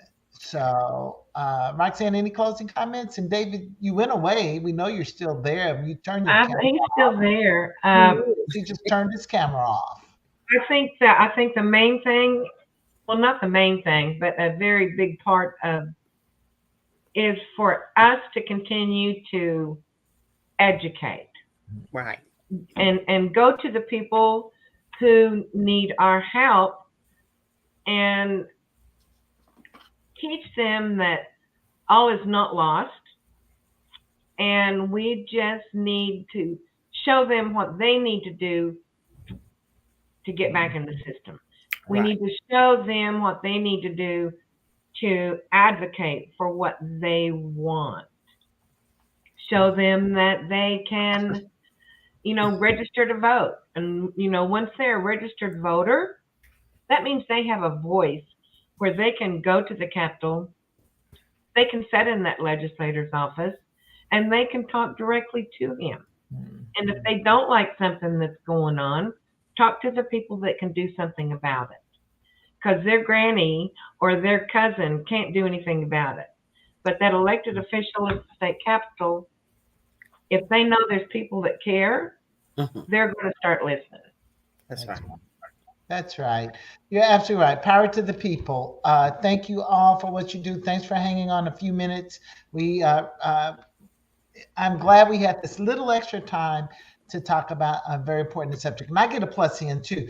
We, Together Oklahoma, has an affinity group on criminal justice. So if there are advocates out there, togetherok.org, we'll be loading up and restarting our affinity groups here in the next 4 to 6 weeks. So shoot us a text, email, go online, togetheroklahoma.org, sign up, and we'll get information to you. If you go to Damien's organization, sign up, it'll come to us too. So thank you again, Roxanne. Thank you. And Damien, Donna, David, the 3Ds. Yes. You guys did a fantastic job. Go Thank enjoy you. the evening. And thank you guys for joining today. I really appreciate this. And I enjoyed it. Thanks, everyone. Thank you. Thank you. Thank you. So Roxanne, I was a probation and parole officer a long time ago, and then worked community corrections. And I guess, people really need to be honest about how many of our families have been impacted by the justice system, because it's not just a few of us. It's a whole lot of us, and Oklahoma numbers bear that out. A whole lot of people have someone in their family or themselves who have been affected by the criminal justice system. That is it does not make them bad people. They do not carry around a letter on their shirt. They just need to be made to feel like they're whole. They are able to participate. We want them to participate, and they have a right to participate. That's absolutely right. And, I just have this hope and belief that one of these days, I mentioned to my granddaughter about the Jetsons. A lot of people out there have not a clue, the TV show, the cartoon show about the Jetsons and how they drove cars in space. And I told her, you'll live. They'll be your lifetime. They have them now. They're just being modeled, but there's new transportation means. So I'm hoping that one of these days that we come to full fruition of our representative democracy and what that means, and everybody will truly participate. That's my hope. That's the future. We hope that's the future. We got somebody else joining us. They're in studio. We got you again. I'm sorry. Did we frighten you? We didn't mean to. You're on camera. Me? Yes, you are. You are here. We're going to get them. You're at Eastside Pizza. I know that background because I've been there. You're absolutely right. Eastside Pizza. JB Williams is the proprietor. He owns Eastside Pizza. Hi again, Cheryl.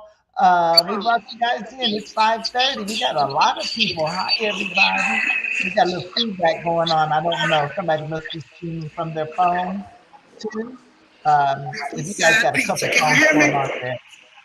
Yeah. And if you got a couple of phones on, let's just turn one on because we keep getting a little feedback. Is that you, Miss Green? All right. Okay. Can you guys hear me? No, it's in my earbud. Can you hear me? I can hear you now. Yeah, I can hear you now. Okay, you can hear me. All this fancy technology. I love it when we get to real life stuff. It's like, can you hear me? I know that's right. Okay. Let me take it off my Bluetooth so they can all talk to you, okay? Okay, that would be good. That's what's the problem. I'm taking it off my Bluetooth. Okay. Hold on. For those of you who are viewing us, you might have seen Cheryl earlier today. This is one of the other AME events. And they've been, I think as Cheryl mentioned, it was Cheryl, may have been another guest earlier from Tulsa. They've been all across Oklahoma doing things, Roxanne, just like kind of Rock the Native Vote. And again, these faith-based organizations ingrained into the fabric of our democracy, who understand, I think, firsthand the importance of voting. But they partnered with Eastside Pizza. JB, again, we mentioned that because Eastside Pizza will be free down at the Sissetel Park here starting in just about now. They've already. Oh, this is where the pizza's coming from. Yeah, this is where the pizza's coming from. Cheryl took that Bluetooth out, so now you can hear us all. So, okay, welcome, folk from the one in the picture now is program Reagan at Green. Eastside She's our Pizza. new Tell us who you are and what you're doing and where you are. Huh? Can you guys hear me? Yeah, we can hear you. Can you hear me? Somewhat. Yeah. Somewhat? So can you turn it up a little? Yeah, I'm turning it up. All right. Okay, well, let's go outside. There we go. Hold on, we're going to see if we can do it better outside. So let's see the inside before you there go inside. There we go. Can you hear us better? Yeah, yes. All right. So tell us who you are, where you are, and what you're doing. I am Reagan Green with the Oklahoma State Lay Organization of the African Methodist Episcopal Church. We are here at Eastside Pizza House, hoping to get people registered to vote, and then once registered, hoping to get them to the polls. So Reagan, I think we're registering one right now as we speak. So we are excited to be here and look forward to how many people turn out. Well, the fact that you're present is a good thing. And if you register 1 or 100, we've always said it could be that one vote. That's right. That makes the difference. So we shall never discount the value of our work based on numbers. Every vote, every person being registered is important. So know that. I met you Tuesday, a week ago, at the Oklahoma City Council meeting. You spoke. You guys were involved in getting the proclamation along with the Rock the Native Vote, right? Yes. Experience down at council meeting, right? Yes. What do you think about it? It was wonderful. I was somewhat nervous because I was with very important people who want to make a very important change. And so, Miss Angela, I really enjoyed you being there. And so we were just so excited and honored to have the proclamation presented to us for just such an important time as this. So very overwhelmed with joy that day.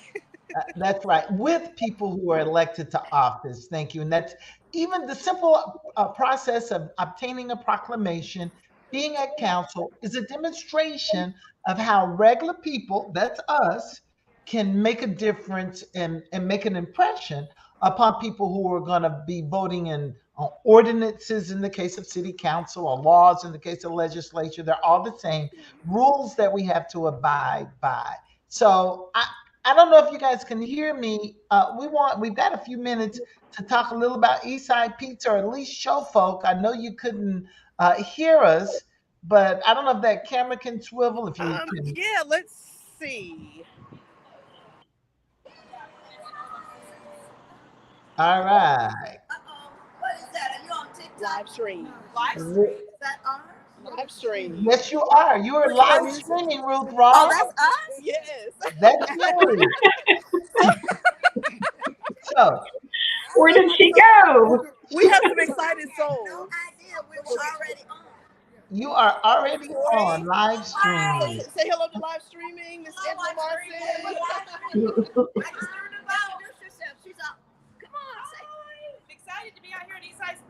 Oh, there's Amy.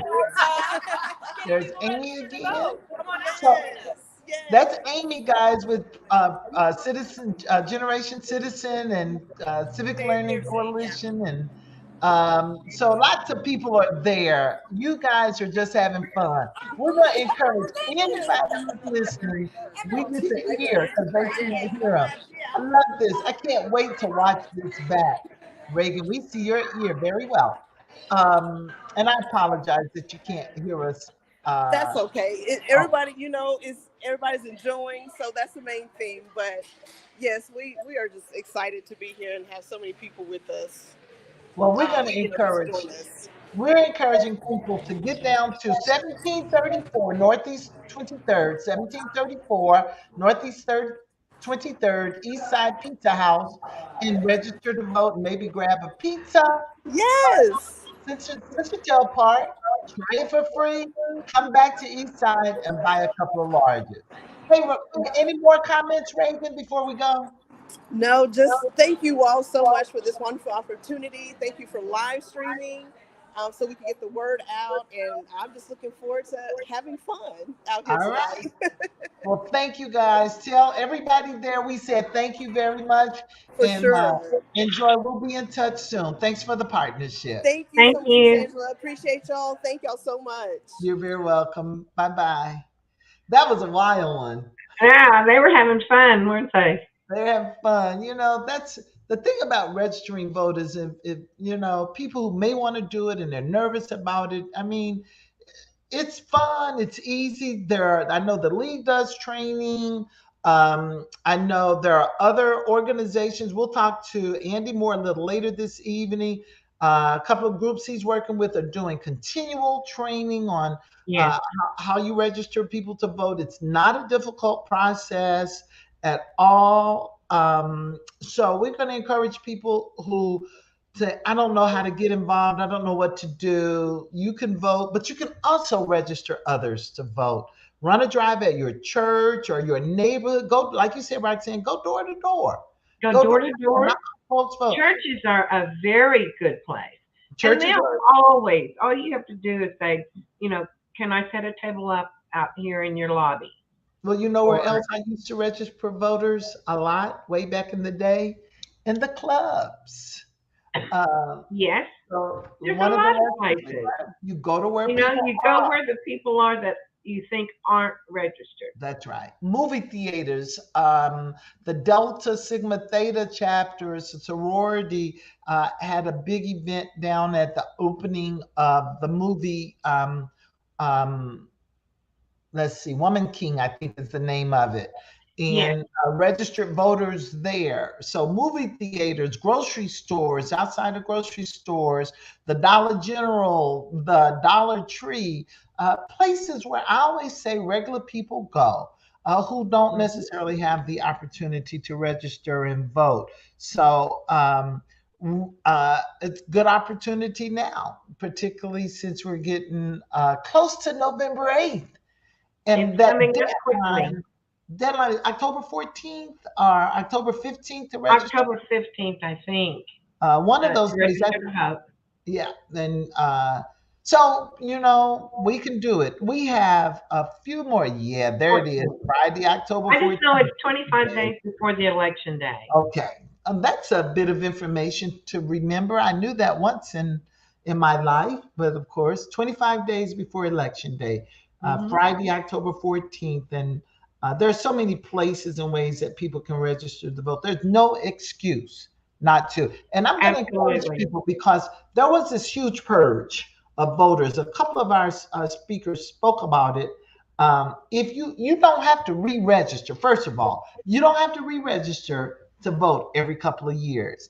As long as you vote at least once every 4 years, your registration will stay current.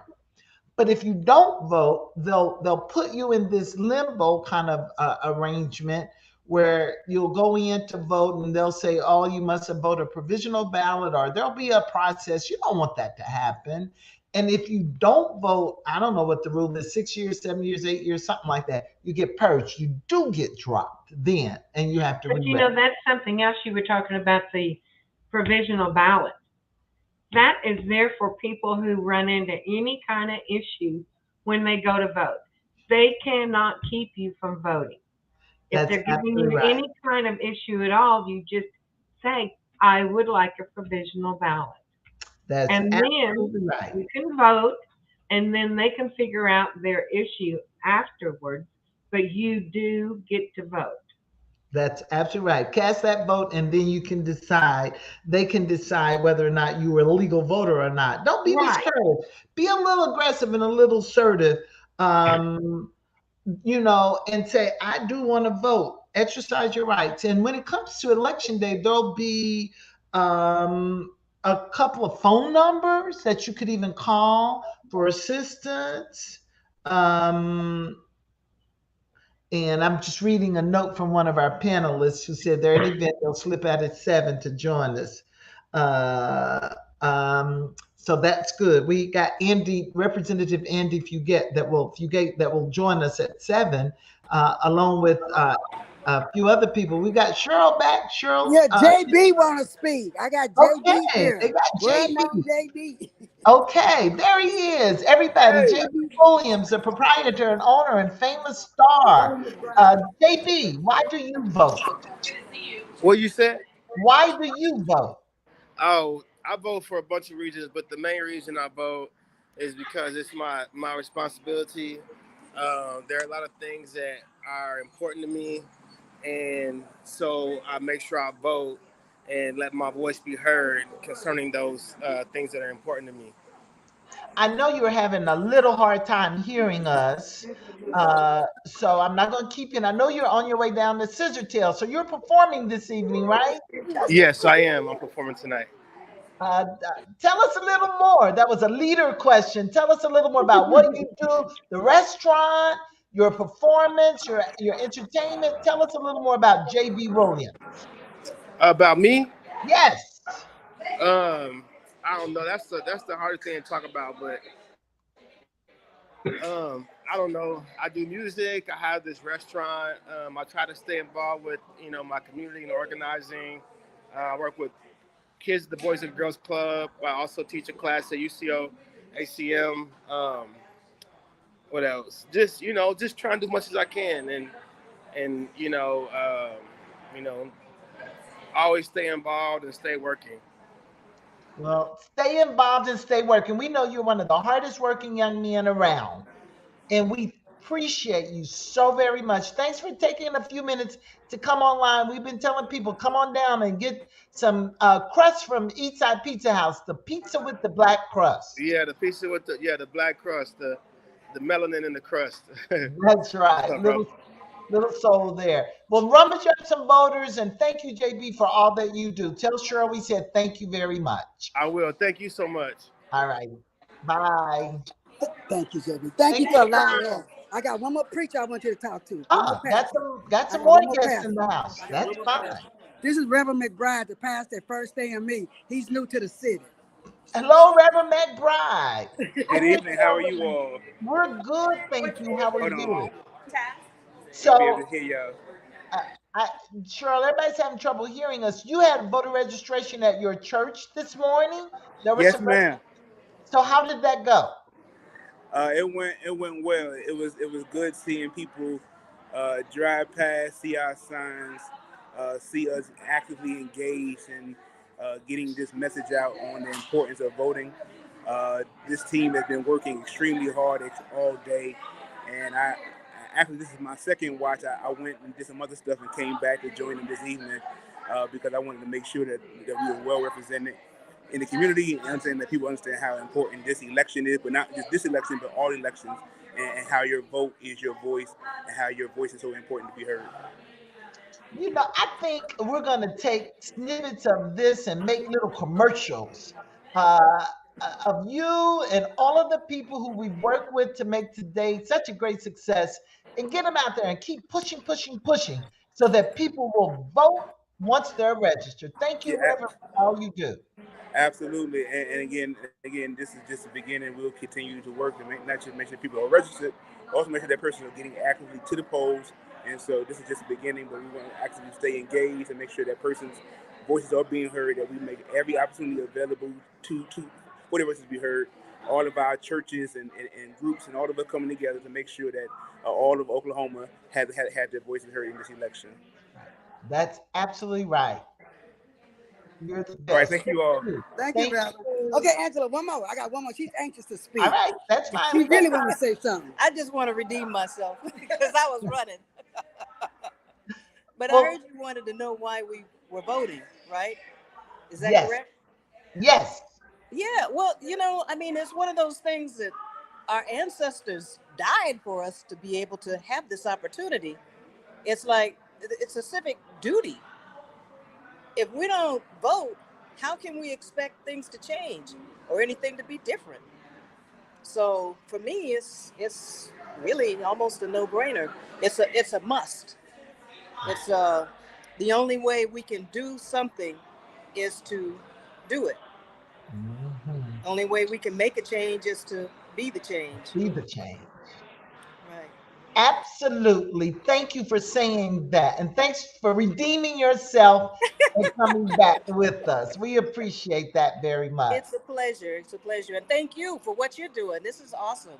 And we're just having so much fun. The people have just been absolutely wonderful, really wonderful, asking great questions.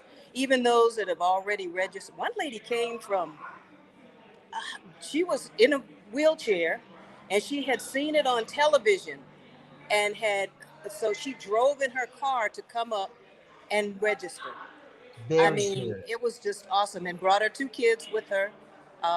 So both were special needs, and so it's just beautiful. Another lady was from out of state and she saw it on television.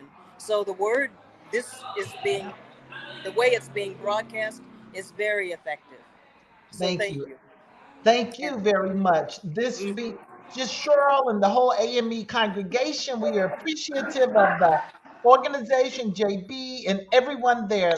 Tell them all we said thank you very much. Absolutely, All right. absolutely. You All guys right. have fun. Uh Good huh. evening. Bye. Bye. So that just goes to show you again, Roxanne, they're having a whole lot of fun out there. They are having a lot of fun. And Fun. that's the way it should be. You should enjoy what you're doing when That's you're absolutely registering right. people. We're going to go to another fun place. In fact, we have two more fun events before our panel this evening on participatory democracy. Democracy starts at 7. We've got another representative from the League of Women Voters that's going to join us. We'll talk about what they view as major barriers to accessing voting, things that we can do. We've got Amy back with us, who's with Project Citizen. Did I get it right? No, Generation Citizen. Generation Citizen. Thank you, Roxanne. And with the Coalition for Civic Learning. And we'll get the chance to talk to her more, like Margaret, too, about this open primary notion. Cindy, we have a friend with Cindy Drink the vote. Alexander from Stillwater. She's with Indivisible, but she's also with Ranked Choice Voting Organization. And that's a whole nother way of voting. It's used in some states. Maryland uses it. Other states use it kind of in legislative seats. It's more frequently used in local elections, but it's a totally different way to ensure that everybody's voice is heard. And really Absolutely. I like it. that I like it. it's a new concept, and things that are new are hard. Just like I got a new computer, it's like, do I have to do things differently? Yes, and sometimes that can be challenging and a bit scary, but the more we learn, we realize there's great value into new things. And then, of course, we have Representative Andy Fugate, who will be here, to talk about transparency, open meetings, other things from a real sitting legislator's perspective about voting, registering to vote, and participating in democracy. So we should be rolling over to Citrusdale Park in just a second. And we're going to, we've kind of got a long evening over there. Taz is supposed to be our person on the ground. We've seen him 2 times already, right? Yes. Today? Our Yes. roving reporter, Taz is. Taz new to Oklahoma policy, to our team. He's our new central organizer. He's going to work all of the counties in central Oklahoma, and he's younger. He at 23 years old. So once we get him in, I hope Dave had a little problem with internet access down at Scissortail. So I hope we're going to be okay because we've got a pretty good stretch, and I don't think I can stretch that long. It's We a were long time hoping to stretch. long time to stretch. We were hoping that we would be at Scissor Tail and Taz could live stream some of the entertainment, uh, walk around the park, talk to a few folk and who are there, and be. I watched the report on the ground at the fair that's going on in Oklahoma County right now. Yes, the fair is going The on. fair is a state fair, and it's here in Oklahoma County, and I know it goes to Tulsa at some point. I haven't been to the fair in years, but it was. I actually stopped and watched her eat food, talk about the food, talk to some of the vendors that were there, and um, we can talk about accessibility health at the polls. Yes, we can. Katie, is Katie in the waiting room? There she is. There she is. Come on in here, Katie. Um, Hello. hello again, my dear. So it's the three of us. Um, keep getting a little feedback, so I'm gonna quiet my mic and see if it's me. And Katie, for those who don't know, is also a kind of a new kid on the block, but is a great advocate for persons with disability who have needs, special needs, and special abilities that we should be aware of. And that was a good note to put in. So talk to us about what you think. You and Roxanne continue this conversation while I listen a moment.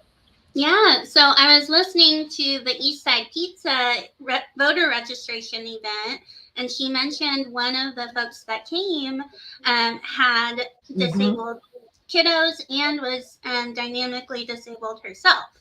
And so something that is hard is access to the polls. So you can go once you get registered, and you can show up to these places, and they won't be ADA accessible. They won't be, certain places just aren't updated always.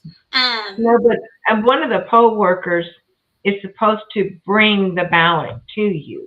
Exactly. And there's so many other resources where you have to get a little creative if you're chronically ill or if you're disabled, between absentee voting, making sure that you're ready when you get to the poll place. So having your mask, having sunscreen, having water, making sure that anything that would hinder you from maybe waiting in line or being in one place for a long time isn't a hindrance. That's something that, as people without disabilities or without chronic illness, they might not think about that. No, but I always find it a real good option for, and I do promote it for people who have disabilities, is absentee voting process. Absolutely. Absolutely. And now that the mask mandates haven't been in place, sometimes when you go in person, there's not always people masking or social distancing. So that's another way to keep yourself safe if you're immunocompromised or in a high-risk situation. So just because you don't see someone at the polls doesn't mean they're not a voter. That's right. And it's just something that we can definitely work on in our state to be more accessible, to make any hindrance of an Oklahoman when they're trying to vote, take away that barrier, make it as easy and as accessible as possible.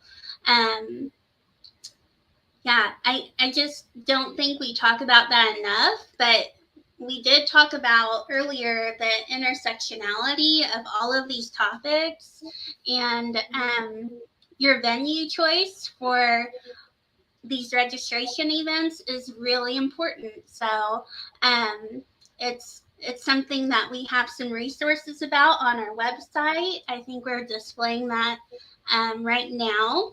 And well, that's the OKGov website. So these are federal laws that affect people being able to vote and register to vote. And And sometimes I know that the place where I vote is not ADA accessible.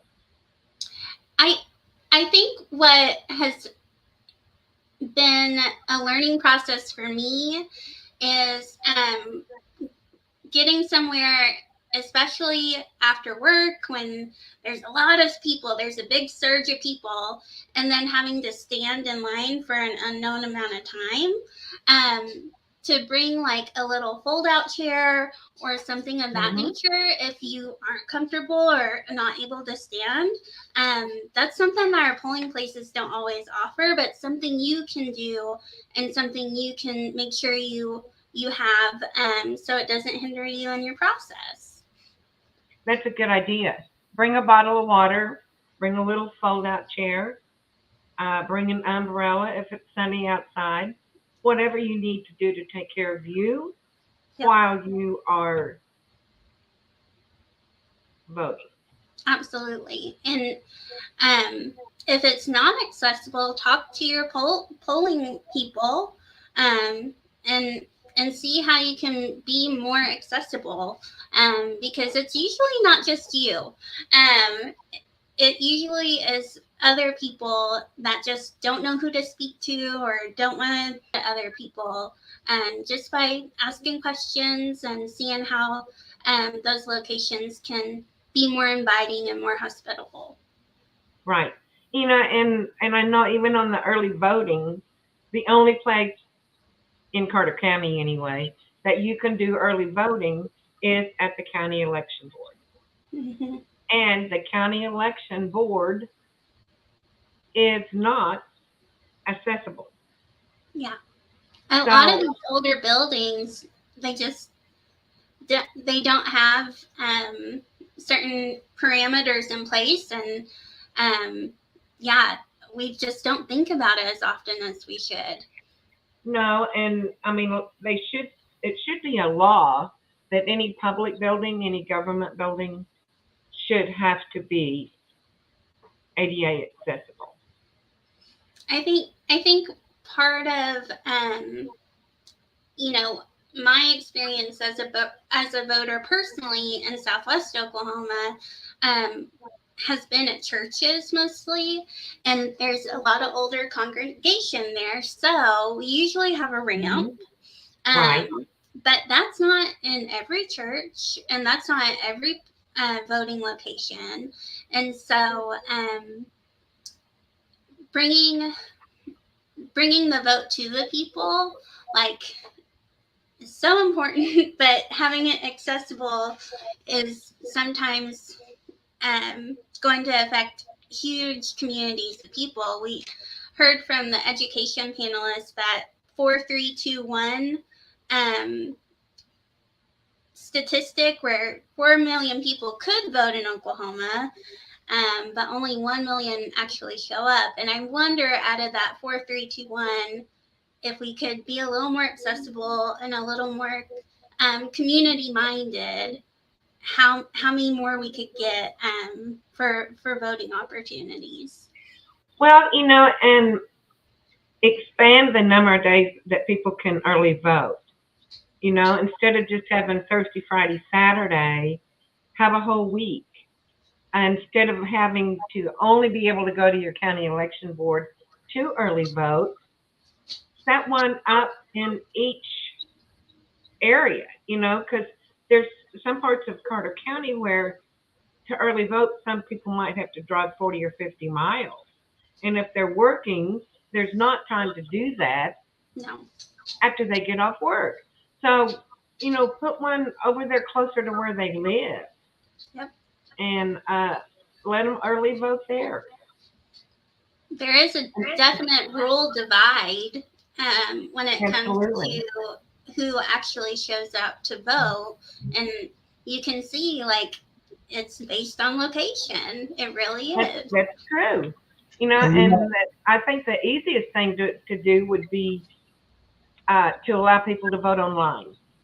The internet is safe enough for you to file your income tax, get your driver's license, get your car tag. If it's that safe enough for that, it's safe enough for people to vote? You know, you guys ask all the right questions, and it's very interesting in a democracy like we have, which is representative democracy, which means we elect people to represent us, where every single person should have the right to vote for their representation, that we seemingly do everything we can to make it harder for people to vote. And I think that's historically true in this country. Because everybody was not afforded the right to vote when we became a country. Right. And in fact, like we've said all day long, there have been groups of people who have historically been excluded from participating in the process. Taz is on his way down to Scissortail Park. He's probably 10 or 15 minutes out, so we'll spend some time with him. But I want to do something fun, and I don't know who's watching. So we'll just do it among ourselves. So I have some voting trivia for you. Oh, And goodness. I get to read the questions. You guys have to give the answers. I use trivia questions or contests or games all the time. I'm not an expert, but all of these questions relate to voting. Do not Google the answers.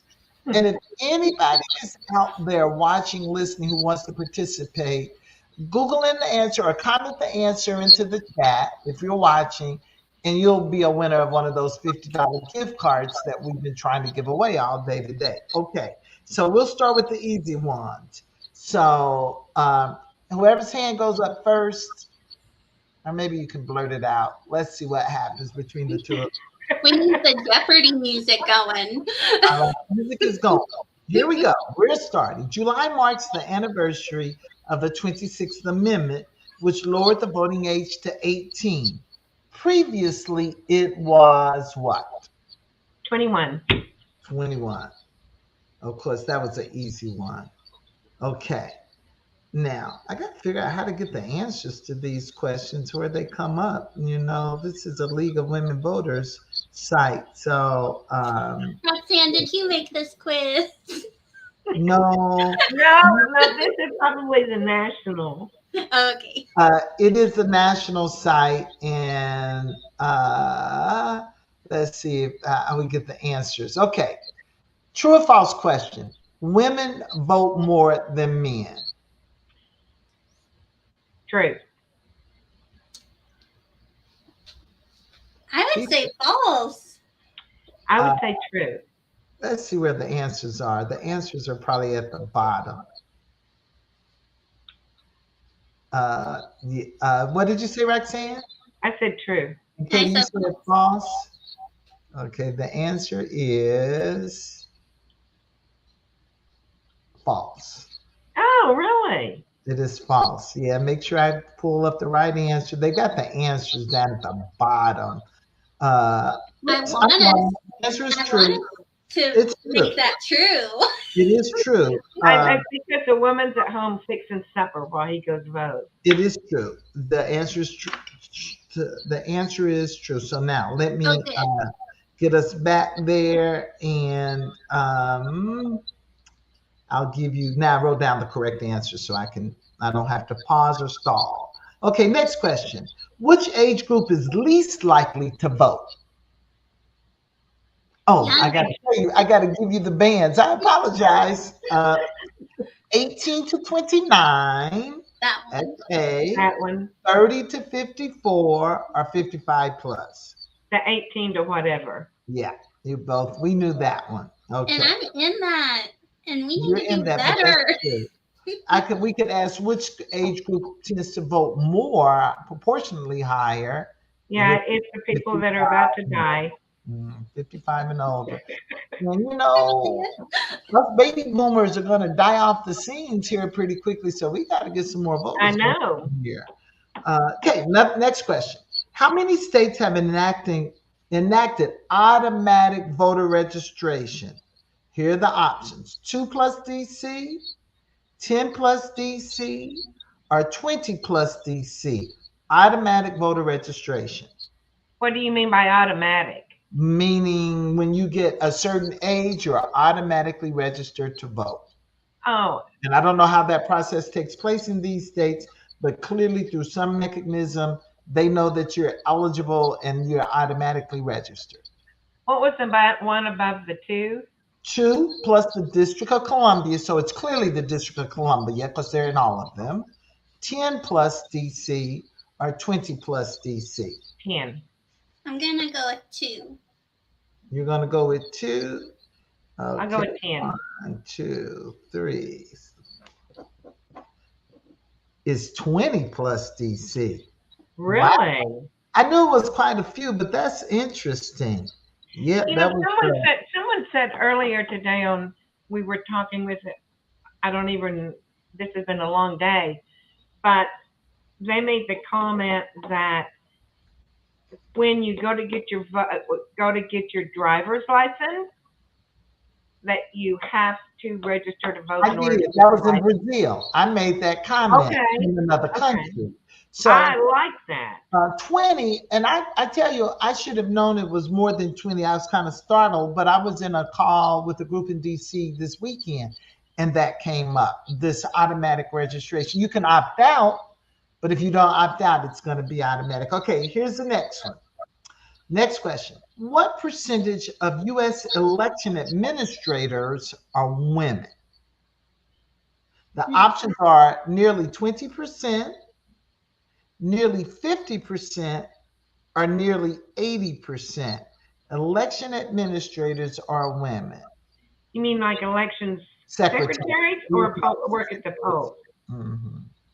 And it could be also maybe poll workers. I'm not sure. They don't differentiate.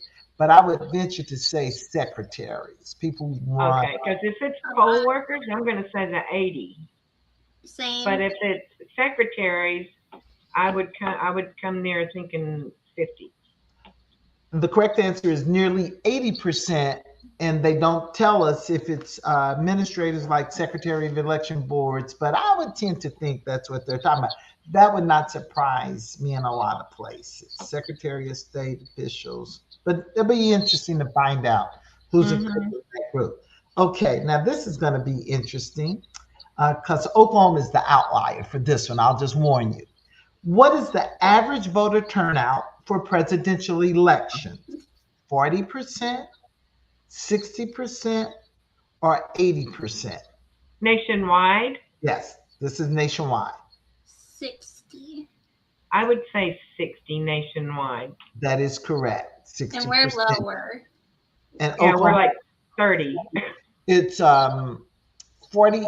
Let's see. I used to know the number, and someone said it earlier today with the 300, 100. So, yeah. 2/3 of our eligible voters are registered, and only 1/3 turn out to vote. Mm-hmm. So, okay, next question. We're almost through. We only have 2 more, and I'm sure Taz will be here soon. This is interesting. What state allowed women to vote from 1776 to 1807?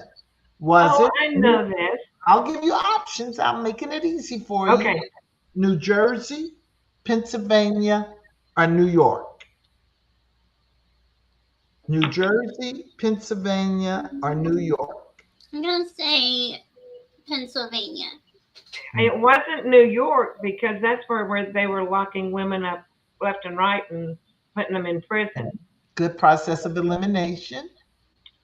So I'm going to go with Katie, Pennsylvania. It was New Jersey. Oh. The Jersey Shore girls.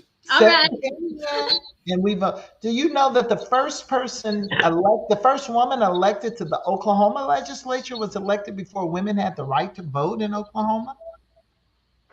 Interesting. And Dave has down here, he says, Oklahoma voter turnout for eligible voters during the 2020 election was 55%.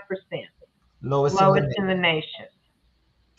And that's eligible voters, meaning people who are ready to go vote.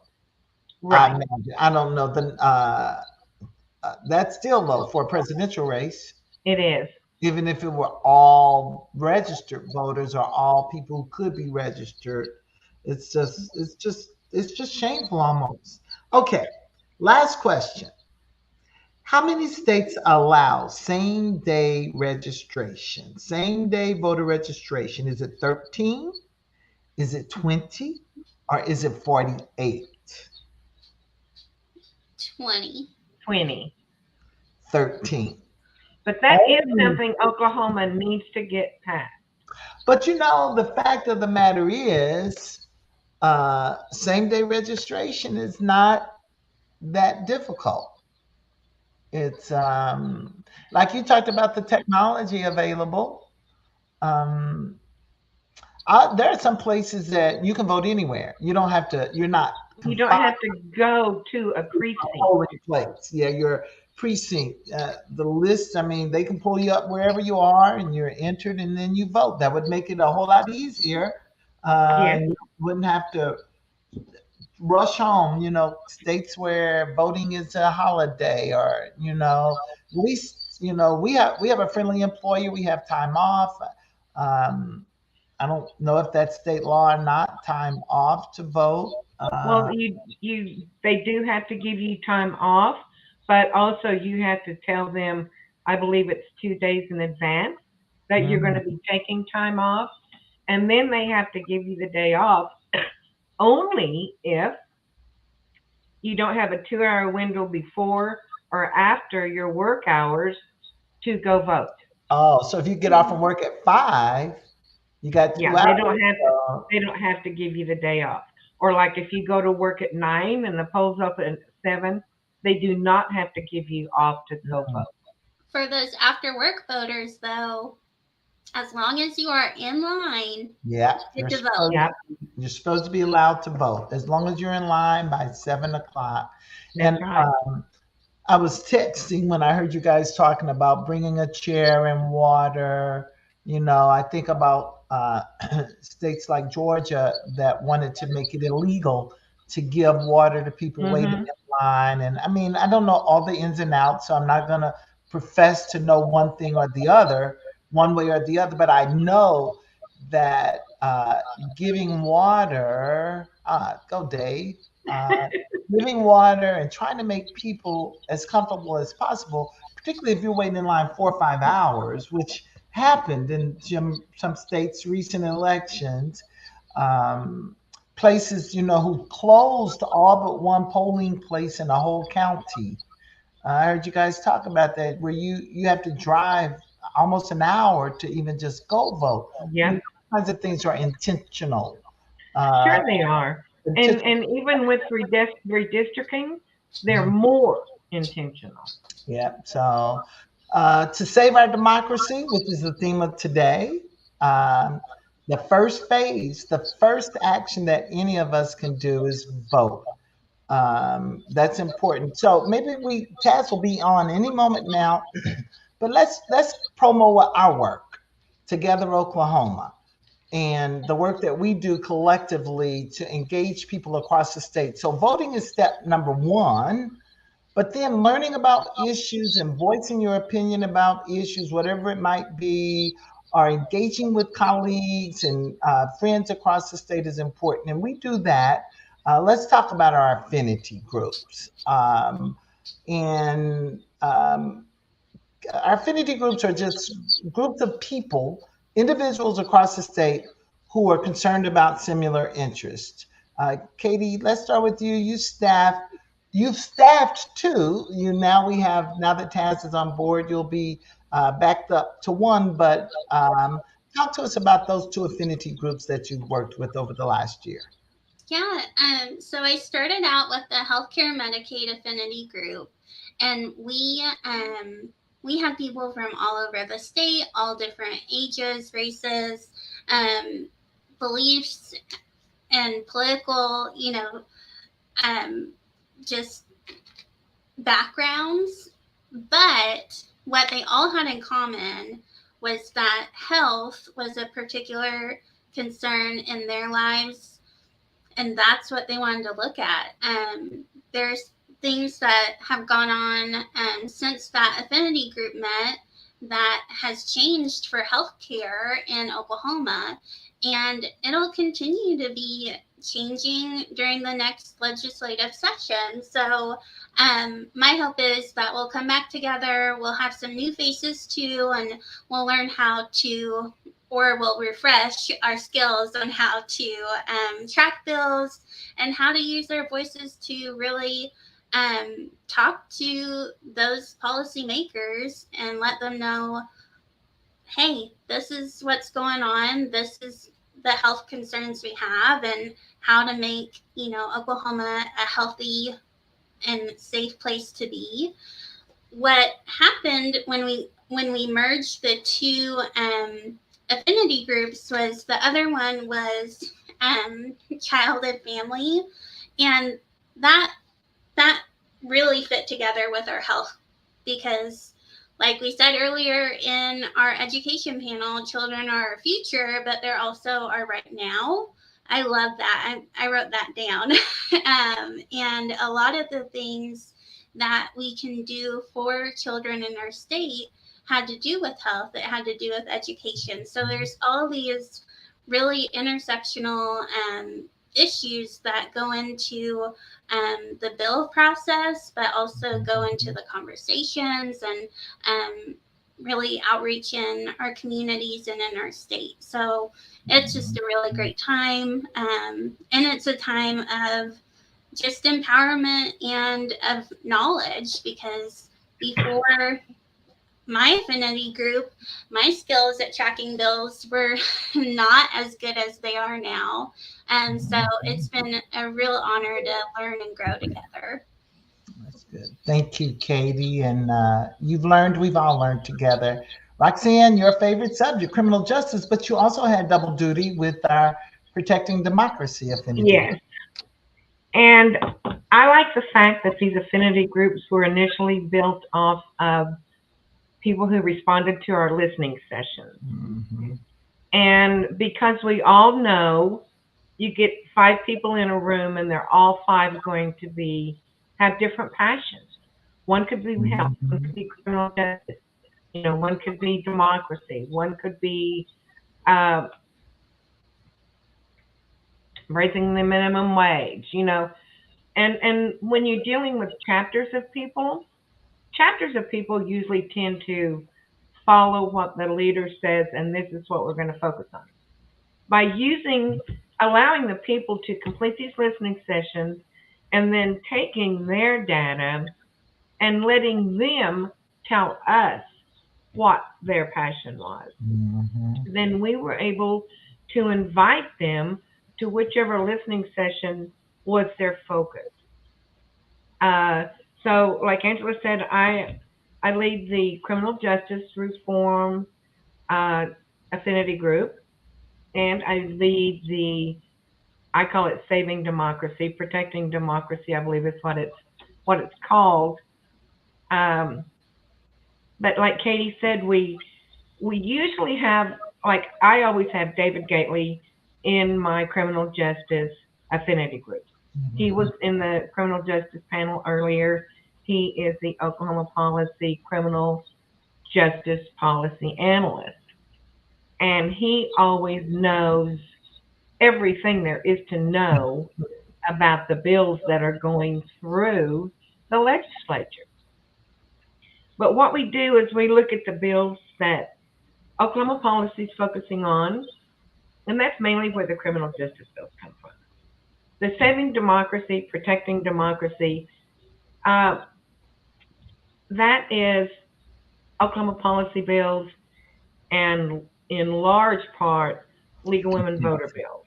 Mm-hmm. But what we do is we bring these people together, the saving, protecting democracy people, and we go through the bills that we have said we're going to follow. Now, if there's something having to do with protecting democracy that we are not following, and there is a bill they want to follow, absolutely, we will help them with that. Mm-hmm. But we bring them together, we discuss the bills, we discuss where the bills are, whether they're in committee, whether they're on the floor, whether they're not going to come out of committee, whatever. And then, we decide, okay, this is where it is. Where can we most focus our advocacy? Is it doing social media posts? Is it going to the legislator's office?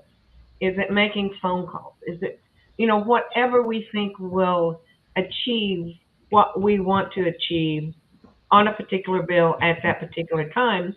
Then the people who are in our affinity groups, that's their mission. That's their what they do.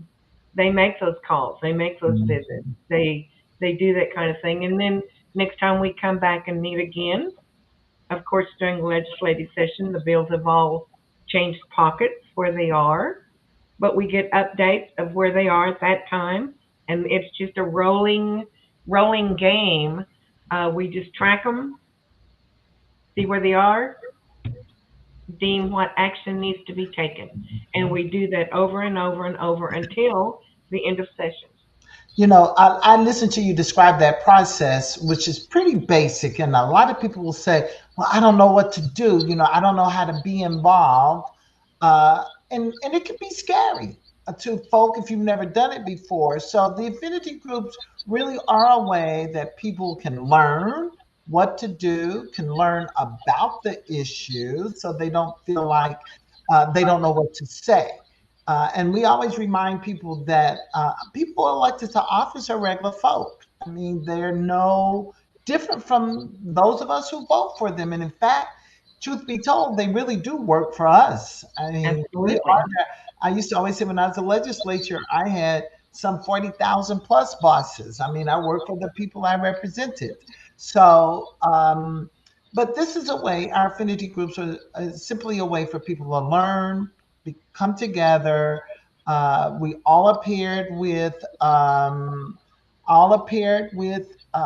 policy analysts who kind of are the content specialists. So you get to hear firsthand. But I always tell the story about my friend Jean, who was on one of the healthcare group, who knows health policy, retired, tracking bills, and found the bill change that we all had missed, a fairly significant language change that we all had missed. So affinity group members sometimes come with a lot of skill and ability and know-how, which is really important to all of us in our work and our action. So I pulled up a chart Roxanne mentioned earlier about the survey and how people completed surveys, identified interest areas. So we have a person, we did a survey.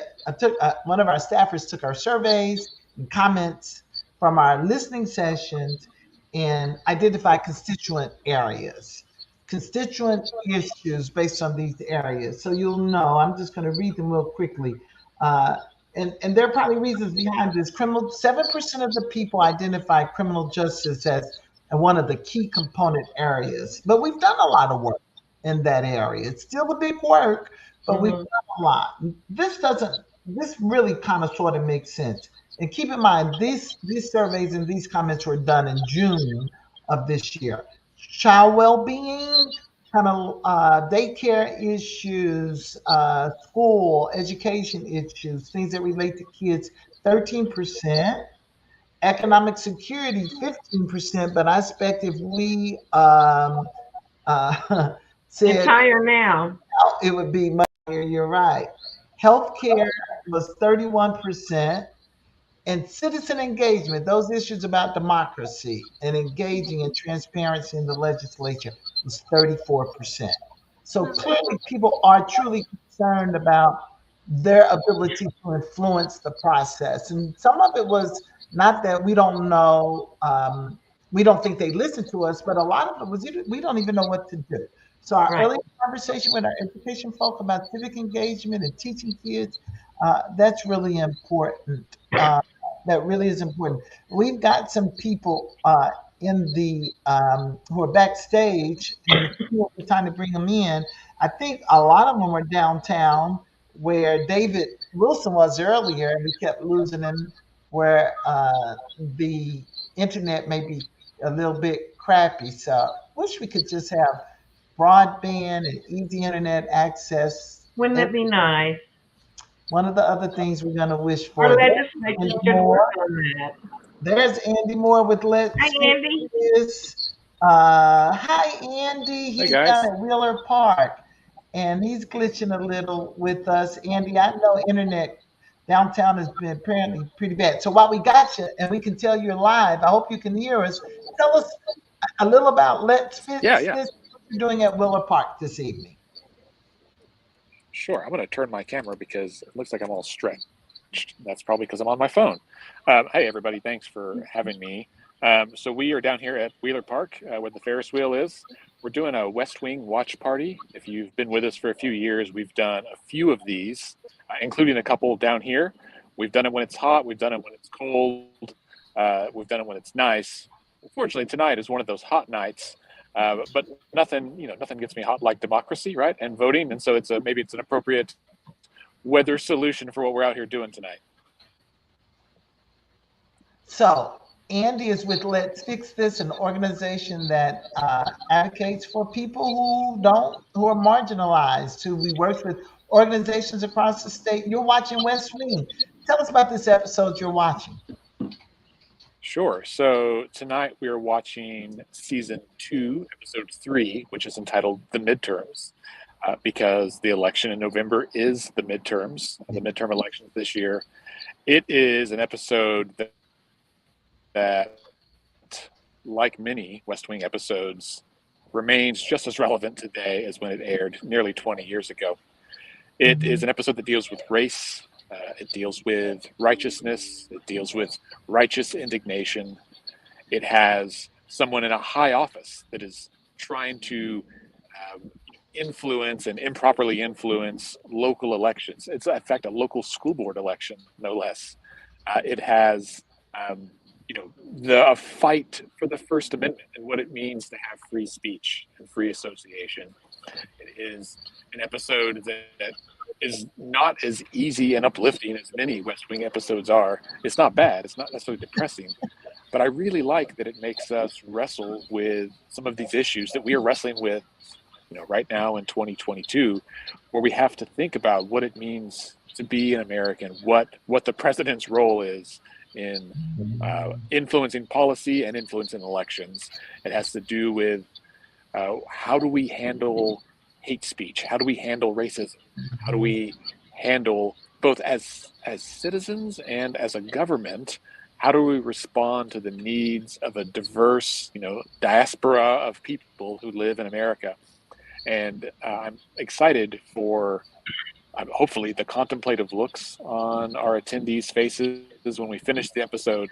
I'd love for little breakout sessions to happen. I don't know that that's going to happen, but I think my hope is that people walk away from our event tonight being reflective and invigorated that they have a role to play in the American democracy more today than ever before, I think.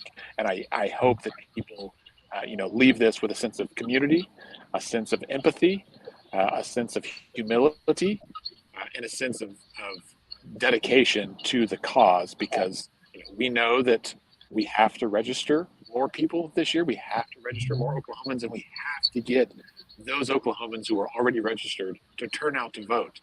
And if we do, we will be so much more of a state, so much fuller, right? I think we often feel very empty these days. We feel like a hollow shell of a state that is just adrift on, like a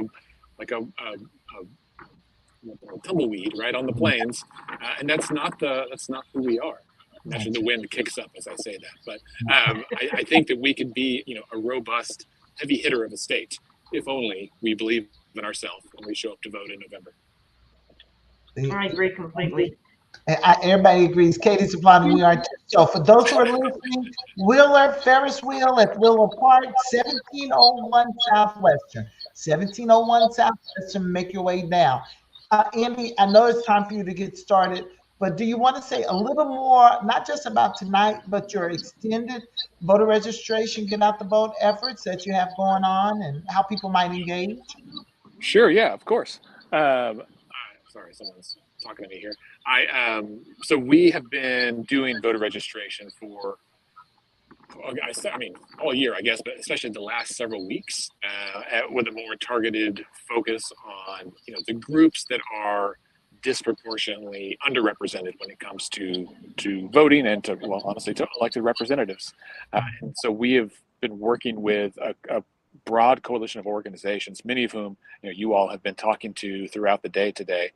And it's been really great to hear just stories from across the state, not just across the Oklahoma City Metro where I am, but Tulsa, Stillwater, Ada, Mulgee, Miami, all these places where people are starting to be, tune in and be a little more interested in voting than maybe they've been in the past. And it's, to me, it is so heartwarming to see so many organizations working together without, anyone trying to, get ahead of the other. Like, this really is a humble collaborative effort where we know that many hands make light work. And to me, this is the Oklahoma standard. We often talk about this as the spirit of like a citizen-led effort that invigorates so many of us. This week I had a group here that needed a bunch of voter registration forms. It was Vote for Change. I think you guys spoke with them today, and they couldn't get them in time from the election board due to some processing delays. And so I was like, well, let me print you some, right? I'll go buy another ream of paper, and we'll print 300 voter registration forms and get them into the hands of the voters who need them. And I think that kind of effort is just happening all across the state, all across town, and it's really exciting. And as I'm sure viewers know, the registration deadline is October 14th. It's a Friday. You have to have your applications to vote submitted by then. And so once we get there, we'll probably put a little pause on voter registration for this year, because there's not any benefit to registering when they can't vote in November, and then turning with our entire focus towards Get Out the Vote, right? GOTV, helping educate and mobilize voters across the state. There's a huge day of action happening on October 1st that is kind of a lead up in the first big wave of that GOTV effort, where we're going to be knocking doors. I think our target is 100,000 doors statewide of trying to just talk to voters, not on behalf of a candidate or a party, but just on behalf of Oklahoma, right? On behalf of democracy, saying, we need you. Oklahoma needs you to vote this year. We need you to vote every year, but now's the election, so let's get out and do it. And I think we can really speak with one voice and make a difference in the outcome and the turnout in the elections this year. So if somebody wanted to get involved in that big October 1 event and go knock some doors with you, who should they call? Not Ghostbusters, but where could they go to? An online registration or a website, or where would they look, Andy? Yeah, so you can always go to letsfixthis.org. That's our website. You can go there and sign up for updates, and we'll make sure that you stay in the loop. If you want to go directly to sign up to volunteer with us for that day of action on October 1st, you can go to the event is on Mobilize. So if you go to mobilize.us/letsfixthis, that's our Mobilize page, and you can find it on there and sign up for a shift. We're asking everyone to show up at 10 o'clock in the morning. That's a Saturday. So we can kind of provide instructions and a little bit of training there before we go out and hit the doors. And we'd love to have you there, for each shift takes 2.5, 3 hours to knock your packet of doors. Most people come back and, get a second packet and really make a fun day of it. And it's really great when you're kind of coming and going and seeing everybody else and hearing stories from the doors. And again, I think so much of that kind of voter contact work in Oklahoma has been done by candidates and parties, and that's not bad, but it's different, right? Like, it's a different dynamic when a candidate says, hi, I'm here and I want your vote for me. Like, it's a transactional relationship, and what we're doing is saying, hey, we're here, no candidates here, we are here for you. What matters most to you? Here's what corruption is a big deal, right? Education is a big deal. Criminal justice is a big deal. The budget is a big deal. These things matter, and at the local level, you have enormous influence and ability to impact that. And I look forward to genuinely just connecting with our fellow Oklahomans and hearing what matters to them, and finding out what it is that really motivates them to vote.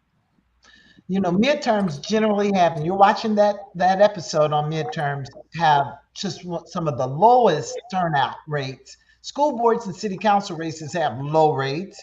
midterms do too. But there's some important elections for us in Oklahoma right about now, right? Yeah. So at midterm, the national press talks about midterms in terms of like Congress, right? And it's the midterm of the presidential term. That's why it's called the midterms. But here in Oklahoma, all of our statewide offices, and there's 8, I think, statewide offices, and all of our state House of Representatives and half of our Senate, or a third of our Senate, are all up for, it's half, right? Are all up for election. So it's a big deal. To say nothing about also county elections, school bonds, some other like potentially state questions. We're still waiting to hear about that. So in Oklahoma, you've got the governor, the lieutenant governor, the labor commissioner, the insurance commission, the attorney general, School the corporation commission, School others. superintendent. School superintendent, yeah, thank you. And some of these races are pretty hotly contested this year. I know Oklahoma voters are paying attention. The public polling that came out this week from Sooner Poll just has it on a razor's edge for the governor's race and the superintendent's race. And so I think that indicates, right, that voters are paying attention. They've got opinions and they want to voice those opinions. And that the way to do that is to show up in November and vote. That's right. Roxanne, Katie, any questions for Andy before we let him go back and be a good host? I have no questions. Just thank you. And I hope the West Wing party goes good. Yeah, I wish I could be there. I'm gonna have to look that up on Netflix or something and watch it tonight. Yeah. That's right. It's on HBO Max now. They took it off of Netflix, but bummer. Yeah. So I don't know, can we get it on demand or anything? Or we just have to show up at 1701 Southwestern to see it? Yeah, if you subscribe to HBO Max, you can watch it over there. Okay, great. Thanks. Thanks, Andy. Andy Moore with Let's Fix This. Thank you for your partnership. Thanks for working with us, not just this issue, but we work together on a whole lot of things. And we look forward. You said it right. It's all about all of us working together, coming together, and just, making a difference. So people understand they do have the power only if they use it, however. Right. So, thanks, Andy. Have fun tonight. We appreciate you joining us. Thanks, Andy. Bye. Well, we're not at the. It sure looks pretty outside tonight. I know it does. We're not at Scissortail Park. We're just. Our panelists are showing up for our 7 o'clock event. They're in the waiting room. I was hoping that we could get Taz in just for a little bit, down at Scissortail Park. Did he ever show? Well, he told me his estimated time of arrival was some time ago. He'd be there in a moment. That was at 6:19. So we've been communicating. Don't we just love technology? Yeah. And I know it's tough to get connected down there, but it's so pretty. It's so pretty. I think that's what it is. He's having trouble with his connection. And I don't know. Others are having a little problem with the audio, and I think it may be me. I keep getting a little edge feedback. Do you guys get it?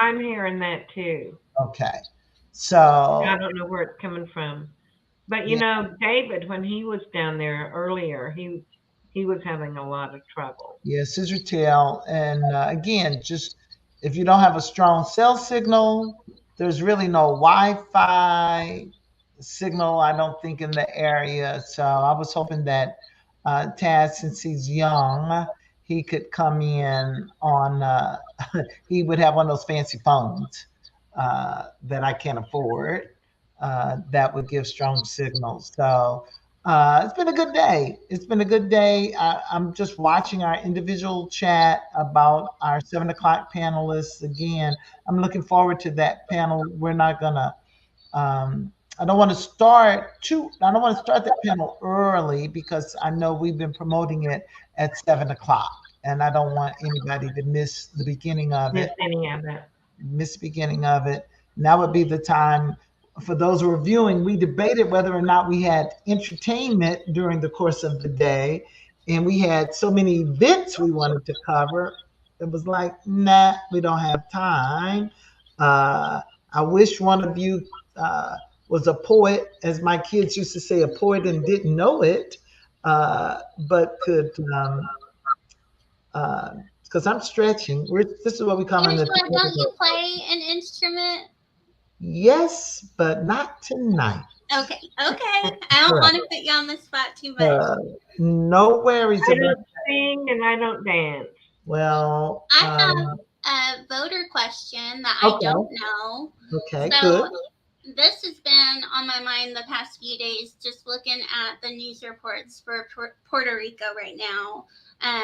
They have no power. We're talking about technology and not getting in touch with people, and I just can't imagine what they're going through.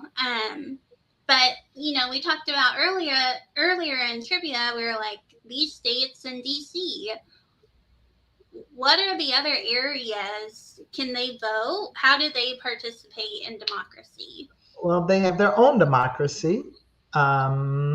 They elect their own governor, their own chief executive officer. They do not have representation in our Congress, a voting representation, no U.S. senator. DC is still trying to do statehood because they don't have full representation either. You would think in 2022 there would not be territories that the U.S. I hate to even use the word owns, but that are territories of this government. And when we've just been talking about people who died and literally gave their lives for the right to be represented in this representative democracy, but even today we still exclude a big chunk of people. So I don't know. Well, I mean, it's not good, and we know that where they're situated on the planet, it's a beautiful place, but they're just prone to hurricanes, and that's just what it is. And the last time they got hit so bad and were devastated for so long, and there were those in office during those days that didn't realize that they were a part of the U.S. I mean, they do. I mean, they have some tax obligations, and so we think of them and pray for them and hope you're right, Katie. It makes this little internet connection issues for us minimal when you realize that people don't have power. And Oh, go ahead. There's supposed to be a really severe hurricane season this year too, because the waters in the Gulf and the east, the ocean are so warm because of climate change. They're supposed to just have horrendous hurricanes. That's right. I mean, it's a scary time of year when hurricane season starts and climate change. We talk about these issues and voters, people who are concerned about the climate and climate change, which is evident. I don't think now there are many naysayers, and because I think the science is very clear about the warming of the planet and what that does. But if we want to address those issues, then policymakers are the ones that are going to address it. And it's tough because it's also a hindrance when we think about stuff going on stateside right now in Mississippi, going without water and power, and voting's the last thing on your mind when you have, all of this stuff weather-wise hitting you and you're in crisis. So hopefully we can come together and really help each other and help get the vote accessible to people that are having crazy weather, just problems. And you're absolutely right. I am optimistic. I'm an eternal optimist. And I'm a believer that people will do the right thing ultimately. There's an old saying, yeah, people will do the right thing, but only after they've tried everything else. Right. So, and it has to be their idea, you know. I didn't want to bring the mood down. I had that question in my mind that I didn't really know. But there's a lot of places, you know, stateside and not, that and we don't know what the weather will be like voting day. So we have to be prepared in Oklahoma. That's absolutely right.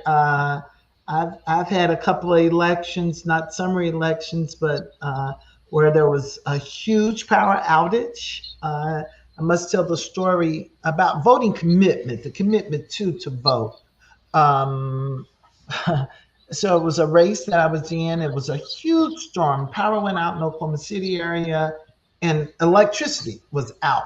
And the one voting place, there was still, you could go in, sign, do a ballot. They had made some provisions for bad weather. So it was just storming bad outside. We got a call from a voter who wanted to come. And of course, we were happy to go pick her up. So when we got there, we told her to be careful. There was no power, no lights. Well, as it turned out, she was blind.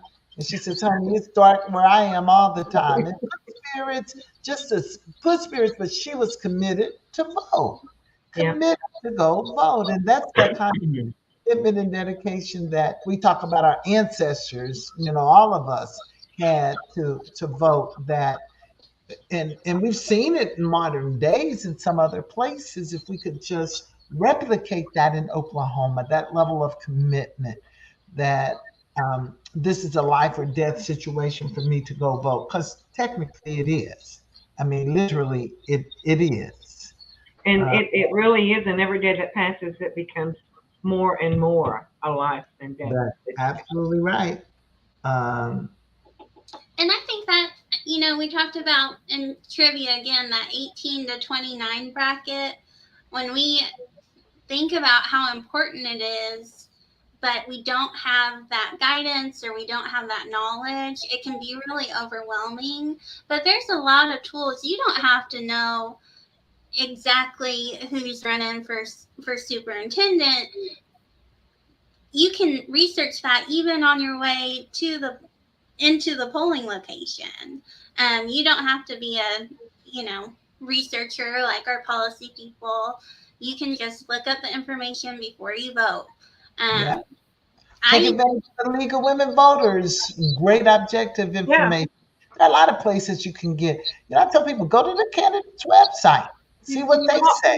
Also, you always before an election, if you're a registered voter, you can go online to the Oklahoma voter portal, and you can get you can see what's going to be on your ballot, you know, and you can research, print it out, you know, and do your research, mark it if you want to.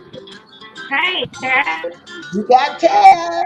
Taz is at a party. Look at that hair. Hi, everyone. Hi, Taz. For those of us who are watching, Taz is downtown at the Scissortail Park. He's enjoying Rock the Native Votes closing event. I am.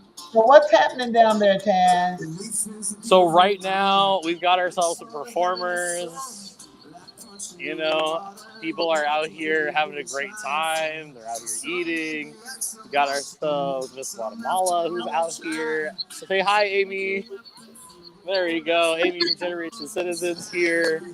You know, it's a good time that's out here. JB should be coming up pretty soon to perform. And, you know, I've seen my brother perform out here so many times. So it'll just be a good thing. Actually, he's here right now. So Taz is our underground reporter. You want to say hi to everybody at the Oklahoma Policy Institute? Again. Hey, there's Angela. What's up? I think it's my second time saying hi to him. Oh, okay. We can hear you better now, though, JB. We can hear you better now. Hello. Don't forget to vote. Yeah, he says, don't forget to vote. Your voice is heard. Yeah. You guys is wild. So. So There we go. JB is a social rapper. I don't know, Taz, how would you describe him? JB is he's an entrepreneur. He's an activist, a community organizer, Grammy Award winning performer as well. So, right here in our very own Oklahoma City, we have and easily accessible to the public too. Like that's the best part about being here in Oklahoma. And he still calls me Miss Munson. It makes me feel old. But you're absolutely right. We were with Dave earlier today at Rock the Native Vote. He told us a little about the event. Are they still registering voters down there and registering? And they are actually. I'm actually going to take us live to a couple of folks who are doing registration right now. Okay, good. Thank you. That's good. We've got about 5, 6, 7 minutes, Taz, before we buzz out to our 7 o'clock panel. So yeah, you got it. It's your time. And it's been a really successful day. I've been all over the state today, starting at OKCPS this morning, then going out to Stillwater, and really, it feels like something I've been doing my entire life. Youth engagement and working with folks, particularly in the student categories. I really would love to get in the schools and on campus for next year too, especially. So this Thursday, we're actually going to be at a couple of the different OKCPS high schools because it's still voter registration month. So it's a good time, and everybody loves it when the Oklahoma Policy Institute rolls through. So it's a good time. Let's see here. Do we have our folks? There they are. And actually another organizer that's also here, and my niece. Oh my gosh. It's a good time.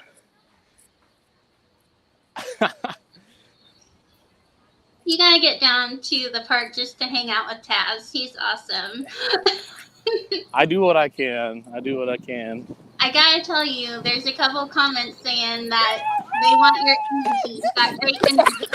Whoa! And more energy. Sorry. So my sister over here. Do all of y'all want to say hi to the Oklahoma Policy Institute? We're streaming live on Facebook. Hi, say hi, everybody. Hello. We have good folks who have been here. How long have y'all been out here doing registration today? We just got here, but okay. Registration has been since 5:30. Have we got anybody yet so far? We got 2 people already. Okay. 5 minutes in. Okay. That's awesome. Where are we from? Tell me who you are. Southside. Okay. Y'all too? Oh, okay. Northwest side. What about you? Okay. Okay. Wonderful. So we've got people from all over the state, and Adriana right here with the Civic Learning Coalition, by the way, one of our coalition partners. And how's it going, niece? What's wrong? Oh, she's hanging out for right now. We'll come back to her. But we've had a great time here so far. So it is. There we go. Yeah, it's been good so far. Folks have been out here. It's, as you can see, it's a very jovial occasion. We need to be turning this into a citywide holiday or a statewide holiday. Well, the mayor proclaimed today National Voter Registration Day in Oklahoma. Now we just have to figure out how to get a day off from work to go along with that. Or maybe we just try to get November 8th a day off from work. Hey, I always say ask for the ceiling. We present all of the options and then we meet somewhere in the middle. Somewhere in the middle. Had any pizza yet?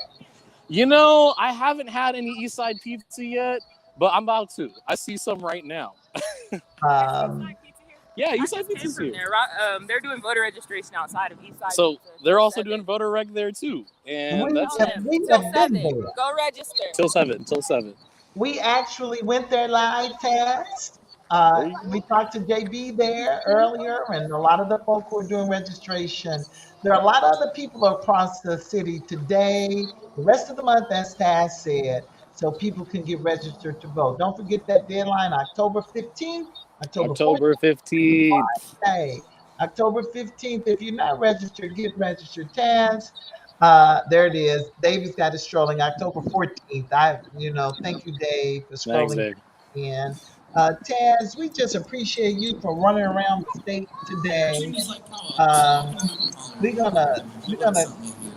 Anything else you want to tell us, show us, or talk to us? Well, I just want to say thank you for giving me the opportunity for being a news reporter today. It's been a fun time being able to engage with everybody. Hey, Isabella. Hey, this is, I'm on the Oklahoma Policy Institute stream if you want to say hi. Okay. This is Isabella. She's the legislative assistant for Representative Maury Turner up at the legislature. We just got everybody who is cool in government here today. Well, Sadie, I mean, are we not cool? I don't understand. Okay. No, we are cool. But We're we're just there cool. too. We're there in Yeah. spirit. Yeah, we are the foundation. We are the foundation. The Tess, foundation of cool. the foundation of cool. Tess, thank you so much. So take the rest of the evening and enjoy, have some pizza. We're going to start our next panel. And, you know, if somebody's gotten bored and really wants to get deep into this conversation, our panel starting at 7 with Representative Andy Fugate, with Cindy, with a couple of others. I thought Amy and Margaret. And Margaret. We're going to talk some heavy-duty conversations about participatory democracy and voting and engaging in the law and what we need to do to make sure the process is open and available to all citizens. So Taz, we will bid you farewell tonight, and we will talk to you later. You go have fun and tell everybody we said hello. Thank you Angela, for Katie, you've done Roxanne, today. thank you for sending me out. I love doing this. We'll call this like a segment like Taz in the field or something like that. All right, Taz, Good job. new special started. Bye, Taz. Bye. Thank you. Well, he's having fun. He is having fun. He's perfect for that too. Yeah. Well, he's young. He's young Shout and out able. to like all our media partners that interview us for our events or that are in our organization, because that's a lot harder than it looks. Well, and he knows everybody, it seems like. Yeah. So Taz, as young as he is, he's a demonstration of his activity. So we've got, I think, all of our 7 o'clock panelists in the waiting room. So Dave, if you're ready, we'll start bringing them all in. We've got a great discussion coming up. And again, it must be my computer creating the feedback. So as soon as I say what I'm going to say, I'm going to mute myself and hear from the most important people. All right. So there's Margaret, there's Stephanie, there's Representative Andy. Andy, thank you, because I know we need Amy.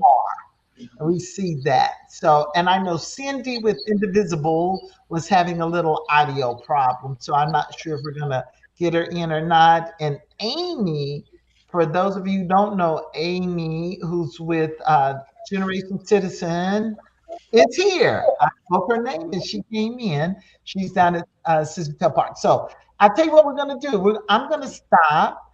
And if each of you would just introduce yourselves, take a moment. I think we're okay time-wise, and your name, where you are, what you do, the organization you represent.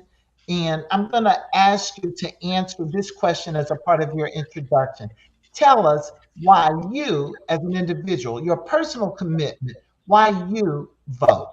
So Stephanie, we'll start with you. We'll go, because I'm just looking at you on my screen. Stephanie, Andy, is it okay to call you Andy tonight?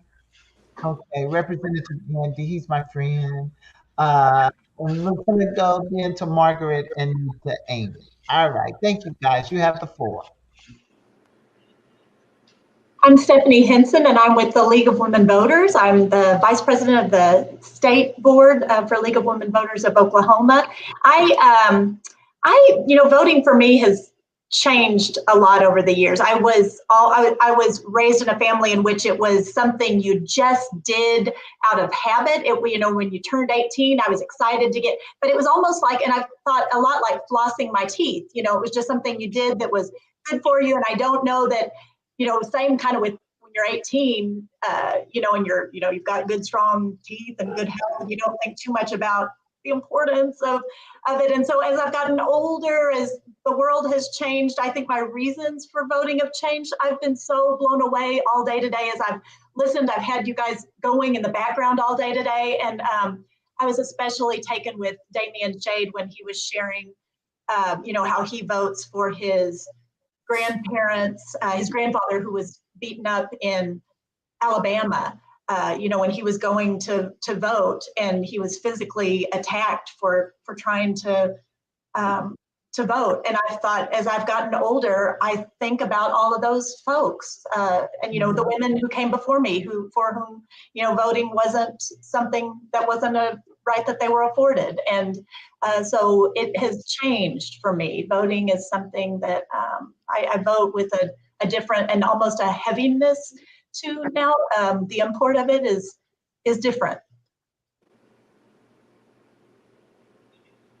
Thanks, Stephanie. Representative Fugate, you are next. Well, thank you. I'm delighted to be here this evening. I've been back-to-back events today, and sitting in the car, but I'm delighted to be here. And I just got to say, we need to do like a As on the Street segment. So I think that would be fun to see. I represent 94, which is in South Oklahoma City, out of state capital. It is where I grew up. Matter of fact, I live about. I cast my votes, and for me, voting has been a lifelong pursuit. I took two trips to Washington D.C. when I was a kid, and I got the political bug at that point, and so I always tried to be well informed as I stepped into the ballot box.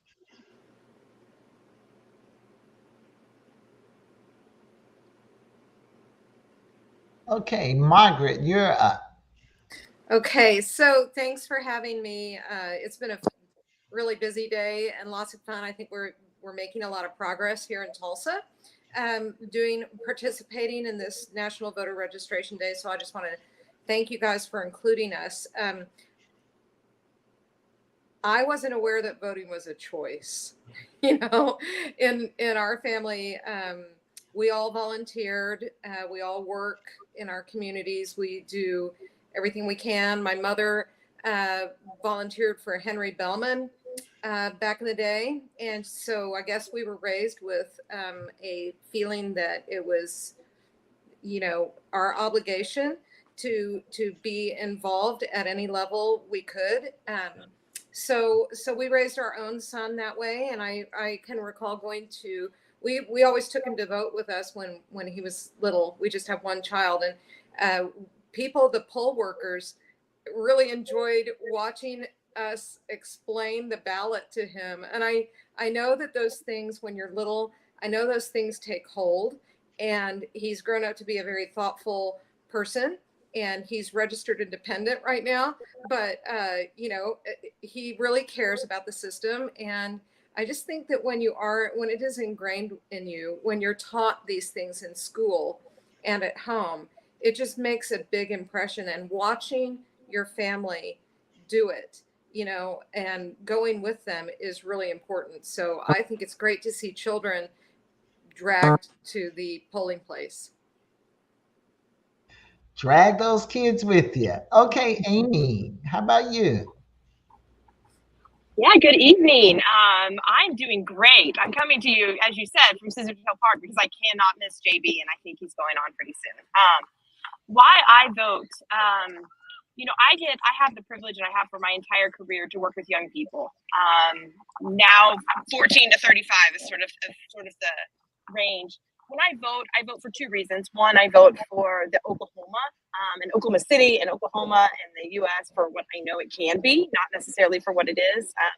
I very much vote in a way that elevates my values, and in particular, the value of having a truly interracial democracy. So that's why I vote. But I also vote for our young people because, the decisions we make today and who we elect, the policies that are passed, affect them the most. And I think about what is it that is going to allow them opportunities that I and other people my age and the Gen X generation didn't necessarily have. So it has been a great day. Thank you all for doing this. I've had fun running around, chatting with people, but also following you all evening.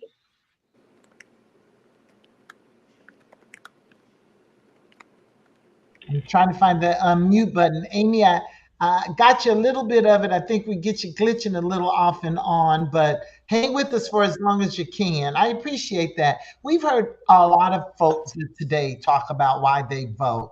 We've talked a lot about the fact that unfortunately, most people don't. Most people who could don't.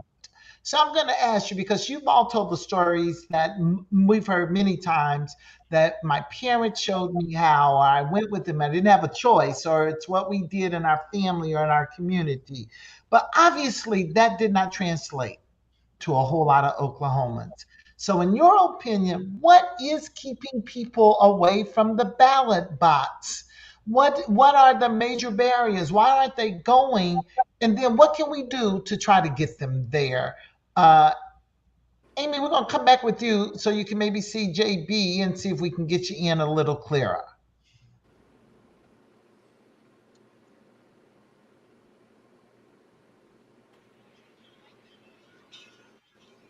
Yeah, is my sound okay? I'm watching up the chat here. Anyway, I'm not sure if y'all can hear me or not.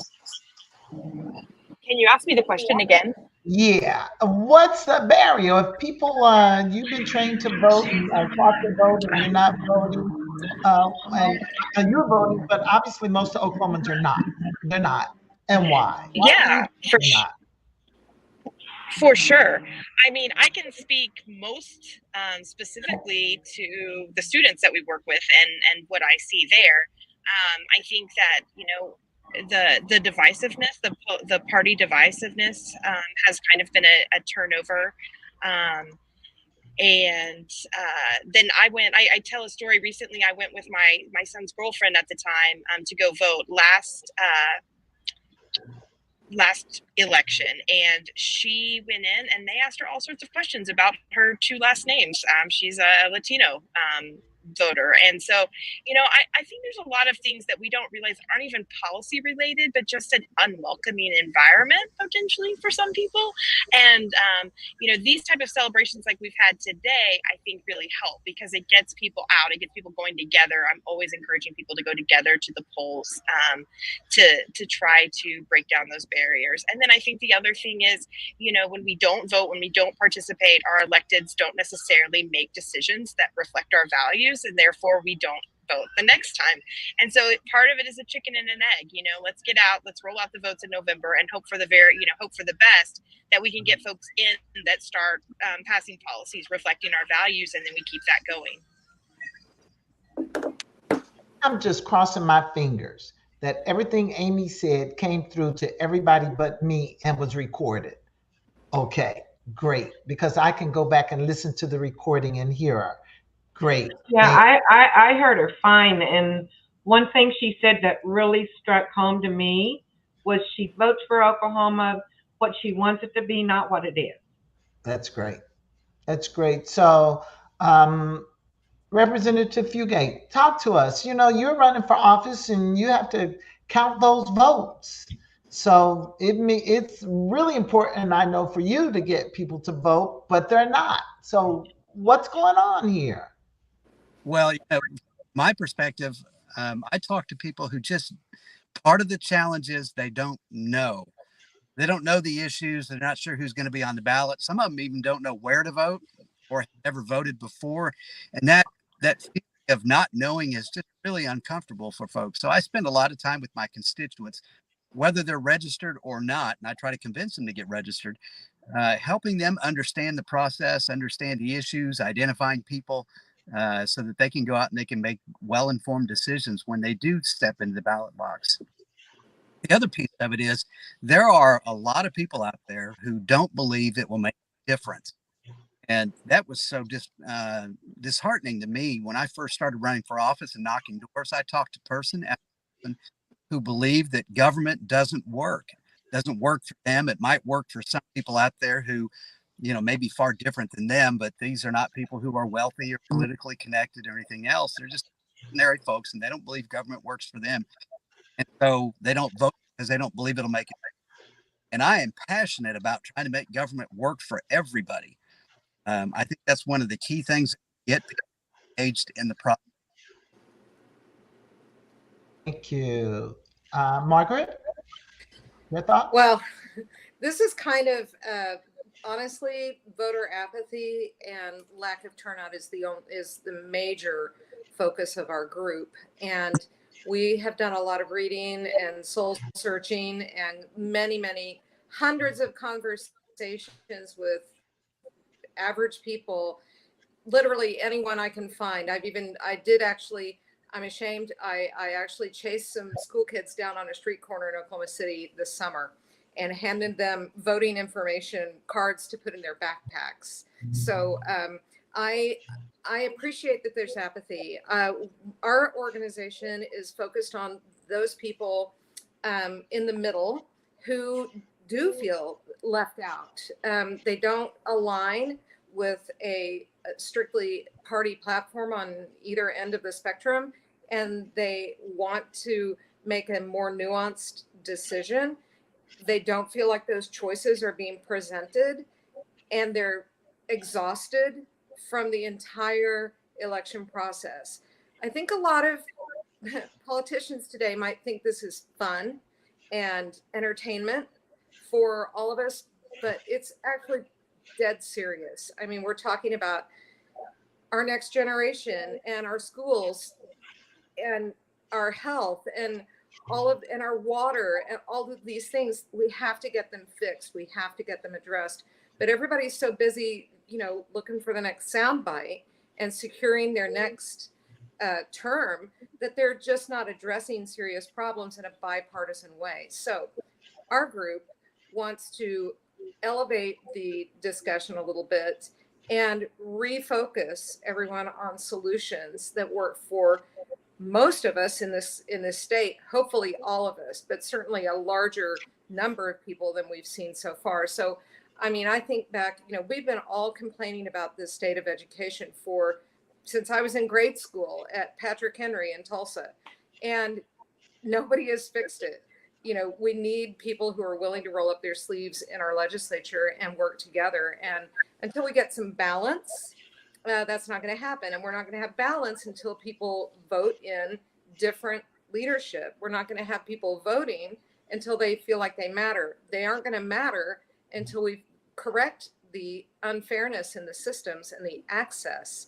So our group is focused on that systemic change. So we want to see repeal of closed primaries so that all the independent voters are included in elections that they pay for.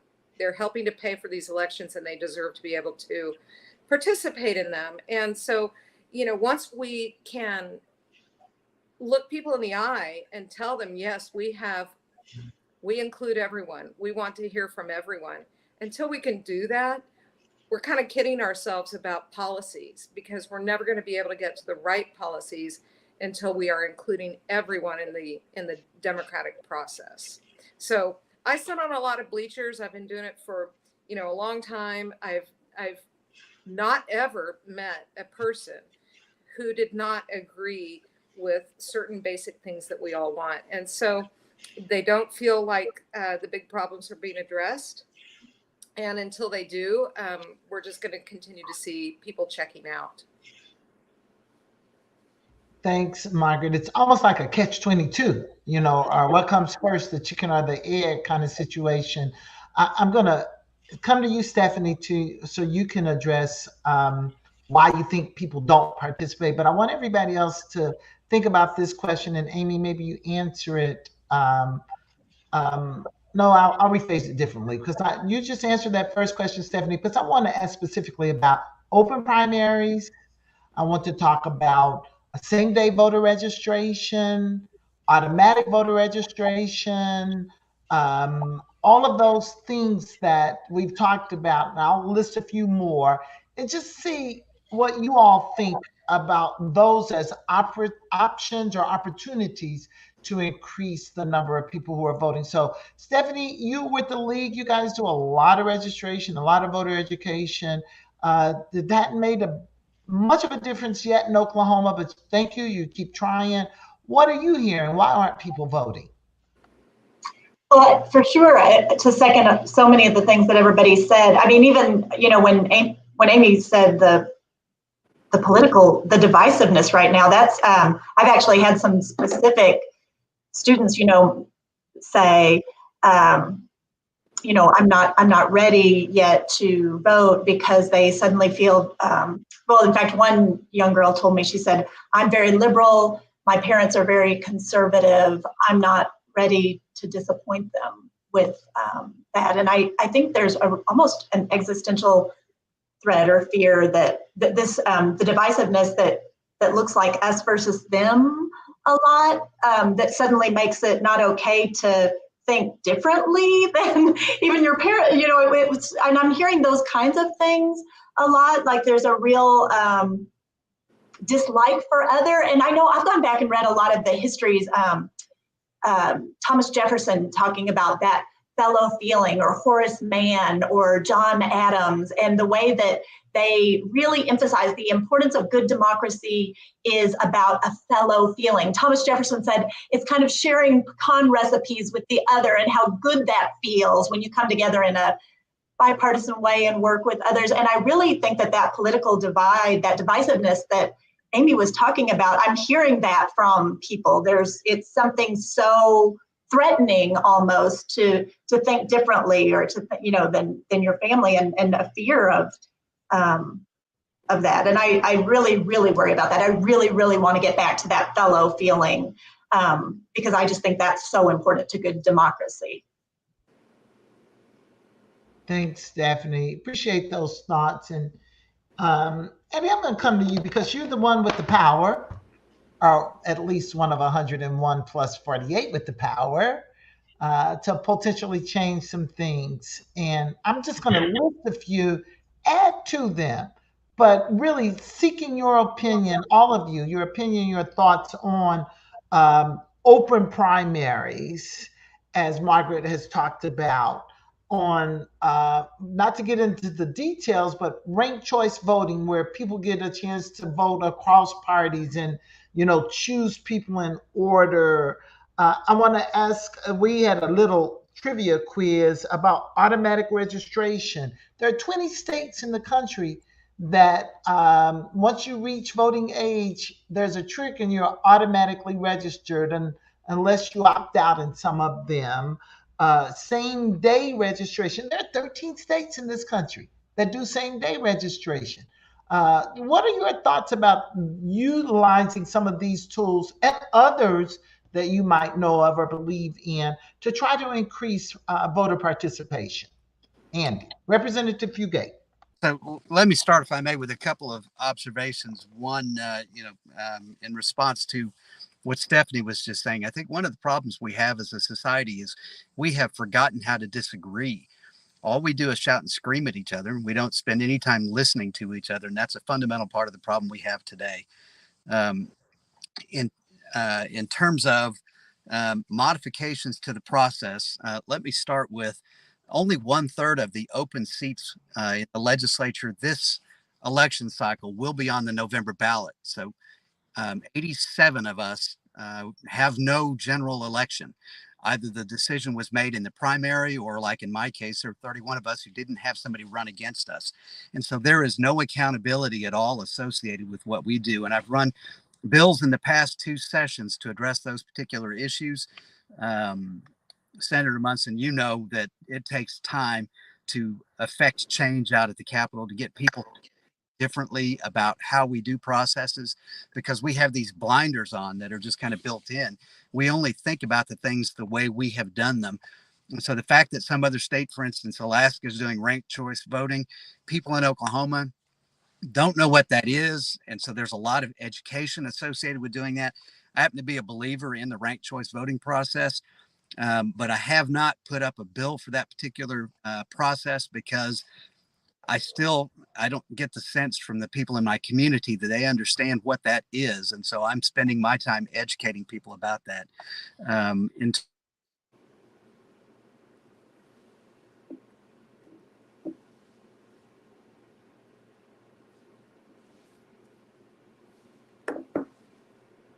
Dave, did we lose Andy? Dave's our comms guy behind the scene. I think we did lose Andy, right? Somebody nod if you can hear me. Can you hear me? Yes, we did. We lost Andy. All right. Amy, we'll get him back in when he comes. I'm sure he'll sign right back in. And I hope he doesn't lose his thought. Amy, everybody's hearing you fine but me. So let us bring you back in and you talk to us about these options. And I didn't throw out the one about requiring civic education in schools, but if you want to talk about that, feel free to talk about that too. Amy? Yeah, absolutely. Thank you. Yeah, I mean, I agree with Andy. There's a lack of education out there about these options, but I think it really hits home to the fact of all of these options have like a few things in common. It places the issue not, are you an R, are you a D, but what is best for the community? Who best represents the community? What are the policies that best represent and support the community? And so, I very much support all of those options. I do think there's an education piece, but that education piece almost starts with just like, how do you go vote? I spend so much time, when I'm working with, students, they often don't realize that when they're registering to vote, they're registering to vote in, municipal, county, state, and federal elections. They think they're just registering to vote for president. And that is a lack of civic education and really very specific, like how to get engaged as a civic participant. So while I'm the executive director of Generation Citizen Oklahoma, I also work on the leadership for the Oklahoma Civic Learning Coalition. And these are things that we're looking at for 18 to 36-year-olds. Like, what did you not learn in school? How can we make that better? We would love to see things as simple as a full year of government in our classrooms. As an educator, and I'm sure there are many listening in here, you know that our government curriculum, it starts with almost a full semester of federal government and then goes to state, municipal, and county. If you only get one semester of government, you're not even really making it, unless you have just a really passionate teacher who's focused on this, you're only studying federal government. Therefore, you think that you're only able to vote for president because that's what you learned in school. We don't even get to the points about what it means to participate at, voting for school board. We don't, which is another thing that's interesting. I've seen some states recently that you can register, if you're a student, you can be elected on school boards. And how interesting is that if we could have students from our high schools actually running for school board and participating, because they are, obviously, one of the biggest stakeholders in that population. So I think there's a lot of education to be had. I think there's also a reality that whenever you have a state that is, one party has so much of the power, they're very reluctant to pass some of these measures. And so I think, a lot of things need to change, but we also are going to have to kind of even the playing field a bit so that some of these really great policies that have been proven to be really beneficial in other states can take place here. Because it does, it becomes more risky, right? The stakes are higher for folks who might lose some power or at least perceive loss of power versus those who feel that they would be, evening the playing field. So there's a lot of different things there to talk about, but that's just generally my perspective. I do see a ton of our students really do not want to be affiliated with a party at all, very much want to be independent. And I think that speaks to just again, what we've talked about already, just the sort of like, I don't want to be a part of the problem. I want to be a part of the solution. And I'm hoping that's something that can kind of carry up through the generations if we all, start working together for what's best for our communities. So can everybody hear me? This is Margaret. Yes. Okay. Could I speak to this? Because I've had a couple of interesting interactions recently that I think can give you guys some interesting perspective. Number one, I was able to go to a meeting that Colorado Senator Bennett had in Tulsa. I've also been on a Zoom call in the past with Senator Hickenlooper, both from Colorado. At the last, and this was just 10 days ago that I saw Senator Bennett here in Tulsa. He had a really interesting observation that he commented on. He said that in Colorado, of course, it used to be 100% red, and now obviously it's a mix. It's kind of trended blue, but obviously they still have some hard red in there, right? So they have a lot more balance than we have. And he told me that he said that, number one, if they had had closed primaries, that shift could never have been possible. None of that could have been possible. There could be no change in momentum without open primaries. That was necessary for everything else. They do not yet have ranked choice voting. He's kind of interested in that. He also said that with open primaries, there are more independent registered voters in Colorado than in either party. So overwhelmingly, they are the largest voting bloc in Colorado. So what we all know happens in that situation is politicians and candidates have to acknowledge that there is this big space in the middle, and they have to present policies that work for 80% of us instead of 10% of us. And so I felt like his comments, I took them as very encouraging and for us. And I think that I just think that the repeal of closed primaries has to be the best first step, because it's easy to understand. It affects everybody's pocketbooks. Only 50% of registered voters are Republican, and I'm one of them. Okay, but they control more than their share, really. Let's be honest. and I say that just because I'm not anti-Republican per se. I just think that they've lost appeal, and trying to force as a party, it is not healthy for them to rely on a closed primary system for existence. That's un-American. We need to be coming up with the best ideas and the best people. And the chips fall where they fall. And if you don't have the best ideas, then let somebody else take a stab at it. That's what representative democracy is about. You're absolutely right. Great comment. Stephanie? Hearing Margaret and Amy speak, I'm wondering, because we, yes, advocate for all of these things. And but I find myself wondering if these things all became true. One of the things that we've been working on, I've been working since February, really, even before all candidates had declared in their April races, before the primaries. I was already working on a gubernatorial forum. We've been working really hard.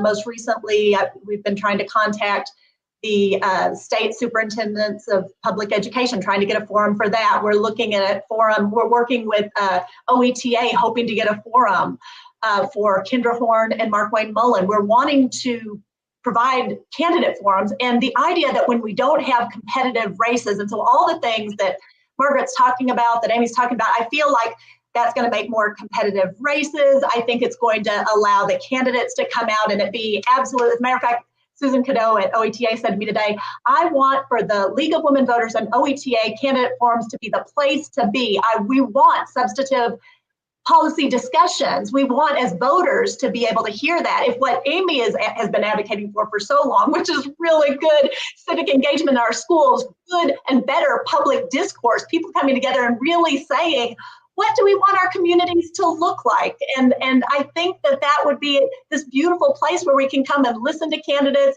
It's not mudslinging, or it's not, you know what I mean? We really want to be able to sit down and talk with one another and have these beautiful policy debates. And so I think if the work that Amy's talking about and the work that Margaret is talking about, if all of those things come to pass and we have more competitive races, I am so hopeful for what that can look like in our future. I absolutely feel the momentum for that happening in our state with all of these wonderful organizations that we all work with. Well, I share your optimism, Stephanie, but I also understand this is going to be the evil Angela showing up. This is excuse my French, some hell of a hard work to do for just the reasons that you guys have been talking about. And Representative Fugate, who we lost, I hope he'll come back. I hope we can get them back. When he talked about how people scream at one another and the polarization in the process and among elected officials, it just seems to mean that, boy, this is hard because the people with the power right now don't want to concede the power. My old Frederick Douglass quote that Roxanne has, power concedes nothing without a demand. It never did and it never will. So these folk who have the power don't want to relinquish the power to open the process more. So what do we do? And this is a real practical question. How do we influence individuals on our own? And Margaret, you unmuted yourself, so get on in here. Well, obviously, I just think we need systemic change. I was just at a college campus today. I love young people. They are so ready to be involved, and they are so smart. But here's the problem. We're kind of lifting them up and setting them up for disappointment right now. We're taking those beautiful young brains and we are encouraging them. And I love that. And they're ready to go. But then we hand them a system in which there's mutually assured destruction. It's going to happen. And so we have to get in there. And for the next year or so, our organization is really focusing on grassroots organizing and education and outreach only about closed primaries and how destructive they are and what a challenge it is to have proper responsible government when no one is accountable. And so we're going to be focusing on that, and we're looking for partners. And I just want to applaud my thing is the League of Women Voters is the best positioned group in our state to be the leader on reliable, nonpartisan information. And I don't know these days, I just heard a thing about, the demise of political debates, that people trying to do debates can't get candidates to show up. I know even the Tulsa World can't get people to respond to their questionnaire about policies, because now we're at the point where everybody just wants, it's like the Real Housewives of DC or something. I mean, they think it's infotainment or whatever it is. And it's all about the personality and not about substance. So what I think, I don't know, I would love debates, but I don't know that they're going to happen soon. What I think we could do is try to package a voter information, just, here's what's coming on the ballot, and really market that so that it is an unbiased, this is what this does, this is what this does, this is where this person is coming from, this is where this person is coming from, and do our best to get that information out. I had one person walk away from the table, the only one today. She walked away from the table and just kind of hung her head and just shook it. And the body language of that told me that this person is sad. She cares, but she is frightened or upset about that. She doesn't want to get involved in some kind of spit fight. And so she's walking away.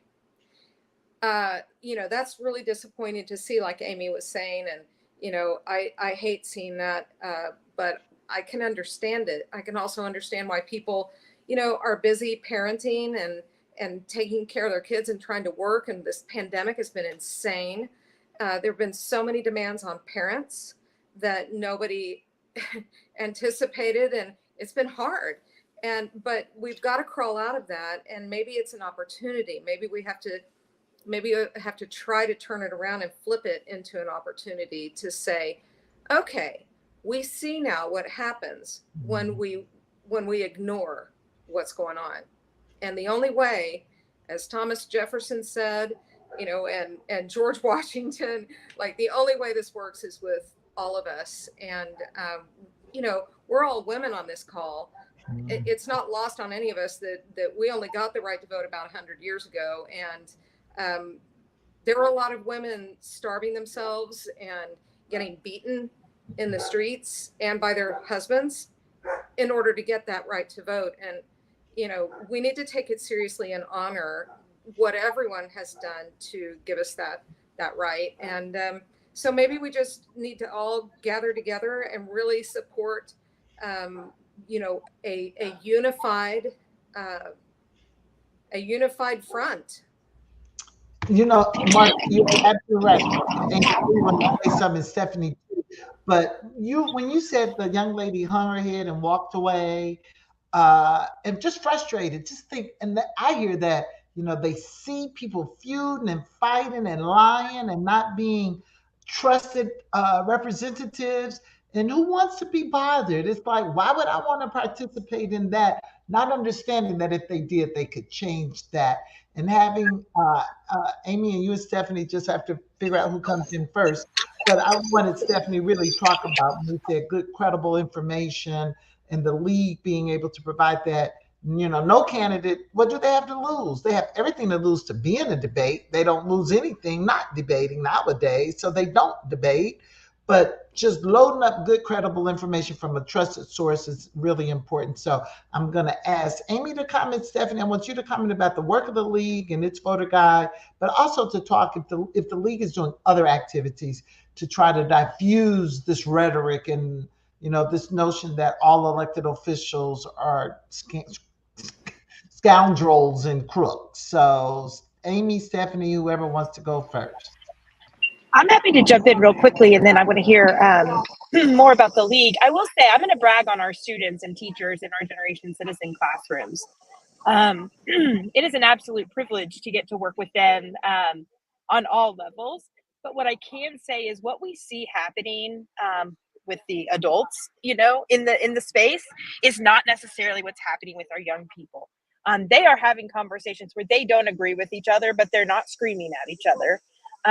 They're actually talking, making, you know, giving their own, a big part of what we do is talking about your own perspective. If you're going to engage in pushing policy or advocating for or against something, how does it affect you personally and your community?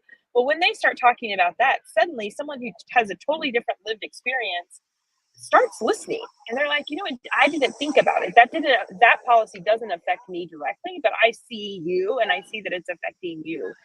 And so that's something that's really important and has been, like I said, I could brag on them all day. And I don't want to sound Pollyannish, but it happens, and it's happening all the time in our classrooms. So when we started thinking about, you know, what does this mean if we had democracy education, you know, flowing through our communities, not just in our classrooms, that's where the Civic Learning Coalition comes in. And kind of the same thing, you know, there are opportunities to get involved in the work, you know, moving policy, influencing elected officials, understanding how different processes work without that deep conflict that we see on national and even local news sometimes. So I guess I would invite listeners to start thinking about, you know, go to OK Civics for All. The 4 is spelled out FOR, .org, and, you know, get involved in some of these things. All of the activities happening today, there's not conflict out here. We're just enjoying one another's company. And I think one of the values, because we believe in action, we believe in, you know, fighting against the status quo, all of those things. The other value that we elevate within the coalition is civic joy, and the joy that you get when you're actually working with other people who care as deeply about your community as you do. So, I mean, that's kind of what I wanted just to add to the conversation. And then again, we do, I was referring to the league's voter guide and everything today. The information that you put out is so important. And let's be honest, I think, Angela, you mentioned this, but if you're not responding, if you're a candidate not running for or not willing to answer questions, just pull your name off the ballot. Like, we deserve to hear what you stand for. And if it's something you're ashamed of or something you don't think people will support, then just pull your name off the ballot, because we need people in office who are going to, be real, talk to us in an honest way, and fulfill the commitments that they made to the public when they were elected. So those are important things. When you see that someone hasn't responded to a question, whether it be the Tulsa World, the Oklahoman, or the League, that tells you more than if they had responded. They just need to be pulling themselves off the ballot. That's right. Stephanie? Well, thank you. Yes, and I saw Jan Largent had made note too of the fact that, and I got the date, it's October the 8th, our printed voter guide will be ready for distribution. So we'll all have a lot of the voter guides available. They'll be available at the libraries. And so be looking for the voter guide. That has been a really wonderful way of being able to get information to the voters. Are the same things that Margaret was talking about, and I did probably come off sounding Pollyanna-ish. I think that's kind of, I mean, I did come, even when I was talking about my hope still that we'll get candidates there for that good policy debate, because no, you're right, Margaret. It's not. I'm not getting a lot of. We've not been real successful in getting all the candidates to participate, and because the league is as fair and balanced as we are, we do have to have everybody participate in our forums. And so if somebody chooses not to show up, then we don't get to have the forum, and the voters wouldn't even know the difference. The idea that they don't see a forum, it's not for lack of attempting to get candidates there to the table to have the forum. We've had the same problem with our Vote 411, which is a national way of putting candidates' information out there. And that actually even allows, we email and ask the candidates to participate and share their platforms. We have questions available to them, but same, we've had in Oklahoma very poor responses. It's been very sad, that folks have not wanted to participate in our Vote 411, which would be a wonderful, it would look very much like your Oklahoma voter portal, only it would also provide the candidates information. It even has places where you can upload candidate forums, or you can have, and so it's this wonderful resource for voters that is going unused because lack of candidate participation. And so that's devastating. So we absolutely have to demand better. I'm seeing Jan says our Vote 411 will go live October 1st. So definitely get out there and you will be able to see. It does say something that you'll be able to see those candidates who have participated, who have answered our questions, and those candidates who have not. And so that does, I've had voters say to me, that tells us a lot too, when we see that there's a candidate who is not willing to participate or to work with the League of Women Voters. So we have next week, the League is actually doing, we've had so many fun things too. And you guys, Amy was saying too, I love you said civic joy, and this idea of civic joy. We had, we've got some running buddies who we came together as Betty and the Suffragettes for the April marathon, the Oklahoma City Memorial Marathon. So we call ourselves Betty and the Jets. It's for Betty and the Suffragettes. And so we've been going and running. And next week, there's an organization called Wazelle, which is a women's running organization. And they're raising monies for, it's like a virtual run across Alabama. So we'll all be running next week virtually. And they have all kinds of reading material that you can do as you virtually run and log your miles as you're running across Alabama, and you learn about the history of voter suppression in the South. And so you can go online and you can look up Black Voters Matter. That's what all the monies will actually go toward. Black Voters Matter. And this is what I just got this in the mail today. They sent me a gator that says women run the vote. So we'll be running and raising awareness. And so I love that idea of civic joy, because it is, you have to balance these frustrations, because it is frustrating. I've been frustrated since February. And yet I keep hoping, because I do believe in, our Oklahoma standard. We talk a big game with our Oklahoma standard and so I know we can't get there, but yeah, Margaret, I appreciate you so much saying that, because, the idea that we've just got to demand better. We've got to do better. We've got to model better. And we've got to just keep reaching out and letting our representatives and our candidates know that we need them. I think it's more than that. We have to tell them that we expect better. honestly, some of them I think we might not need. But we do expect better.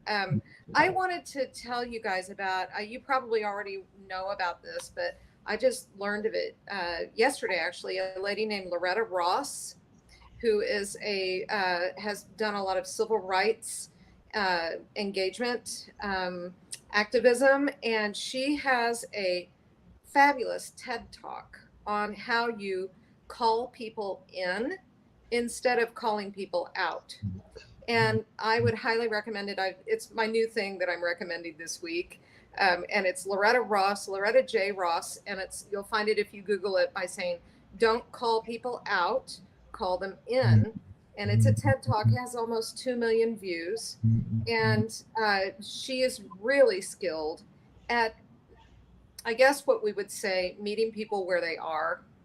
And that's what my group, we're trying to do is, it's all, obviously we're doing this because we do want things to be better.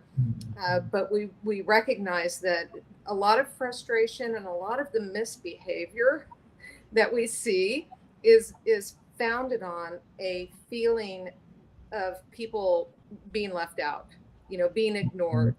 And when people are, they reach a boiling point and something's going to happen, and that's how it works. And it would be great if we could all kind of work on those softer skills. And so I'm trying to work on that, and I'm not so great at it, but this Loretta Ross is awesome, and I highly recommend it. And for anyone who's watching and wants to know how to, the holidays are coming, let's face it, it'd be great to have Thanksgiving with your family.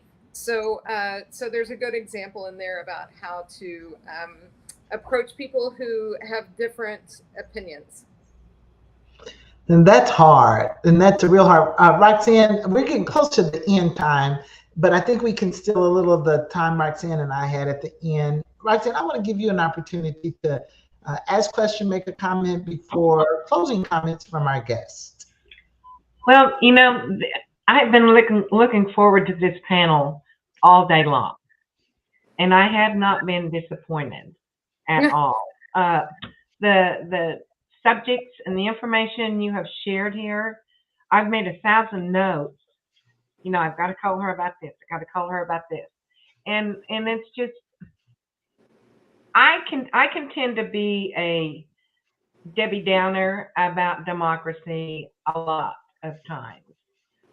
I can see us going nowhere while at the same time I'm not ready to give up, because I think we can eventually, if we keep at it, if I live long enough, keep at it, keep working, we will see change. We're going to have to start measuring baby steps rather than big steps. We have to celebrate the baby steps. And in Oklahoma, it does seem like we've got more going wrong than is going right. But with what Amy does in the schools, which I really want to talk to you about that, educating the kids at that level. Teach them what's right, teach them what's wrong, or actually just provide them with information and let them decide what they want to do. Because I don't want to say anyone has to be a Democrat or a Republican or an independent. I just want to present them with the facts and let them make up their own mind outside of what their parents are telling them. Because all these young people, they have minds that are ready to be developed. And I think if we can get to them at this stage, that's when we can really see change happen in this country. Some of them are too far gone. They're already set in their ways. They're just looking for their next election. They're not going to change. That we need to get more young people involved. We need to get more young people running for office. I love the fact that Amy talked about high school kids being on the school board. I love that idea. I think that's a great idea. Would it ever happen in Ardmore? No. But I do really love that idea. So, closing comments. This has been a great discussion, and I'm always hopeful. I didn't know Roxanne was Debbie Downer. I don't agree with that. She's always hopeful too. I just simply know that the work is going to be hard, and all of you have said uh, comment about collective effort. It's going to take all of us, wherever we are, with the people we meet. Uh, you know, singing from the same hymnal of sorts. So thank you for saying what you say. I'm finished. Let's give a closing minute or two to each of you, whatever insightful tidbit you'd like to leave with us, or encouragement, or a heartfelt fact about reality. Amy, let's start with you. Yeah, man, I have so many thoughts after this conversation. Where to even begin? I think what I'm reflecting on the most is there's an Octavia Butler, like an anthology of people who've written similarly to Octavia Butler called Octavia's Brood, and it's a series of short stories that are almost they're almost like science fiction, but very much socially driven. And there's one story in there, I can't remember what it's called, but it talks about this growing phase. So I think it's from around 14 to like 25 in this society where for the biggest crime you can commit, the biggest offense you can commit to your community is disrupting this time from 14 years of age to 25 years of age while our young people are learning. Because they get to make mistakes, they get to develop their own worldview, they get to do those things. And if you're going to interrupt that, the community has decided that is the worst offense. And then it talks about the whole society and what that looks like with that being the case. I think as a civic educator, I really want to elevate that thought that let's let our young people in our schools, whether they're old enough to vote or not, let them develop their worldview. Let them explore different thoughts. There is no, right answer. There are a series of right steps, right, that we can take to make our community stronger. And so there's, to be real blunt, there's been a pretty blatant attack on our young people in their classrooms going through that developing age, and really villainizing our teachers who are very, very gifted and talented and willing to be in the classroom to be a part of that struggle with them. And so that's kind of where I wanted to leave the thoughts, is just thinking about that. Like, this is their growing phase. Let them learn, let them explore, let them have ideas about our government and our communities that none of us have even thought about. And let's see what we can make happen moving forward. So thank you so much for having me. I really appreciate it. And all of you, it's been good talking with you tonight. Thanks, Amy. Thank you, Amy. Margaret? Well, I have a favorite anecdote that I like to tell.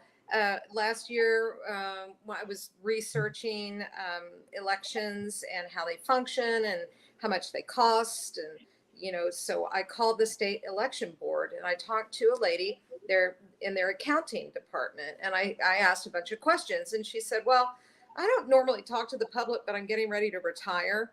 So I'm just going to, what do you want to know? So I caught her on a really good day, and it was during COVID, and she was working from home. And so we had a nice long talk, and turns out she used to be the person who took the phone calls at the front desk. She's been there a long time. And she said, people used to ask me, they would call and say, what am I supposed to do? How am I supposed to register? And she said, well, I just told them, well, this is Oklahoma, and if you want to vote in primaries, you have to register Republican. And after I kind of wanted to throw up in my mouth a little bit, because the idea of a public official telling someone that they need to register in a party kind of bothered me. And I said, really, you did that? And she said, yes, because, I just always told them that it was like when you go to high school and there's a math club and a chess club and all of this, and they get to pick their own officers. And so it doesn't make sense for people who are not in their club to be able to choose who's president of the math club. And I said, okay, I get that. But here's what's really happening in elections. We're not talking about the math club. We're talking about student council. And all of the students are paying their activity fees. And so what you're doing when you have the math club, or when you think it's the math club, or you think it's a single party, you're taking everybody's money. And the math club is going to have a pizza party, and they're not letting anyone else have a piece of pizza. So she thought about it for a second. And then she said, you know what? I never thought of it that way. I think that's right. And, you know, for someone who had worked, 35 years at the election board and never thought about this, I applaud her for being open-minded and talking to me and giving me all this information. It was great. I just wish I had gotten to her 20 years earlier. So I'm just saying that it's time for everybody to get a slice of pizza. And that's my message, and I'm going to stick to it. And I really want us all to band together. I personally think that repeal of closed primaries is the easiest. None of it is hard. None of it is easy, as you pointed out. And I'm not experienced in politics, but I am learning, and I have a lot of people giving me good advice, I hope.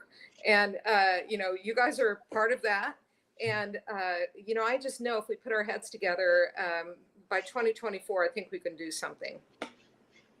Appreciate those comments, Margaret and Stephanie. Yes, I think I wanted to just kind of end with, I've been talking to a lot of people as we're, just voters, and I ran into some educators. I was at Mabel Bassett Correctional Facility on Monday.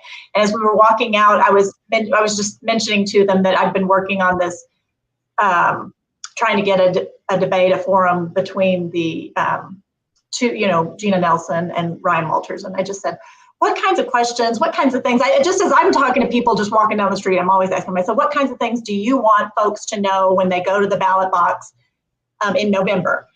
And they said, and it's so funny, and I'll preface this by saying that with the League of Women Voters, we spend quite a bit of time trying to make it easier for people to vote in Oklahoma. Like everything that you guys are saying, the idea that, again, states where they're mailing postage stamped envelopes, that's a nice, easy way of making it. The same day voter registration, that's an easy way of, being able to register the civics teacher who registers all of his students, that's easy. So those are all beautiful ways of, so at the same time, however, that we want it to be easier for people to vote, it's also very important to recognize that it should be difficult. We should take this responsibility such that, for example, ranked choice voting, my cousin who for the very first time did ranked choice voting in New York City said, it was hard because I had to educate myself on all of the voters. She said in the past, I would just kind of know, well, this is who I want to vote for. But she said, if I was going to rank them, I really needed to educate myself on all of those folks. So that made it difficult. And I said, aha, we also want it to be hard. So we want it to be easy for people to vote, but we also do want it to be hard because that challenges them. And I think that very challenge makes it worthwhile. It shouldn't be so, that part of it shouldn't be so easy. And so what these educators then said to me is I said, what do you want folks to know going into the November ballot? And they said, that function on your ballot in which you can do straight party voting will be devastating. If people are doing straight party voting. And I got to thinking about that because I've never been somebody who's done straight party voting. Like I'm somebody who really wants to know what's on my ballot. I'm like, for that, you want to be real thoughtful about every single individual on the ballot and who they are and what that means. And your state questions, we might have state question 820 on there in November. These are things we want to spend quite a bit of time thinking about and talking to people about. I love the way that Amy was talking about the importance of the buddy system, the triple your vote, take 3 people, talk to them about, what's on the ballot, these ideas of really taking seriously the ballot should be hard and it should take time and we can make it fun, because hard can be a lot of fun, when you're sitting down and being thoughtful and you're listening to these kind of amazing discussions that you guys provide at Together Oklahoma. So it should be easy and it should be hard too, to be a good voter. And so please, please, please, these teachers said, don't just do the straight party voting. And they were so sweet because they know I'm nonpartisan. And they said, either way, they said, don't vote straight blue, don't vote straight red. They said, think about each candidate and vote accordingly. Know who you're voting for. Well, you guys have given us lots of food for thought, and two things that could be done. Get rid of straight party voting and open primaries. I must say, Representative Andy Fugate did text me his battery overheated on his phone. Oh. Charged into his car, a phone being charged through his phone. Then it made his car battery die. So Oh no. it's the Trooper of the Year award, man, for hanging with us. I hope his phone is okay, and I hope he gets his car okay. So he'll hear and watch and see this later. And I just wanted to acknowledge him and Amy, who went away. She's down at Citrusdale Park, and Cindy Alexander from Stillwater, who could never get her audio to work correctly. So thank you. This has been, like Roxanne said, our primetime event. The whole day has been great. But if nobody watches any of this, if they listen to this discussion about the importance of voting and things that we could do to make it easier, Stephanie, but I don't say harder, but to make sure voters are educated. And that we work on our part. I think that's the key, and that's one reason I really like ranked choice voting. It's because you have to be educated to participate. We gotta know some things. And the open primaries, that would do away with people being elected to office, and just because they are of the governing party, they basically never have to campaign again until they term out. But if they had to go, what I would really like to see is ranked choice voting with open primaries. I mean, that would be really exciting. That is correct. That's kind of how it works. Well, I want to reassure you that our group is interested in ranked choice voting, independent districting, and nonpartisan primaries. It's possible all those things could happen at the same time, like they did in Alaska and the state of Maine. There are other states, working on that. Nevada is working on that now. So it's happening. I would like to see Oklahoma leading instead of at the back of the pack this time. Yes. You're absolutely right. I can't believe we're over time. We've been on this call since 1:00 p.m. A lot of hours, and it's almost like we don't want to hang up, I know I could just keep talking and talking, but not me.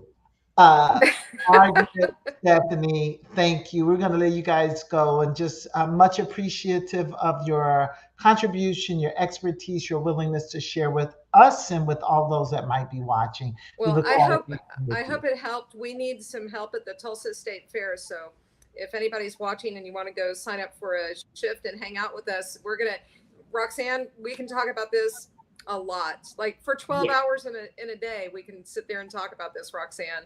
I absolutely could. So all you viewers who know people in Tulsa who just want to hang out at the Tulsa State Fair, give Margaret a shout. Call us, we'll put you in touch. Thank you. Thank you guys so much. Thank you. It's been a long day, and here's Katie back, and Taz is somewhere hanging out at Citrusdale Park, and Dave Hamby, who nobody can see. Thank you, Dave. We just appreciate all that you've done today to make this a great day. I'm not going to keep us on this call any longer, but I do want to give you both an opportunity to have any concluding comments that you like. Well, I would say that I am really excited for what I heard today. I loved seeing all the voter registration events and the people excited to be tabling those events.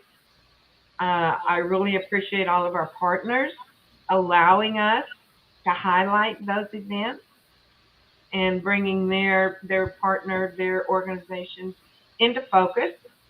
The panels were great. I learned something at every one of them. And I just want to thank everybody that participated in the event and has joined us to view the event, either all day long or just snippets here and there. We cannot do what we do without you helping us. And so I just want to thank everybody. Like Angela said, this has been a long day, but I have really enjoyed it. It's been a fun day. Thank you, Roxanne. Katie, any concluding comments? Man, today has been an awesome day, and it's just overwhelmingly great to see like all of these different opinions, all of these different perspectives, and I feel just like rejuvenated because it's hard to work in this space, and not get to be a Debbie Downer like Roxanne was saying earlier. You just get in these valleys, and I feel like this is really help my spirit. But we got to take all of this practice, all of this, good information, and continue the conversation, continue the work. And this was a collaborative effort. It was a team effort. And Dave, like, big thank you to our comms people, to our policy people, and to everyone that was involved in partnership today. Thank you, Katie. I hope Roxanne will get back in. So in closing, all of our viewers who stayed with us, who watched with us some 7 minutes, almost 8 minutes beyond time, thank you. There's no way this could have happened or would happen without the people across the state. So to everyone who participated, an extra thank you. This will be up living on our Twitter page and our YouTube page and our Facebook page. So go back, listen to more of it. Roxanne, Katie, Taz, wherever you are in the world of change, we will continue to be the change that we see. Everybody have a good night, and thanks again for joining us. Good night. Bye-bye. Bye.